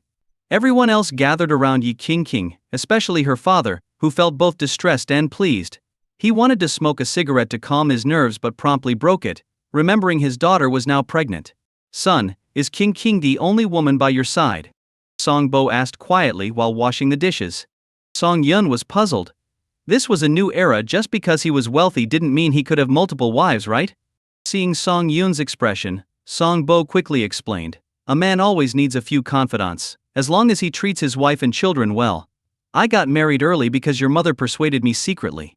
Thinking back, I wish I had stayed single a few more years. Aren't you afraid my mom will hear this and deal with you?" Song Yun looked terrified. "We're father and son, let's be honest. Now that King is pregnant, how do you plan to get through these 10 months? And what about Sai Yi? Can you really let her go and watch her marry someone else?" "Son, I'm not teaching you to be a scumbag. I want you to follow your heart. As long as you treat everyone fairly, it won't cause much trouble. How about it, are you tempted?" "A bit. So, what are you going to do? Do you need Dad's help?" If Song Yun didn't see this man as his father, he would have smashed a plate on his head. How could his father help with his love life? "I'm your father, the closest person to you by blood. If you don't trust me, who can you trust?" Song Bo said earnestly, "I know Yuan Xie's growth trajectory. I almost brought her into our home back then. So, son, take action." "Dad, you sound like a scumbag ancestor brainwashing his disciple. With King's unstable emotions during pregnancy, how could I do such a thing?" Song Yun firmly rejected. Hearing this, Song Bo shook his head, looking at him as if he was hopeless. But then his ears suddenly hurt, and he turned to see his wife glaring at him angrily. "Oh no! Wife, when did you come in? From the first word you said. What exactly are you trying to do, you old rascal?" "I was just testing our son's loyalty. If he had any thought of betraying King, I planned to bring him back with force." But Bai Qiuyu's grip tightened, and such a flimsy lie was an insult to her intelligence. "What were you thinking?" Bai Qiuyu's sharp gaze swept over Song Yun, who quickly raised 3 fingers and swore, "Love my family, love my country, love King. Sai, to be honest, Sai Yi's life hasn't been easy." Bai Qiuyu let go of Song Bu's ear and sighed deeply. She had watched that child grow up, and it was impossible not to have feelings for her. However, encouraging her son to pursue Sai Yi would be unfair to both Yi King and Sai Yi. As a mother, she didn't want her son to become a heartbreaker. "Mom, you have to believe me. I'm not like Dad. Sure, he's a scoundrel, but I didn't inherit his genes." Song Yun hurriedly walked over to his mother and began to massage her shoulders. "Let's talk about this after King has the baby," Bai Qiuyu said. "And don't let King know about any of this, or I'll skin both you and your father alive." All right. Mom, you should go rest now. The kitchen fumes are bad for your skin." Bai Qiuyu nodded and left, continuing her discussion with Yi King about pregnancy precautions. Song Bu's heart was still racing. Boasting in front of his son was one thing, but getting caught by his wife was another. He didn't want his son's private life to affect his own peace. "Take care of yourself. You always get me into trouble," Song Bu cursed through gritted teeth. "Dad, you're so skilled, yet you didn't sense the danger behind you." "That's because your mom is even more skilled," Song Bu whispered. "Why do you think I settled down and married your mom? Forget it, it's ancient history. You figure it out yourself." That evening, everyone found a room to rest at the Yi family home after drinking. "Honey, do you think our baby will be a boy or a girl?" Yi King asked, snuggling in Song Yun's arms. "I'll love either a boy or a girl. How about having twins so they won't be lonely growing up?" "No, I want a boy. That way I'll have 2 men protecting me. Having a girl would just make me jealous." Song Yun laughed and hugged Yi King tighter, enjoying the scent of her hair. "Honey, how will you get through these 10 months?" Yi King suddenly asked as they were about to sleep, making Song Yun tense up. "What else can I do? I'll endure it. It's not like I can cheat or find a mistress without getting into trouble. I'll just have to stay pure and focused." Yi King shook her head, thinking about something. In this tense atmosphere, Song Yun eventually fell asleep. The next morning, the 4 of them returned to the Huashu villa. Huang Baoding and the other 2 were under professional care. Song Yun planned to check on his subordinates, even though they were weaker than the veterans. None of them had retreated a single step when facing the enemy. Song Yun felt confident using such people. In the VIP ward of Huachuang Hospital, Song Yun found the 3 men already awake. "Thanks for yesterday, guys. Once you're better, we'll skip the formalities and go straight to bonuses." Song Yun's words cheered up 2 of the men, but Huang Baoding, usually the greedy one, was unusually calm. "Brother Huang, where are you feeling unwell?" Song Yun asked attentively. "Leave me alone. I want some peace, Huang Baoting replied coldly and closed his eyes. Something's not right. Song Yun's eyes narrowed in suspicion. He smiled and said, Brother Huang, don't be mad. The enemies yesterday weren't my fault. I'll be more careful next time and keep a low profile. Damn. If this were the real Huang Baoting, he'd be regretting not protecting Song Yun well and opening the door for the enemy. This man, though in Huang Baoting's body, had a different soul. Who are you? Song Yun's voice filled the room, and a fierce look appeared in Huang Baoting's eyes. As he tried to move, he found himself restrained, unable to move. Boss, is there some misunderstanding? Yeah, boss, maybe Brother Huang is just feeling unwell and didn't mean any disrespect. Song Yun shook his head and asked again, Who are you? Boss, I'm Huang Baoting. Don't you recognize me? Bullshit. My brother Huang isn't like you. Who are you really? My head hurts. Huang Baoting writhed in pain under Song Yun's grip. Boss, did Brother Huang get brain damage from yesterday's fight? Damn it. If I see that bastard again, I'll kill him. Enough, you two. Shut up. Song Yun knocked Huang Baoting unconscious with a chop to the neck. Upon checking his pulse, he discovered something strange: 2 different pulses in Huang Baoting's body. What's going on? Song Yun tied up Huang Baoting securely and instructed the other 2 not to untie him. He then went to the corridor and called his father. What's up, son? Dad? What does it mean when someone has 2 different pulses in their body? Song Bu was puzzled but quickly asked, On whom did you find this? One of the bodyguards injured yesterday. His personality has changed so much that I barely recognize him. They play this big, huh? Song Bu murmured. This world isn't just full of ordinary people. There are those revered as immortals who practice Taoist arts, divided into orthodox and unorthodox factions. The orthodox cultivate themselves for transcendence, while the unorthodox study human souls and curses. Your bodyguard might have been implanted with a second soul during the fight yesterday. Damn. Song Yun was stunned. He thought Taoist arts were just in novels, but the world is indeed full of wonders. What should I do then? I don't know. My research, though mystical, is grounded in reality. They deal in the supernatural, not my expertise. I'll figure something out then. Song Yun sat in the corridor, suddenly remembering that the system rewards him differently based on locations. Could this be a solution? Watch over Brother Huang, and don't untie him. It's complicated, but remember, untying him will harm him. Got it. After giving these instructions, Song Yun drove to the place in his mind, the Rooster Cry Temple. Located in the suburbs of the magic capital. This Taoist temple is known for its flourishing incense offerings. It is said that the temple is incredibly effective for both academic and romantic prayers, making it a top choice for locals to offer their incense. A middle-aged Taoist, dressed in plain clothes, and with his hair tied up using a peachwood hairpin, was gently sweeping the fallen leaves at the entrance. When he saw Song Yun approaching, a look of surprise flashed in his eyes. He bowed slightly and blocked Song Yun's path. Is there some trouble you need help with, benefactor? Ding. The system has detected that the host is at the Rooster Cry Temple in the suburbs of the magic capital. Would you like to sign in? Here it comes. The system never lies. Sign in. Ding. Congratulations to the host for successfully signing in. You have been rewarded with top-level Taoist skills. Memories flooded back into Song Yun's mind as the extensive knowledge and research of numerous Taoists filled his brain instantly. Benefactor. When Song Yun looked at the Taoist, he noticed the man's bright eyes and robust energy. The memories in his mind told him that this Taoist had definitely reached a profound threshold. The middle-aged Taoist's expression also changed. In his perception, Song Yun's entire aura had transformed, like enlightenment striking. This kindred feeling couldn't be faked. The young man before him was indeed a fellow practitioner. Hello, fellow Taoist, the middle-aged Taoist greeted. What brings you here today? My friend has been possessed by a second soul implanted by a sinister faction, and I came seeking help. The middle-aged Taoist was stunned upon hearing this. He furrowed his brows, a fiery anger rising in his eyes. Those wicked factions are nothing to fear. Do you need the assistance of the Rooster Cry Temple? Do you have a solution? Yes. The first method is to forcibly expel the second soul, but this might harm your friend's body, potentially putting him in a vegetative state. The second method is to fulfill the second soul's earthly desires, thus leading to its transcendence. Great, that's as good as no solution. Thank you for your guidance, fellow Taoist. I have another plan. I'll come back for a drink when the situation isn't so urgent. Having obtained what he needed, Song Yun bid farewell and drove back to the hospital for over an hour. When he opened the ward door, The two security guards looked at him in horror. Boss. Brother Huang. Boss. Brother Huang has turned into a woman.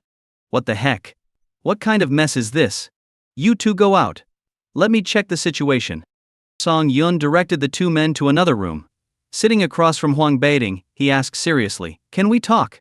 Sure, a woman's voice came out of Huang Beiding's rough mouth, sending chills down Song Yun's spine. What do you need to leave this person's body? What are you talking about? Though trapped, Huang Beiding's delicate demeanor almost made Song Yun vomit his breakfast. This is way too disturbing. If we can't talk, don't blame me for using special methods. Song Yun said coldly. Huang Beiding froze for a moment, but then returned to an indifferent expression. Clearly she thought Song Yun was just an ordinary person with no real means to counter her.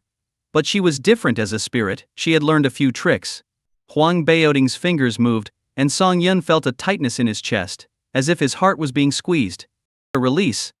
Song Yun struggled to utter the word, and cast a Taoist spell. Reverently summoned the divine might of the spirit marshal. Inspecting officers of all the heavens.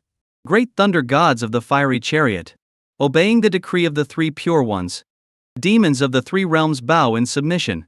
All heretical paths surrender. I now implore your arrival. Bestow your thunderous power to protect me. A white light emerged from Song Yun's fingertips. He gently touched Huang Beiding's forehead, causing him to writhe in pain like a fish in hot oil, his face contorted in agony. After more than half an hour, Huang Beiding's fierce gaze softened. The real Huang Beiding was back. Huang Beiding groaned in pain. Song Yun quickly untied him. Rubbing his bruised wrists, Huang Beiding weakly said, "Boss, if it weren't for you, I might have been lost in the darkness forever." He recounted his nightmare-like experiences to Song Yun, his pupils dilating in fear as he relived the horrors. "Don't worry, I've sealed her. As long as the seal isn't broken, there won't be any issues." Song Yun reassured him. "Boss, she said she is immortal. If her wishes aren't fulfilled, she'd rather self-destruct than let me live." What? Is this spirit trying to act tough? Maybe the spell wasn't enough, she wants something stronger? Would you like to talk to her? Song Yun cast the spell again, lifting the seal. Huang Beiding's demeanor changed, and he coyly brushed his hair aside. "I didn't realize you had such abilities. I was quite presumptuous." "Get to the point. Aren't you curious who sent me? Those hidden families, right? Say something interesting." Huang Beiding was astonished. She thought she could deceive him, but Song Yun knew everything. "Don't lie to me, or the next methods I use will be your nightmare." Huang Beiding, looking pitiful, said, "I wouldn't dare deceive you. Indeed, the hidden families sent me. Their primary goal was to possess you, controlling your wealth and status. But later I found it impossible to enter your body, as if an invisible barrier blocked me. I had no choice but to possess this big guy." "A barrier?" Song Yun immediately thought of the system. Could it be the system protecting him? The more he thought, the more likely it seemed. "Thank you, system. Without you, I might have become a puppet." "Who are you?" "I am a remnant soul from over 100 years ago, captured by the hidden families to serve as their tool. What will it take for you to leave my friend's body?" Well, Huang Beiding's eyes darted. "It's possible if my earthly wishes are fulfilled. Once they are, I can be transcended and naturally leave your friend's body. Let's make an agreement. You must let him have control of his body most of the time. Otherwise, if I keep hearing a woman's voice coming from this rough man, I might be tempted to exorcise you myself." Hearing Song Yun's words, Huang Beiding blinked innocently. Do you understand? Song Yun's patience was wearing thin. Anyone in his position would be frustrated. Yes. Then hurry up and switch back." Song Yun frowned, and Huang Beiding rolled his eyes, his body trembling. When he looked up again, his eyes were filled with fear. "Oh, boss. Sigh. I'm sure you heard our conversation. This is just a temporary solution. We'll get through it." Song Yun patted Huang Beiding's shoulder reassuringly. "How do you feel now?" "Better. Even though I was badly hurt, I've recovered several times faster than usual. I can move around just fine." Huang Beiding's words made Song Yun ponder. It seemed that the presence of the spirit inside him was accelerating his recovery. "Do you want to stay in the hospital?" Huang Beiding shook his head vigorously. As a modern man who didn't believe in ghosts, the recent events had changed his view of the world. He didn't want to stay in a place with such heavy yin energy. "All right, you can come home with me." Song Yun had come alone, but he returned with a dual-souled Huang Beiding. Back at the Huashu villa, Song Bu marveled at Huang Baoting's situation. He couldn't believe such things were real. Hello Xiao Huang. I'm Song Yun's father Song Bu. About the situation inside your body.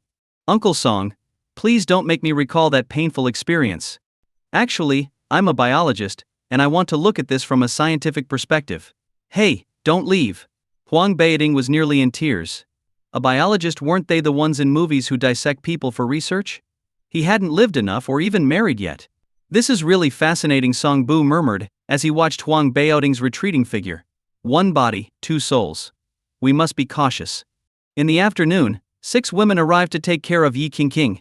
They were not the elderly nannies Song Yun expected but young, beautiful women around 25 years old. Not only did they take care of their employers at home, but they were also ready to fight when needed, as they all had legal gun permits. Hello Mr. Song. We recommend that during the first 3 months of pregnancy, you don't sleep in the same bed as your wife. The team leader, Yang Yingying, was stunningly beautiful with an explosive figure that looked criminal in a maid outfit. Isn't that a bit extreme? My wife can't sleep without me. Song Yun knew the reason behind the suggestion, but felt awkward having a young woman spell it out. This is for your wife's benefit. If you must share a room, please refrain from intimate actions. This is for both your wife's health and the baby. Alright. The maids occupied the guest rooms around Song Yun's bedroom to be available for any emergencies. Huang Baoting felt slighted, as his room was taken over by these women. Once a personal bodyguard to Mr. Oh Yang, he now felt inferior to a group of women. But, to be honest, these women were quite attractive. As this thought crossed his mind, a voice suddenly spoke. Hey old man, can you have some healthier thoughts? We share a body now, and I can sense all your thoughts. Crap. Huang Baoting's heart raced. Being caught thinking such thoughts was beyond embarrassing. The next morning, Song Yun lay flat, staring at the ceiling, haunted by last night's nightmare. In the dream, Yi Qingqing was possessed by someone from the hidden families and stabbed him in the chest at a critical moment. The dream felt so real that he could still feel a dull ache in his chest. Instinctively he tightened his arms. Wait, where was his wife?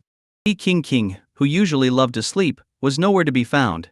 He quickly threw on some clothes and rushed downstairs without even bothering with slippers.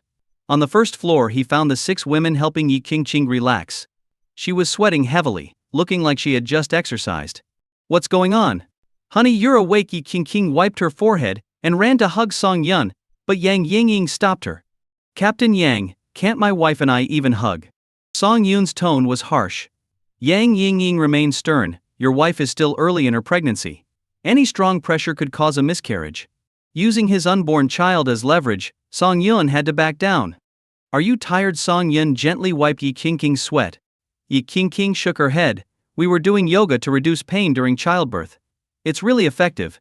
In just half an hour, my usual neck stiffness is gone. Go freshen up. I'll make breakfast. As soon as he spoke, Yang Yingying interrupted. Our team includes a professional nutritionist who has planned all meals for your wife. We will handle the cooking. Damn. Is this how the rich have kids? They just pay and wait for the baby to arrive without doing anything themselves? What's left for me to do? Good morning, son.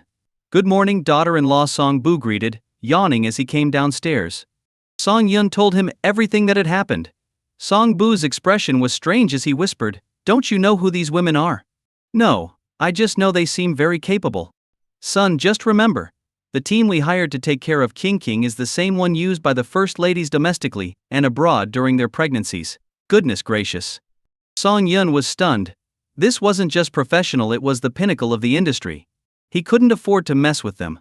The 6 women were responsible for all of Yi Qingqing's activities, so Song Yun still had to prepare his own breakfast. Sitting at the dining table, he watched his wife happily eating her specially prepared meal. The sandwich in his mouth suddenly lost all its flavor. Ding dong, ding dong, ding dong. The doorbell rang, causing Song Yun's muscles to tense up instantly, a lingering effect from the previous day's events. Huang Baoting wanted to check the door, but Yang Yingying professionally held him back, peeking through the peephole. She saw a delivery man outside. Who are you here for? Yang Yingying asked coldly. Hello, I have a package for Mr. Song Yun. Could you sign for it? Please, the delivery man said, holding a box. Please place the box on the ground and open it slowly. The delivery man, who delivered thousands of packages daily, had never encountered such a request. He couldn't help but imagine scenes from movies where criminals used packages to deliver bombs. Holy crap! Could he be this unlucky? Hurry up. Keiteishi, hurry up. Hearing Yang Yingying's urging, the delivery man swallowed nervously, carefully placed the package on the ground, and made sure the peephole could see it. He then pulled out a utility knife from his pocket and slowly cut the sealing tape. Phew. Kiyu. Seeing the contents of the box, the delivery man breathed a sigh of relief. It's just an invitation. After a few minutes, the door opened, and a cold-faced woman in a maid's outfit stepped out. She checked the contents and signed Song Yun's name. Mr. Song, here's your package. Yang Yingying handed it to him. Song Yun took the box and saw a gilded invitation inside. Opening it, he found it was an invitation to a racing event. Song Yun wasn't interested and tossed it aside. After breakfast, Yang Yingying and her team started cleaning the house, leaving Huang Beiying with nothing to do. He stared at the invitation. A voice in his mind tempting him, just take a look. It's not like Song Yun wants it. You've shed blood for him, he won't be mad about this. Eventually, it was as if someone controlled him, and he picked up the invitation. A racing event. Huang Beiying's voice came out in a woman's tone, silencing the room. Yi Qingqing stopped chewing her fruit, Song Bu and Bai Qiuyu exchanged glances, Yang Yingying's team reached for their weapons, and Song Yun clenched his fists. Song Yun, let's go to the race. Huang Beiying didn't realize the danger. As he approached, Yang Yingying's team signaled him to stop. What's this? You think you can stop me? Huang Beiying swung his hand, sending Yang Yingying's team flying. Holy crap. This is reality, not a fantasy novel. Nobody expected to witness something supernatural. Yi Qingqing chewed her apple like a squirrel, thinking she might never see such excitement again. Stop! Song Yun roared, pressing a finger against Huang Beiying's acupoint, making the spirit inside him howl in pain. I'm sorry, Song Yun. I really want to see the race. Son, let's hear her out first. Song Bu intervened, increasingly fascinated. The line between science and mysticism seemed to blur. I've been imprisoned all my life, always sent out to harm others. I just want to experience something thrilling, the spirit confessed. Song Bu picked up the fallen invitation, smiled and said, go ahead, treat it like an adventure. But the situation now. Song Yun hesitated. Don't worry. The organizers are powerful, and no one will dare cause trouble. This event, held every 5 years, is a gathering of the world's elite. It's a great networking opportunity. Reluctantly, Song Yun agreed. You. Switch back now, Song Yun ordered, and Huang Beiying reverted to normal. He looked around confusedly and then ran to his room, embarrassed beyond measure. Honey, what's wrong with brother Huang? Yi Qingqing whispered. He's possessed. It's quite a hassle. Yi Qingqing covered her mouth in shock. She'd never heard of such a thing outside of horror movies.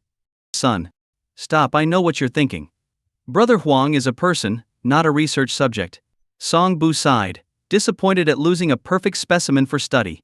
Honey, can I go to the race with you tonight? I'm bored, Yi Qingqing asked. Song Yun was about to agree when Yang Yingying's stern voice interrupted. Racing is dangerous. It's not advisable for the lady to join. But it's for the baby. All right, Yi Qingqing pouted, reluctantly agreeing. Song Yun chuckled. It wasn't often his wife lost an argument. By evening, 2 luxury cars sped down the highway. Song Bu, with his lively nature, couldn't resist joining. In the second car were Huang Beiying and Yang Yingying. The spirit inside Huang wanted to join the fun, while Yang Yingying came along to monitor him. She didn't know that the Song family father and son were quite capable themselves. The racing event was held at a professional track, with dozens of million-dollar cars parked at the entrance. Driving a car worth only a few $100,000 here would be considered shameful. Presenting the invitation at the gate, the server respectfully welcomed them in. Only the rich and powerful were invited, and he couldn't afford to offend anyone. At 8:30 p.m., the sky darkened, and the main hall lights dimmed, focusing a colorful beam on the stage. A white man with half a mask, holding a microphone, energetically introduced himself. Hello everyone. I'm Jack the Weird, the organizer of this 3rd racing event. Racing, such an exciting word. Just thinking about it gets the adrenaline pumping. It's the best competition granted to humans by the heavens. Listening from the audience, Song Yun almost fell asleep. This event was seriously dragging on. No more talking. I announce that the race officially begins. Seeing the eager expressions in the audience, Jack the Freak raised his microphone and shouted, Ladies and gentlemen, show your courage. Let the challenge begin. As his deafening voice fell, the crowd rushed out to their cars. One after another, the engines roared into the night. With the wave of the flag by the female referee, the cars shot forward like arrows from a bow. Song Yun stepped outside, sitting in a chair, watching the crowd with boredom. Meanwhile, the second soul inside Huang Beiying was itching to drive. Although she couldn't drive herself, Huang Beiying's muscle memory and coordination were more than sufficient.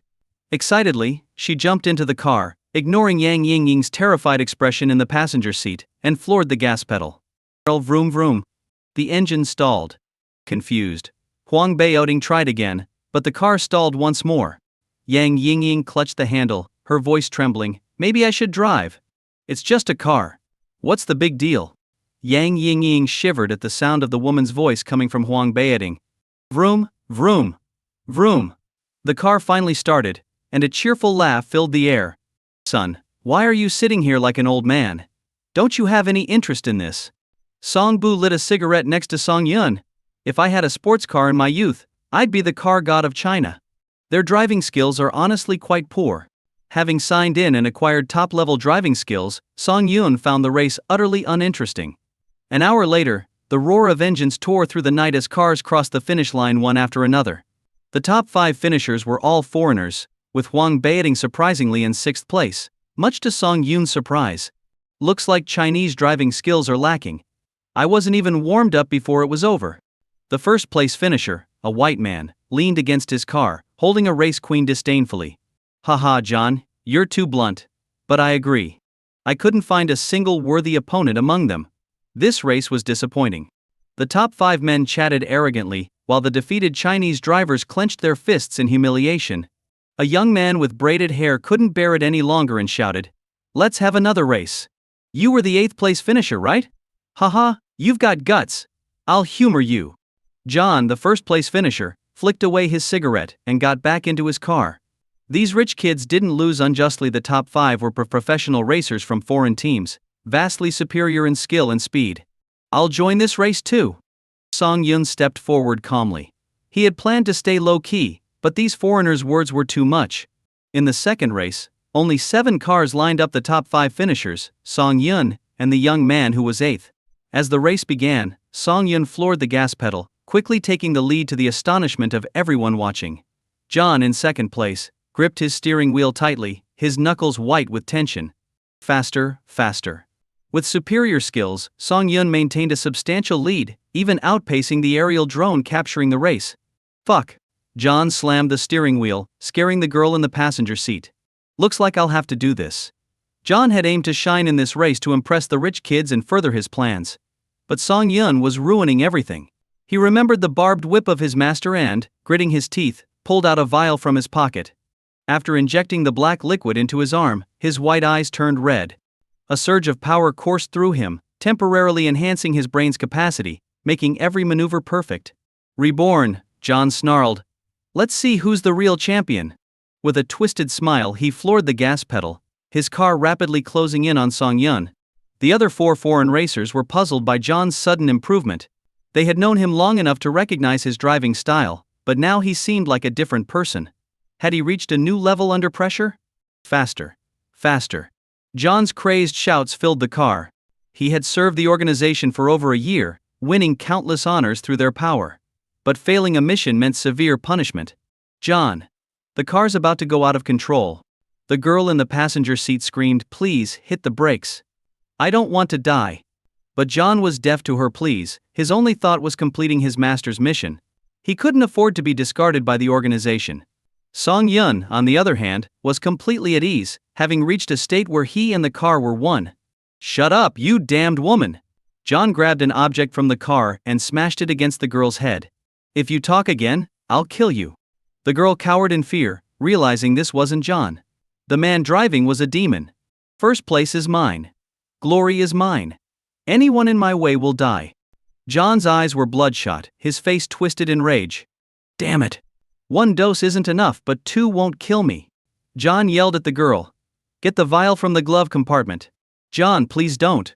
Smack. Knack. John slapped her hard, then grabbed her hair. "Do it if you want to live." Crying, the girl handed him the second vial. "I am the car god. No one can beat me." With the second dose, the demon was fully unleashed. Too slow. Everything around John seemed to slow down. He could clearly see the tears rolling down the race girl's face. Even a tiny insect flying past the windshield was precisely captured by his vision. At this moment, his thoughts were infinitely magnified, his mind unbelievably clear. Is this the realm of the gods? John couldn't help but wonder. The second dose didn't amplify his emotions as the first one had. Instead, his initial rage had subsided. He tenderly touched the race girl's bruised face and said gently, "Stay put, and I'll reward you with $1 million after the race." The race girl, who normally received less than $10,000 for her services, was immediately reassured by the promise of $1 million. "Dear, do you know who's driving the car in front?" John asked. The girl thought for a moment, and then said uncertainly, "He looks unfamiliar. Maybe he resembles Song Yun, the richest man in the city. But it's unlikely. Why would a billionaire risk his life racing?" "Song Yun has a high bounty on his head," John murmured. In their organization, Song Yun's bounty was a staggering $100 million, and completing it would result in a triple promotion within the organization. This was a huge temptation for him. "Hold tight. I'm speeding up," John said calmly. Then pushed the car's speed to the brink of losing control. Meanwhile, Song Yun was leisurely listening to music in his car when a strong beam of light hit his rearview mirror. John's car, which had belonged to him, was now roaring towards Song Yun. Crazy. Song Yun frowned. Was this guy really risking his life over a race? What kind of organizer invites a lunatic? At these speeds, even a slight touch would send both cars flying off the mountain road to their deaths. Beep beep beep beep beep beep beep. The car behind him honked continuously, staying dangerously close, just inches away from Song Yun's car. "Idiot," Song Yun muttered, accelerating smoothly to maintain a safe distance. He wasn't about to risk his life over a race. So, the scene unfolded with Song Yun driving normally while John's car followed like a mad dog, nearly crashing several times, only for Song Yun to speed up again. It was like a player leading someone on, allowing them to get close but never too close. There were just over 10 kilometers left in the race. A few minutes at these speeds. John squinted, shaking his head to stay awake. He knew the effects of the drug were wearing off, and he had two choices: stop and save his life, or push all the way and try to overtake Song Yun. One was safe, the other was deadly. Considering the extreme speed, further acceleration would mean losing control completely. "Slap me." John gritted his teeth and ordered. The race girl was stunned. Earlier John had beaten her, and now he wanted the opposite. "Hurry up. Do you want that million or not?" Oh, okay." The race girl reluctantly slapped him lightly. "Harder. Make it hurt." John's furious response left her with a swollen face, looking ridiculous. Slap, slap, slap. The girl's anger took over. She knew racing drivers were tough but didn't expect this level of abuse. "Yes. Just like that." John laughed maniacally, pain sharpening his focus on every muscle. The final 45-degree turn of the track was approaching. After this turn, it was a straight shot to the finish line. Seeing John relentlessly chasing him in the rearview mirror, Song Yun finally hit the brakes. It was just a race, there was no need to risk his life.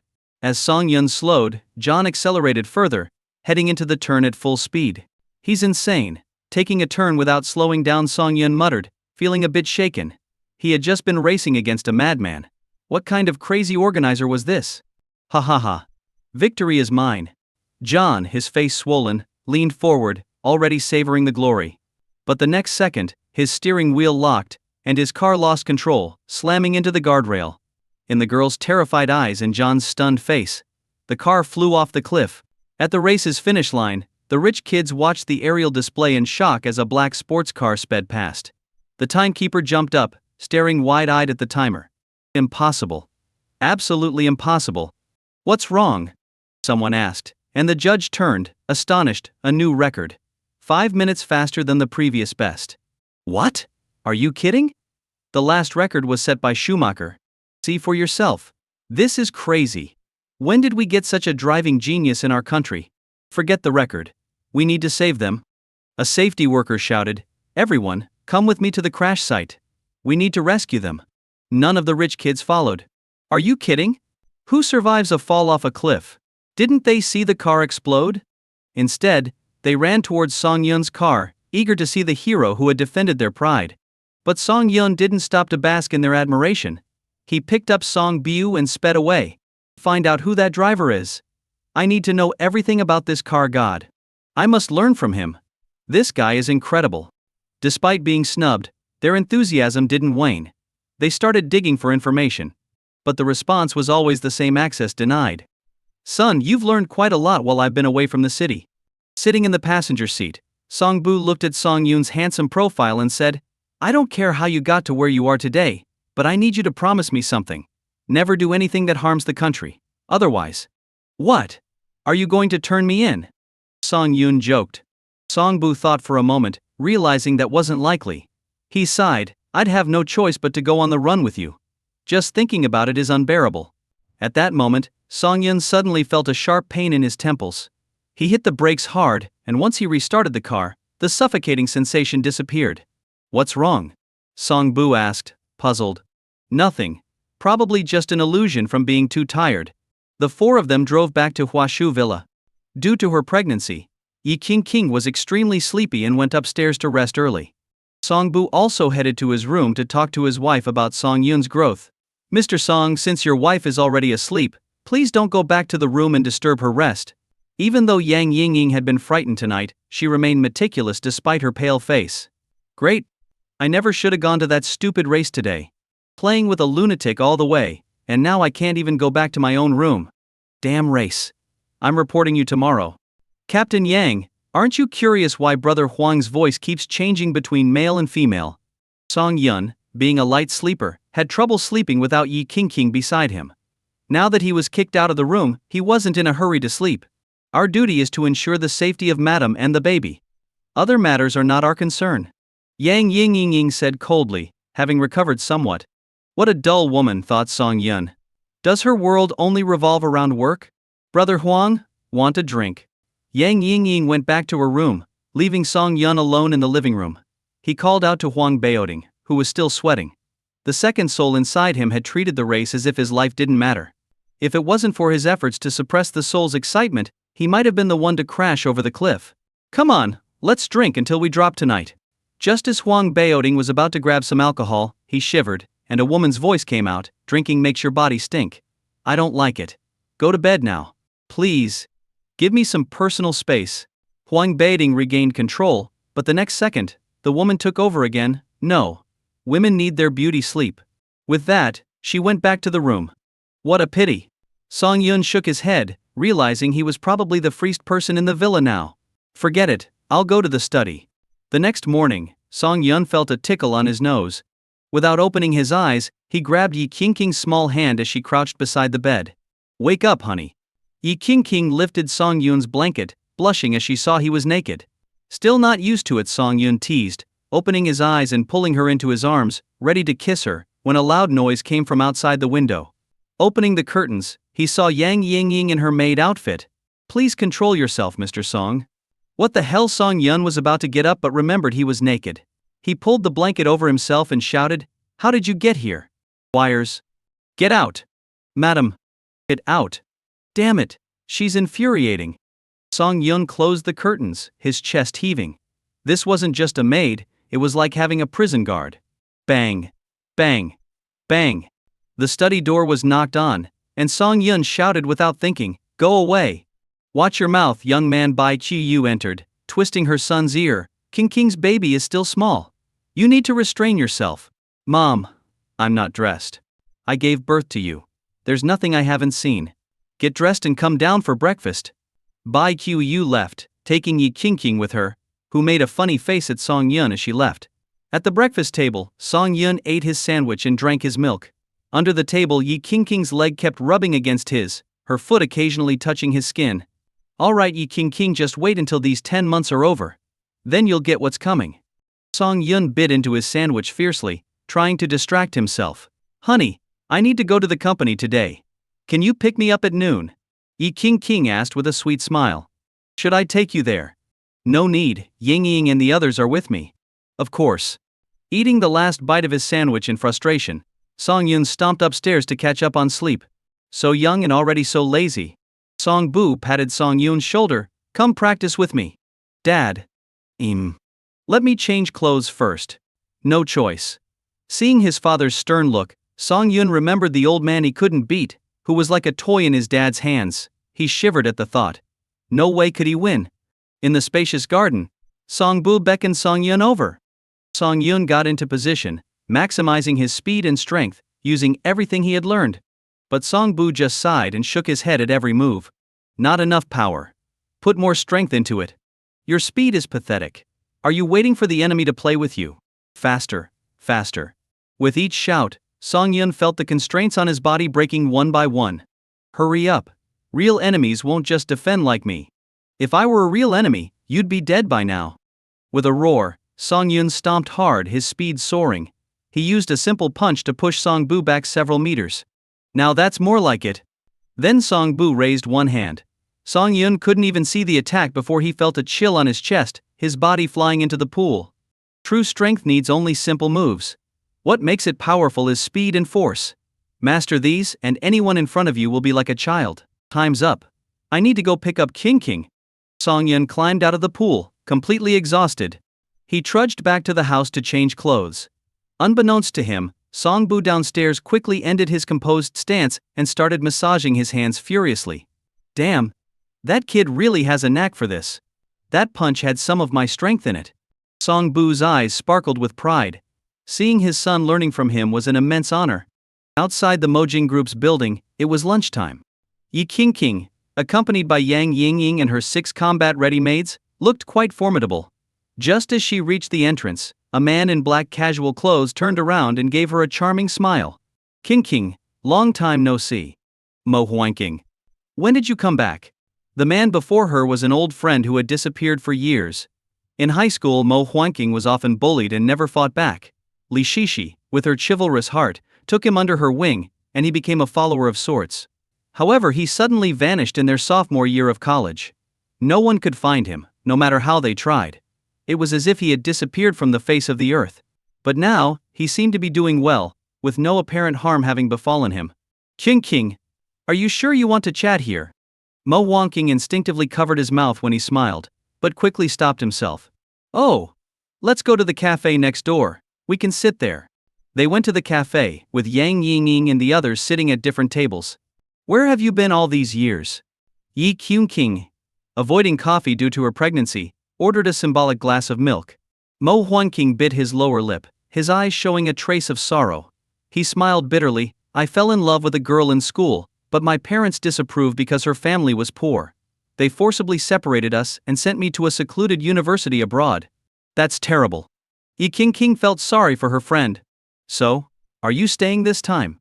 I've graduated and returned home, but I haven't figured out what to do yet. And your parents? At this, a flash of anger crossed Mo Huanqing's eyes but was quickly masked.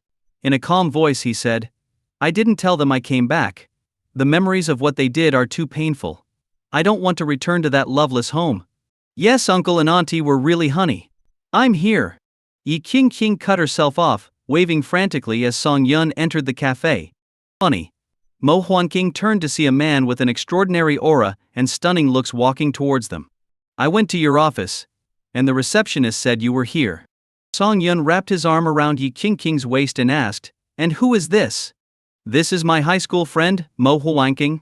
Song Yun extended his hand for a shake. Huanqing, it's lunchtime. Would you like to join us for a meal? Mo Huanqing was surprised but quickly nodded. Sure, it's been a while since King and I caught up. Let's go to that Cantonese restaurant she used to love. This was a blatant provocation, but Song Yun didn't feel jealous. It wasn't that he didn't love her, but he trusted Yi King completely. Their marriage, though rushed, had been tested by many trials, proving her unwavering loyalty. Sorry, King is pregnant and can't eat just anywhere. How about we go home instead? Mo Huanqing's eyes widened in disbelief as he stared at Yi King's belly, realizing how much he had missed over the years. If only his father hadn't sent him to that organization, if only he had been brave enough to confess to King back then, would he be the one standing by her side now? Let's go, Huanqing. We can have a meal today, and next time I'll call Qi Lu and Shishi, and we can all get together. Mo Huanqing shook his head, smiling politely. Let's save it for another time. Shishi might get mad at me otherwise. Haha, you still remember that? Let's exchange numbers. I'll call you next time. Unaware of the tense atmosphere, Yi King added his number and left with Song Yun. Watching them leave, Mo Huanqing's eyes were filled with dark, violent emotions. But now wasn't the time for personal matters. He was back for revenge against his father. Song Yun drove Yi King back to the villa, surprised to find Song Bu and Bai Qiu had gone out. Song Yun watched Yang Yingying prepare a nutritious meal for his wife in the kitchen, and sighed deeply. At the Mo family home. The current head, Mo Ki, returned with his young wife, 20 years his junior. Sitting on the sofa, he called upstairs, "Bye-bye, Daddy's home. Come and greet me." After calling several times without response, he found it odd. His young son couldn't have left the house on his own. He sent his wife to the kitchen to wash some fruit and went upstairs to check. Entering his son's room, he was met with a gruesome sight. The walls and floor were splattered with blood, and the stench of death filled the air. His young son lay lifeless. "Long time no see, father." A cold voice came from behind. Mo Ki turned stiffly to see his eldest son, Mo Huanqing, whom he had sent away years ago. "Huanqing, when did you come back?" Mo Ki knew what fate awaited those sent to that organization and didn't believe his son's return was for a happy reunion. "I came to see how well you're doing." Mo Huanqing pushed Mo Ki, locking the door behind them. "You seem to be living well, with a new wife and a new son. Did you ever wonder if I had enough to eat and warm clothes to wear in the organization?" "Don't speak. Your voice disgusts me." Mo Huanqing sneered, "I'm no longer a man. The organization castrated me to complete missions.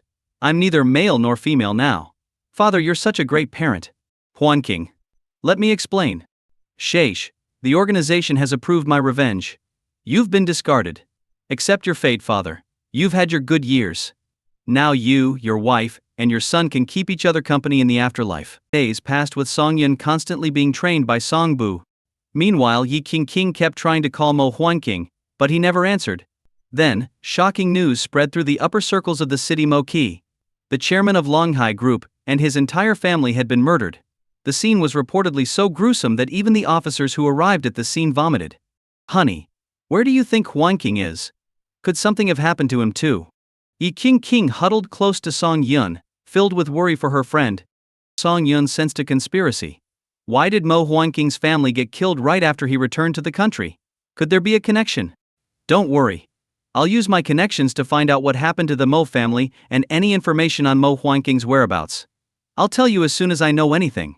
He comforted her, stroking her hair. "All right, I just hope nothing else happens to Huanqing." A week passed since the Mo family incident. Despite trying various ways, Yi Qingqing couldn't reach Mo Huanqing. She resigned herself to hoping that Song Yun's connections might uncover some clues. Seeing his wife lose weight from stress, Song Yun was heartbroken. One morning, after breakfast, Song Yun suggested, "The weather is nice today. Why don't we go to the amusement park?" "You guys go ahead, your mother and I have some things to take care of," Song Bu said, swallowing an egg. "Honey, I'm not in the mood," Yi Qingqing sighed. Yang Yingying interjected, "Madam, for the baby's sake, I recommend maintaining a cheerful mood." "Good job, Captain Yang. I'll give you a raise later," Song Yun thought. Song Yun looked up at his wife with pleading puppy dog eyes, hoping she'd agree. Yi Qingqing realized that while she had been worrying about her friend, everyone at home had been looking out for her. "All right, let's go out today. I haven't been to an amusement park in a long time." She rubbed her cheek affectionately against Song Yun's. "An amusement park? What's that?" The second soul in Huang Baoding took over again. Everyone was used to this phenomenon by now, treating him as if he had a split personality. "Do you want to come with us?" "Of course. I've never heard of an amusement park. Is it like the fairs we had back in the day?" His speech was filled with an old-timey air. Explaining to a soul that only knew about missions was pointless, so it was better to let her experience it herself. After breakfast, they drove off in an SUV from the villa. Since they were going to a public place, and had both Song Yun and Huang Baoding with them, only Yang Yingying accompanied them as a bodyguard. At a convenience store near the villa, Mo Huanqing stubbed out his cigarette, got into his car, and followed them at a discreet distance. When they arrived at the amusement park, Mo Huanqing was puzzled. Why were they coming to a place for kids? But the crowded area would be perfect for making a quick getaway. He found a nearby building with a good vantage point. Using the elevator, he reached the rooftop, where he opened a violin case filled with parts. Quickly assembling them, he had a sniper rifle. Die. With you dead, Qingqing will be mine. Even if I can't do anything, I won't let her be with anyone else." Mo Huanqing licked his lips, his smile twisted and deranged. Inside the amusement park, Huang Baoding was like a little girl experiencing everything for the first time. His exaggerated reactions made some visitors hold their children tighter. In these times, you never knew who might be a pervert or a lunatic. "Song Yun. What's that?" Huang Baoding excitedly pointed at a roller coaster soaring over 10 meters into the air. A few minutes later, the free fall ride descended, and Song Yun quickly undid the safety restraints. Someone had definitely been aiming a weapon at him from the shadows. As a martial artist, his heightened senses wouldn't lie. Ugh, so thrilling. Ugh. Huang Baoding, acting like a madman, was throwing up every few steps but kept shouting about how exhilarating it was. On the rooftop of a building not far from the amusement park, Mo Huangqing was growing impatient. Due to the height and distance, he didn't have the confidence to hit his target with one shot. If he missed this chance, Song Yun's security would surely be tightened. He disassembled the weapon, placed the parts back into the violin case, and bought an amusement park ticket. He then donned a mask bought from a street vendor and walked around, looking for another vantage point. He soon found a 10-meter-high water tower on the edge of the amusement park. It was perfect. He climbed up, reassembled his sniper rifle, and spotted Song Yun through the high-powered scope again. This time, you won't escape. Song Yun felt his temples throbbing. This relentless person was targeting him again. It must be someone from the hidden family. Damn lunatic, attacking in such a crowded place. You guys find a place to rest, I need to use the restroom. I'll be back soon. Song Yun dashed off, determined to locate the sniper. Damn, he's quick! Just as Mo Huangqing was about to pull the trigger, Song Yun disappeared into the crowd. As a well-trained operative, Mo Huangqing knew that if his first attempt failed, he needed to change positions immediately to ensure his safety and protect the organization's secrets. Shaking his head in frustration, he quickly disassembled the weapon, hooked a climbing tool onto the water tower, and rappelled down the rope. As he touched the ground, he felt a cold wind from behind. His position had been exposed. Reacting instinctively, Mo Huangqing reached for his pistol, but his opponent was faster. A hand grabbed his shoulder, rendering his arm useless. As Mo Huangqing tried to draw his gun, he was lifted off his feet and slammed to the ground. He spat out a bit of blood, his throat tasting bitter. With skills like this, you want to assassinate me. Song Yun kicked him disdainfully and ripped off his mask. Mo Huangqing. Damn. Song Yun had thought Mo Huangqing was just a guy with a crush on his wife in their youth. He never expected him to have the guts to try to kill him. Song Yun, winners take all. Do what you will, Mo Huangqing said with a tragic smile. But you must treat King well. She's a kind girl. If you ever hurt her, I'll haunt you from the grave. Still has time to make threats? Song Yun knew this noisy environment wasn't the place for an interrogation. He picked up the pistol and knocked Mo Huangqing out with the butt of the gun. He tore a strip of fabric from Mo Huangqing's shirt and bound his hands tightly. Once everything was secure, he opened the violin case and saw the disassembled sniper rifle. Where did he get this? He hid the case in a secluded spot, planning to retrieve it later. But what to do with Mo Huangqing? Carrying him out would alarm the park visitors and likely prompt someone to call the police. Plus, he didn't want King to find out that Mo Huangqing was a dangerous person. I'll leave him here for now and deal with it later. Song Yun carried Mo Huangqing to a secluded bench in a small grove, where he appeared to be sleeping from a distance. Brushing off his hands, Song Yun walked back to King and the others. Honey, you're so slow. King was nibbling on a sundae. Pregnant women shouldn't eat cold things.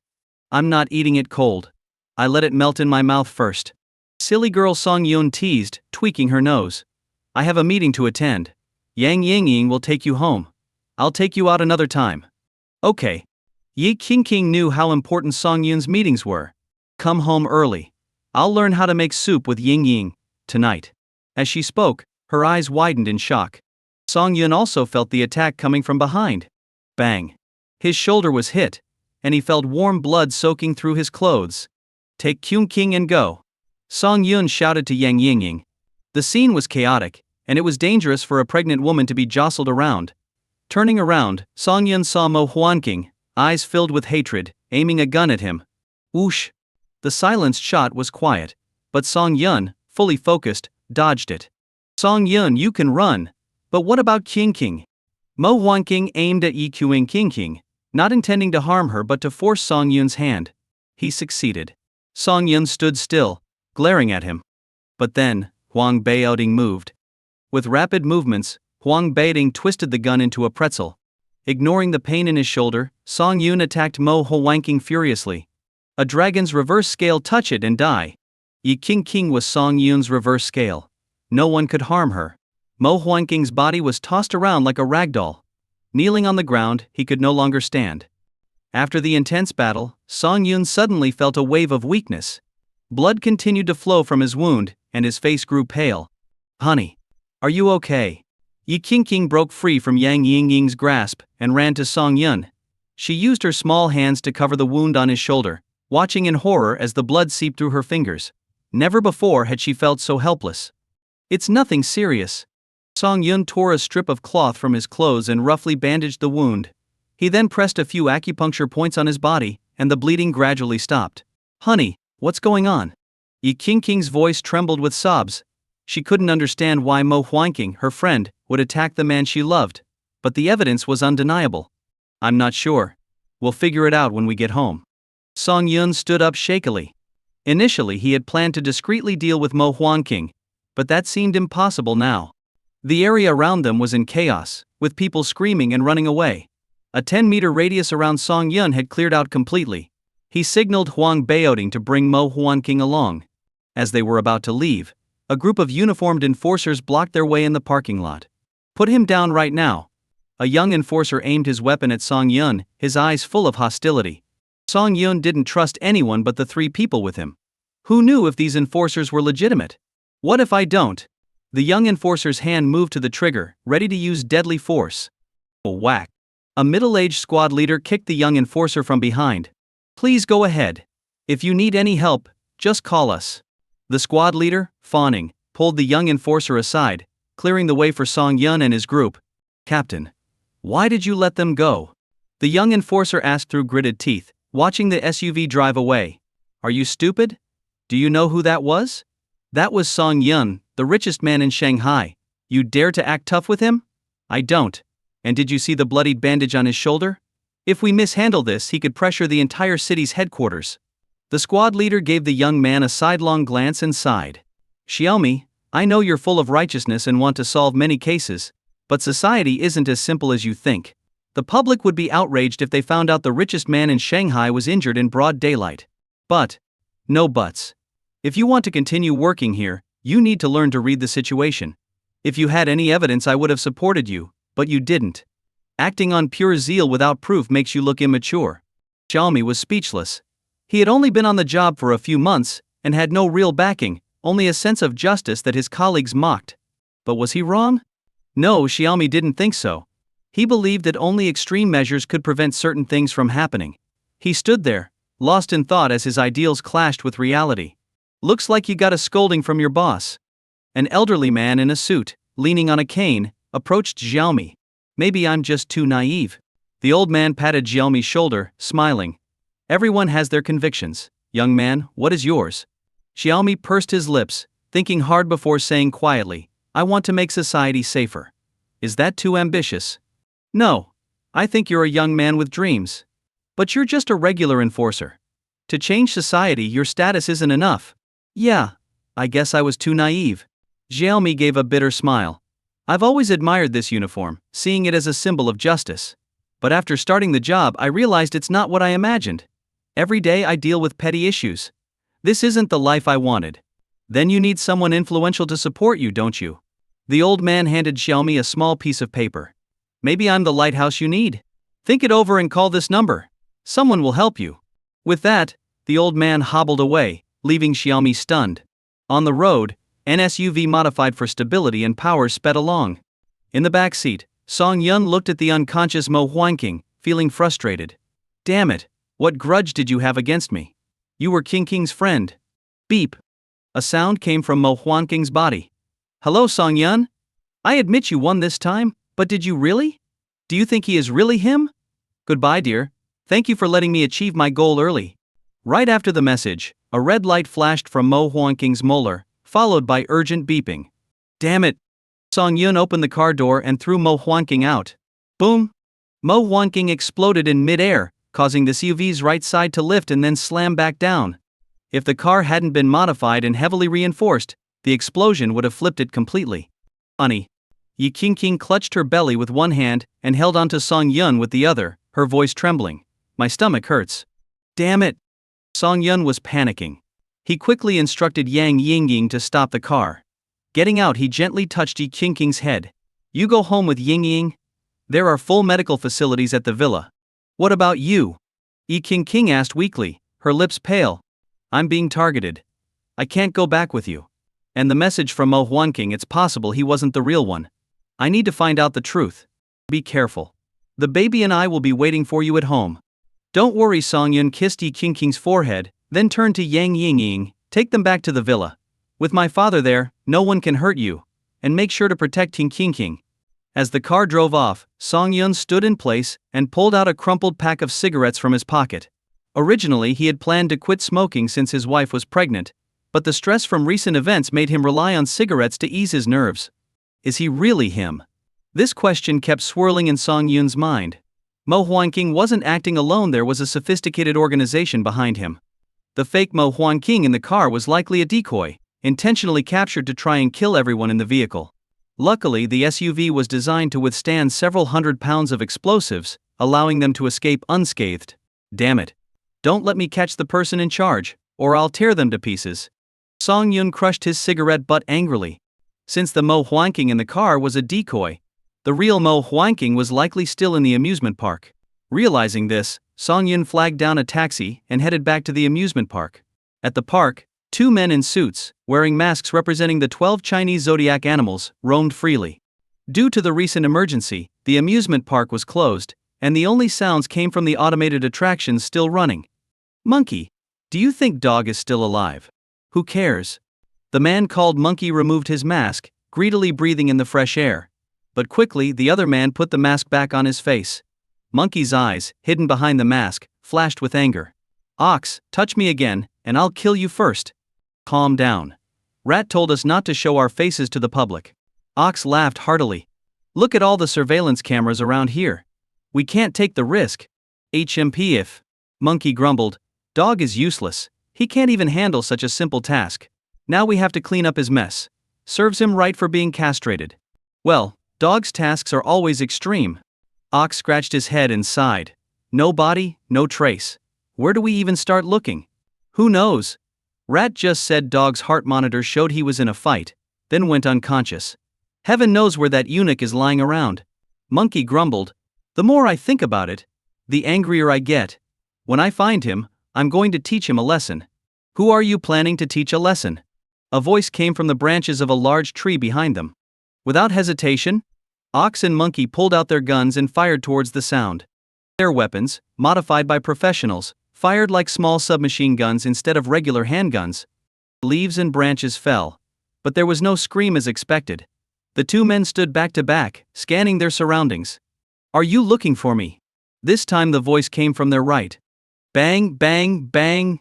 Your organization is pretty weak, sending two trash like you to handle things. Now from the left.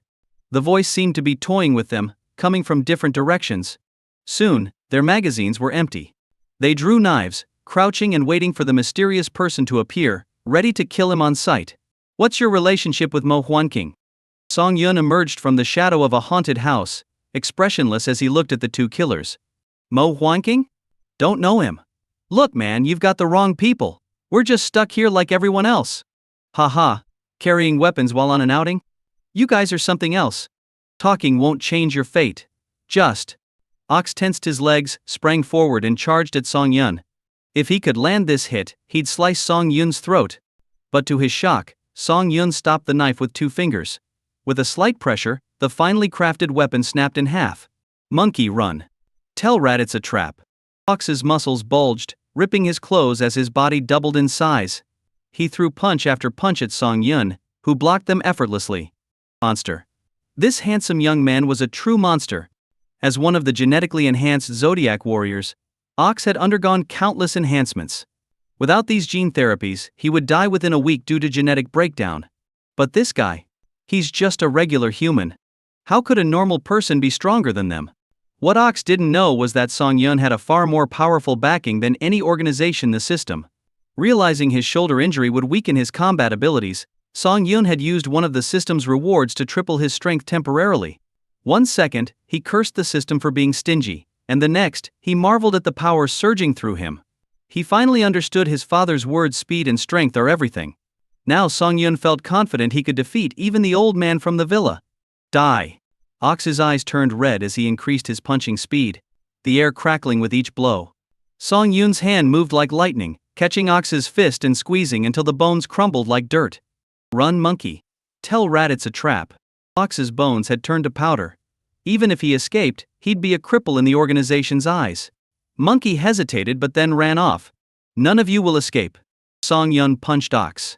His smaller fist hit Ox's stomach, causing his back to bulge out. Ox's pupils dilated, and he collapsed, all his cells screaming death.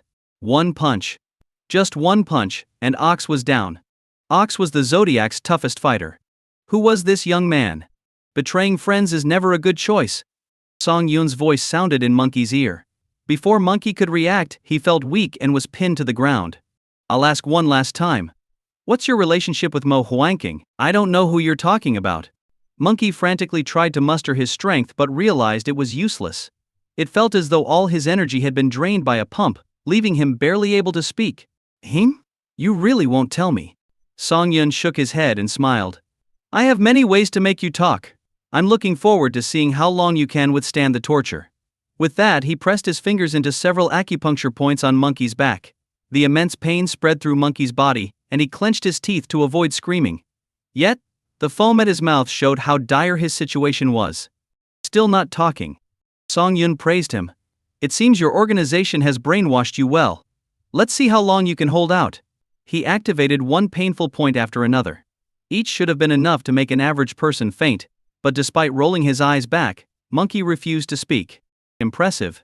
You're quite tough. You will die a horrible death. Monkey, instead of being weakened by the pain, grew furious. He roared like a lion in battle. You can destroy my body, but you can't break my spirit. Then he bit down hard on his tongue, filling his mouth with blood. Song Yun's face changed as he pried open Monkey's mouth, finding his tongue severed. With a mouth full of blood, Monkey gave Song Yun a pitiful smile. Monkey. Ox was devastated. If Monkey was dead, what was the point of living? As he tried to follow suit, Song Yun interrupted him. Song Yun punched Ox on the nose, making his eyes water and his face a mess. Your brother can still be saved, but it depends on your cooperation. Hearing this, Ox urgently asked, Really? Really? Song Yun quickly stopped Monkey's bleeding, then opened his mouth to show Ox. Look, he's not bleeding anymore. But if you delay any longer, I can't guarantee he won't die from blood loss. Ox lay on the ground, torn between his brother and the organization that had raised him. Are you going to talk or not? Even if you both die, I can still find Mo Huangqing and get answers. Sigh, fine. Ask your questions. Ox sighed deeply, collapsing to the ground. What's your relationship with Mo Huangqing? Mo Huangqing? Honestly, I don't know him. In our organization we only go by code names. Then what are you doing at the amusement park? Looking for dog. Looking for dog. Song Yun's expression was incredulous. Are you kidding me? What kind of dog is so special that it warrants 2 assassins searching for it? You misunderstood. Our code names are based on the Chinese zodiac. Today dog went out on a mission and was attacked. Rat ordered us to find him, dead or alive. So, Mo Huangqing is dog. Who's in charge of your organization? I don't know. We only contact our superior, Rat. But we've never seen his real face. Wow. They're thorough. Do you know dog's mission? No. Our organization works for some powerful families, handling their dirty work. In return they provide us with gene therapy drugs, which are essential for our survival. Just as I thought, those damn hidden families are behind this. How many assassins like you are in your organization? Ox fell silent, contemplating. Remember your brother who's still unconscious. His survival depends on your cooperation. Song Yun's words eroded Ox's resolve. He looked at Monkey and said, There are the 12 zodiacs and the 12 constellations. Beyond that, I don't know. What kind of names are these? This organization's leader must be a piece of work. After this, do you plan to return to your organization? A thought began to form in Song Yun's mind. He said, If you go back, they'll investigate Monkey's injuries and find out you betrayed them. Then you and Monkey will be eliminated. Let's be honest. You're just expendable soldiers to them. They can replace you with the next batch. They don't care about you. Ox had no retort. Song Yun's words were true, but without the gene therapy drugs, they would die within a week. Stuck between a rock and a hard place, Ox and Monkey had no other options. Seeing Ox's despair, Song Yun stood up and said, I see that despite your circumstances, you're not inherently bad. If you trust me, I can help you. How? Ox asked, eyes filled with hope. Join me, Song Yun said with a smile. My father is the creator of the gene therapy drugs. The ones you use are stolen and developed by the hidden families. I can ask my father to repair your genes. May I ask your father's name? Ox asked eagerly. Song Bu. You're Song Yun. Ox struggled to stand and knelt before Song Yun, kowtowing. Monkey and I just returned from overseas. We heard you are the enemy of our organization, and your father, Song Bu, is #1 on their hit list. Please, save Monkey. Even if you don't save me, I'll serve you faithfully. Brotherly love. Gensao? Who says there's no true friendship in the modern world? Song Yun was deeply moved. Ox, you're a good man. Song Yun praised him. Not exactly. Monkey is my partner. Is there any real friendship left in this world? Damn, it seems that in this world, the relationship between men and women is the most unbreakable bond, beyond any interests. Seeing Ox's pitiful eyes, which were already small, now filled with pleading, made Song Yun feel a twinge of sympathy. It was hard to imagine such a strong man could be so emotional. Carry Monkey and follow me. Ox nodded excitedly, carefully cradling Monkey in a princess carry, shyly following behind Song Yun. If he could, he really wanted to defect. After all, no one is born evil. The 12 zodiacs were all children sold to the organization by their families. They had to complete mission after mission just to survive. Deep down, they longed for sunlight and a better life. Song Yun led the way. After a few minutes, they arrived at the quiet, secluded grove where the real Mo Huanqing was still unconscious. Is this the dog you mentioned? Ox nodded. Yes, dog had a rough time. He was assigned some twisted tasks, which led to the organization castrating him. He's neither male nor female now, and many in the organization look down on him. Song Yun was shocked. This guy really was like a sister to his wife. To be sure, he gave Mo Huanqing another knock on the back of his head, seeing him tremble even in his unconscious state. Satisfied, Song Yun slung him over his shoulder. With both Monkey and Mo Huanqing, taking a cab home was out of the question. So Song Yun contacted Huang Baoting. Half an hour later, Huang Baoting arrived in his car. Luckily, it was really him. Boss, who are these three? Huang Baoting frowned at the sight of Ox. Despite his harmless appearance, there was an underlying aura of danger that made one uneasy. He was either a killer or a dangerous criminal. I'll explain at home. Song Yun tossed Mo Huanqing into the back seat, opened the passenger door, and closed his eyes to rest. At the Hua Shu Villa, Song Bu and Bai Qiu were anxiously monitoring the readings on the instruments. Fortunately, there was no major issue. Ye Qingqing was just severely startled, causing minor signs of a miscarriage. With proper care, she would fully recover. Click! The villa door opened. Ye Qingqing saw Song Yun backlit and ran to him excitedly. Husband, are you okay? Hearing the sob in his wife's voice, Song Yun gently embraced her. Your husband is a top hero. I only beat others, they can't touch me. Come with me. Song Bu interrupted the couple's moment, his face stern as he walked out. What exactly happened today? Song Yun explained everything to his father. Anger flashed in Song Bu's eyes. What about the two people you brought back? How do you plan to deal with them? I want you to help repair their genetic chains and then, after they nearly got my son and daughter-in-law killed, you expect me to help them? Are you crazy? I plan to use them as moles within the organization, to provide us with continuous information. The enemy is in the dark, you can't guard against them forever. Song Bu sighed. What if they break free from your control? Then we kill them. Song Bu looked at his son, surprised. The boy he remembered had indeed grown up. Bring them here. Song Yun nodded and soon returned with Ox, who was carrying Monkey. Upon meeting Song Bu for the first time, Ox immediately knelt. It's really you. Please save my partner. Follow me. Song Bu led them away with a stern face. Mo Huanqing was taken to a secret base by Huang Baoting, where Song Yun would interrogate him later. Back inside, Bai Qiu carefully treated the wound on Song Yun's shoulder. She used tweezers and alcohol to extract the bullet. After several minutes, a metallic clink echoed in the pan. Despite his severe injury, Song Yun showed no signs of blood loss. Be careful next time. Bai Qiu admonished, unable to imagine the outcome if the bullet had hit his heart. After dealing with everything, Song Yun went to the bedroom to rest, with Ye Qingqing sitting beside him, gently touching the skin around his wound. Husband, is Mo Huanqing involved in some organization? Hearing his wife's question, Song Yun sighed and relayed what Ox had said. Everyone now had the same conclusion: Mo Huanqing was likely behind the Mo family's tragedy. Ye Qingqing felt downcast but didn't press further. He had tried to harm her husband. It was a blessing he wasn't dead yet. How could she forgive him? Meanwhile, Songbu drove Ox and Monkey to a biological research institute, the same lab that the Yueyang family had wanted from Song Yun.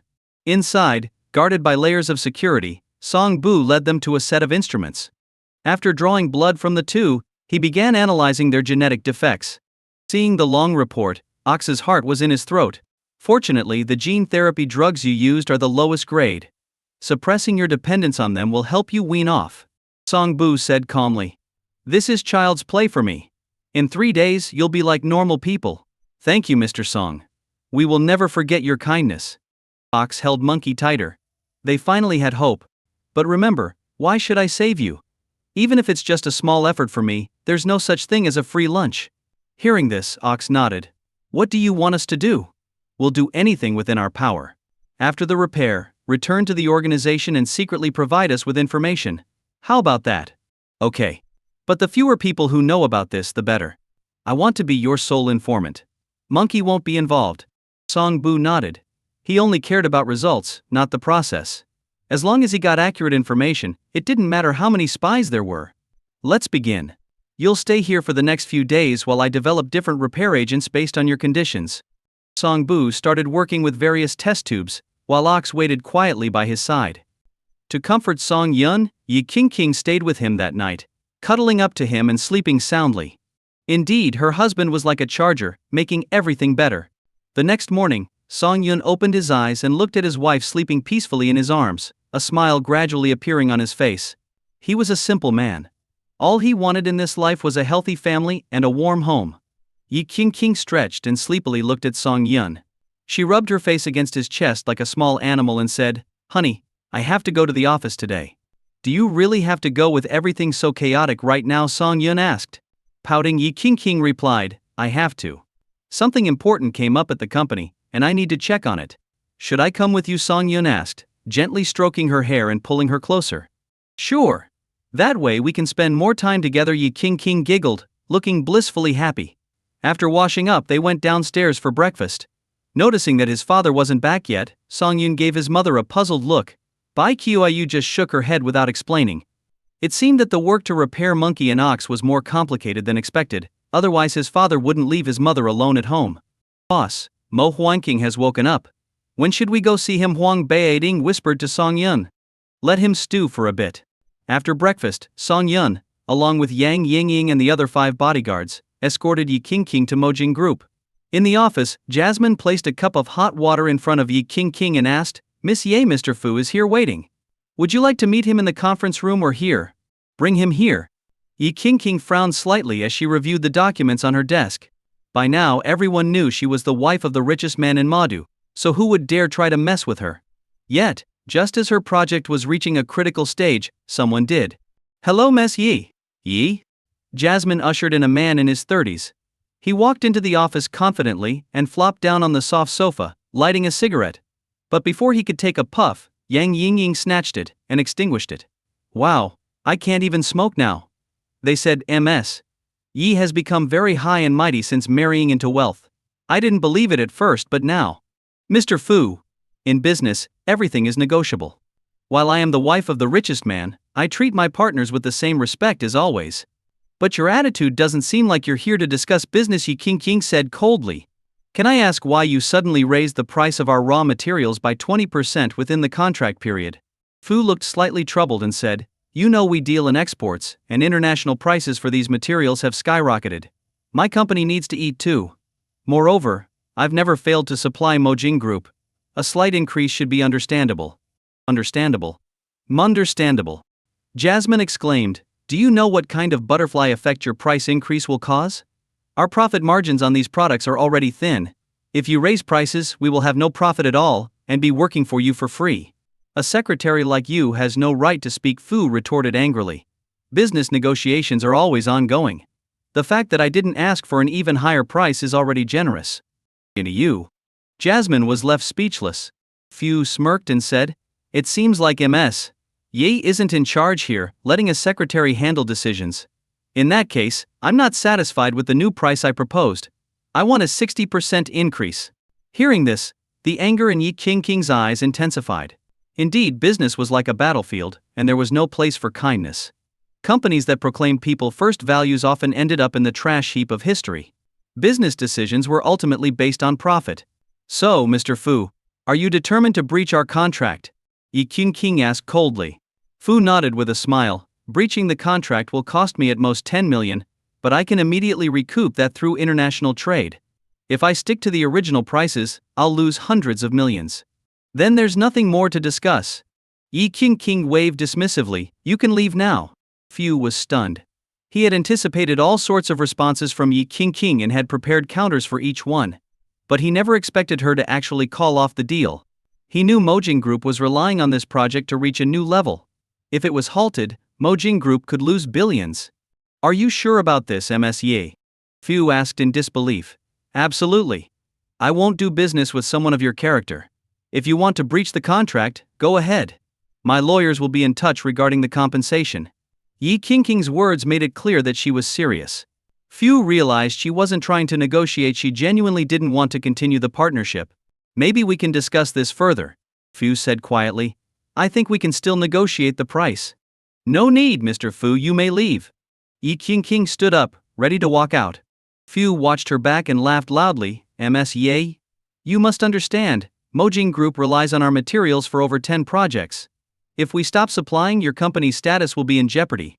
He believed he had cornered her, but Song Yun's next words crushed him. There are other suppliers besides you. Mojing Group won't collapse without you. Fu had been somewhat equal in his dealings with Yi Qingqing, but he didn't treat others the same way. Pointing at Song Yun, Fu spat. Who do you think you are?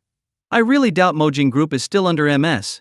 Yi's control. If small fry like you can speak out of turn. You don't recognize me. Song Yun was surprised. Even if company heads in Madu hadn't met him, they should have at least seen his photo. This guy was clueless. Are you really so impressive? Why should I even know you? Fu Zong sneered disdainfully. Don't mind this crazy guy, he just returned from abroad, and hasn't even been in the city for a week, Yi Qingqing whispered. What a brute. Truly admirable. Song Yun shook his head with a smile. I am the richest man in the city, aren't you in international trade? Well, from today on, all my companies will boycott you. Let's see if I can pull it off. You're the richest man in the city. Fu Zong's expression changed, but he didn't show any flattery. Instead, he stared at Song Yun thoughtfully. Can you leave now? No matter how much the Magic Crystal Group loses each year, I can cover it. You should worry about your own company, Song Yun said. Fu Zong snorted coldly and left with a flick of his sleeve. President. A man at the front desk claims to be your friend and wants to see you, the receptionist said over the company phone. A friend? Yi Qingqing, filled with doubt, still let the receptionist allow him in. Soon, a man in a black suit walked in, none other than Mo Huangqing. The moment he appeared, Song Yun's muscles tensed. How did Huang Beiding release this dangerous man? Qingqing, I saw someone leave angrily. What happened? Mo Huangqing asked gentlemanly. What's going on, darling? Yi Qingqing was also confused. She turned to Song Yun, but he too had no idea what was happening. Hema? Why are you all staring at me? Do I have something on my face? Mo Huangqing touched his face, finding it smooth as ever. I need to make a call, Song Yun said darkly. Huangqing, wait outside for a moment. This call involves business secrets. I understand, go ahead, Mo Huangqing said, considerately closing the door and waiting outside. Song Yun quickly called Huang Beiding, only to learn that Mo Huangqing was still locked up and hadn't escaped. Damn it! Could there be another one of him? This is a city, not some fantasy world with doppelgangers. Not believing it, Song Yun called his father. Dad, let Ugly Niu take the call. Hello, Mr. Song, what can I do for you? Ugly Niu asked, puzzled. I just saw Gu. But the real one is still locked up. Who is this new one? Song Yun asked. Oh, I was going to report this later. 2 hours ago, Zishu contacted me about the mission progress. I told him we had found Zhugu and were waiting for extraction. I suspect Zishu got impatient and found someone to impersonate. Don't trust him. Our organization makes lifelike human skin masks, Ugly Niu explained. Song Yun realized then that turning Ugly Niu was a very wise decision.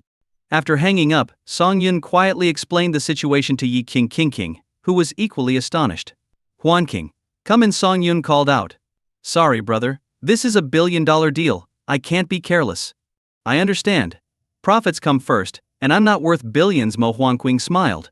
Qingqing, I heard that guy mumbling something about your project. Is there a problem? Actually, there is a big problem. Song Yun sighed and recounted the events.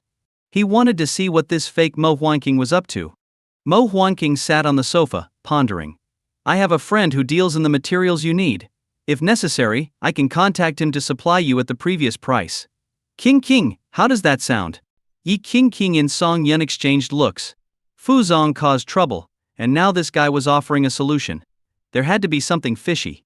Indeed, as Yi King suspected, Fu Zong's company mainly operated overseas. During his time abroad, he made many contacts, knowing that abroad wasn't as strict as China, with various organizations thriving. During this time, Fu Zong joined a small organization of Chinese businesspeople abroad. Helping each other, they solved many problems. But later, a foreign company conflicted with Fu Zong's business, using local forces to create trouble for him. Seeing he was about to go bankrupt, a director from the organization introduced Fu Zong to the chairman. After a brief exchange, the chairman sent someone to assassinate the rival company's president. Fu Zong thus secured his position abroad. He returned to China under the chairman's orders to pressure Yi King's company, setting the stage for Mo Huanqing's heroic appearance. Their plan was clever, but they overlooked one thing. Mo Huanqing couldn't resist facing Song Yun. He disappeared yesterday. If not for Ugly Niu finding Mo Huanqing, they wouldn't have taken this risky step. Huanqing, are you fake? Song Yun asked awkwardly. Actually, there's no need to hide. Yesterday you tried to assassinate me, and seeing you today shocked me. I thought the dead had come back to life. What? Mo Huanqing feigned surprise. I tried to assassinate you, why? King and I have been friends for years, and you're her husband. We're quite close. I thought the same. If the assassin hadn't died in front of me yesterday, I'd think you were him. Song Yun pretended to have a headache. Mo Huanqing suddenly realized, it must be them. I'm sorry, Song Yun, for dragging you into this. Oh? What do you mean? It's a long story. Foreign society is unstable. During my studies abroad, I offended some people. They committed many crimes impersonating me. I never thought they'd dare follow me back. Sorry, Song Yun. Are you hurt? I'm fine. Just a bit scared. That's good. Mo Huanqing sighed with relief. Those organizations are evil, doing all sorts of heinous deeds. I'll resolve this soon. To make up for it, I'll connect King with my supplier friend to provide materials at the lowest price. Hi guys, your opinion means a lot to me. I'm working on improving the stories to make them more interesting for you. Please leave a comment and let me know what you liked about this story. Your feedback helps me get better and create content that you'll enjoy. Your feedback is very important to me. Thank you for your support and attention. If you enjoyed this story, I can't wait to share its continuation with you.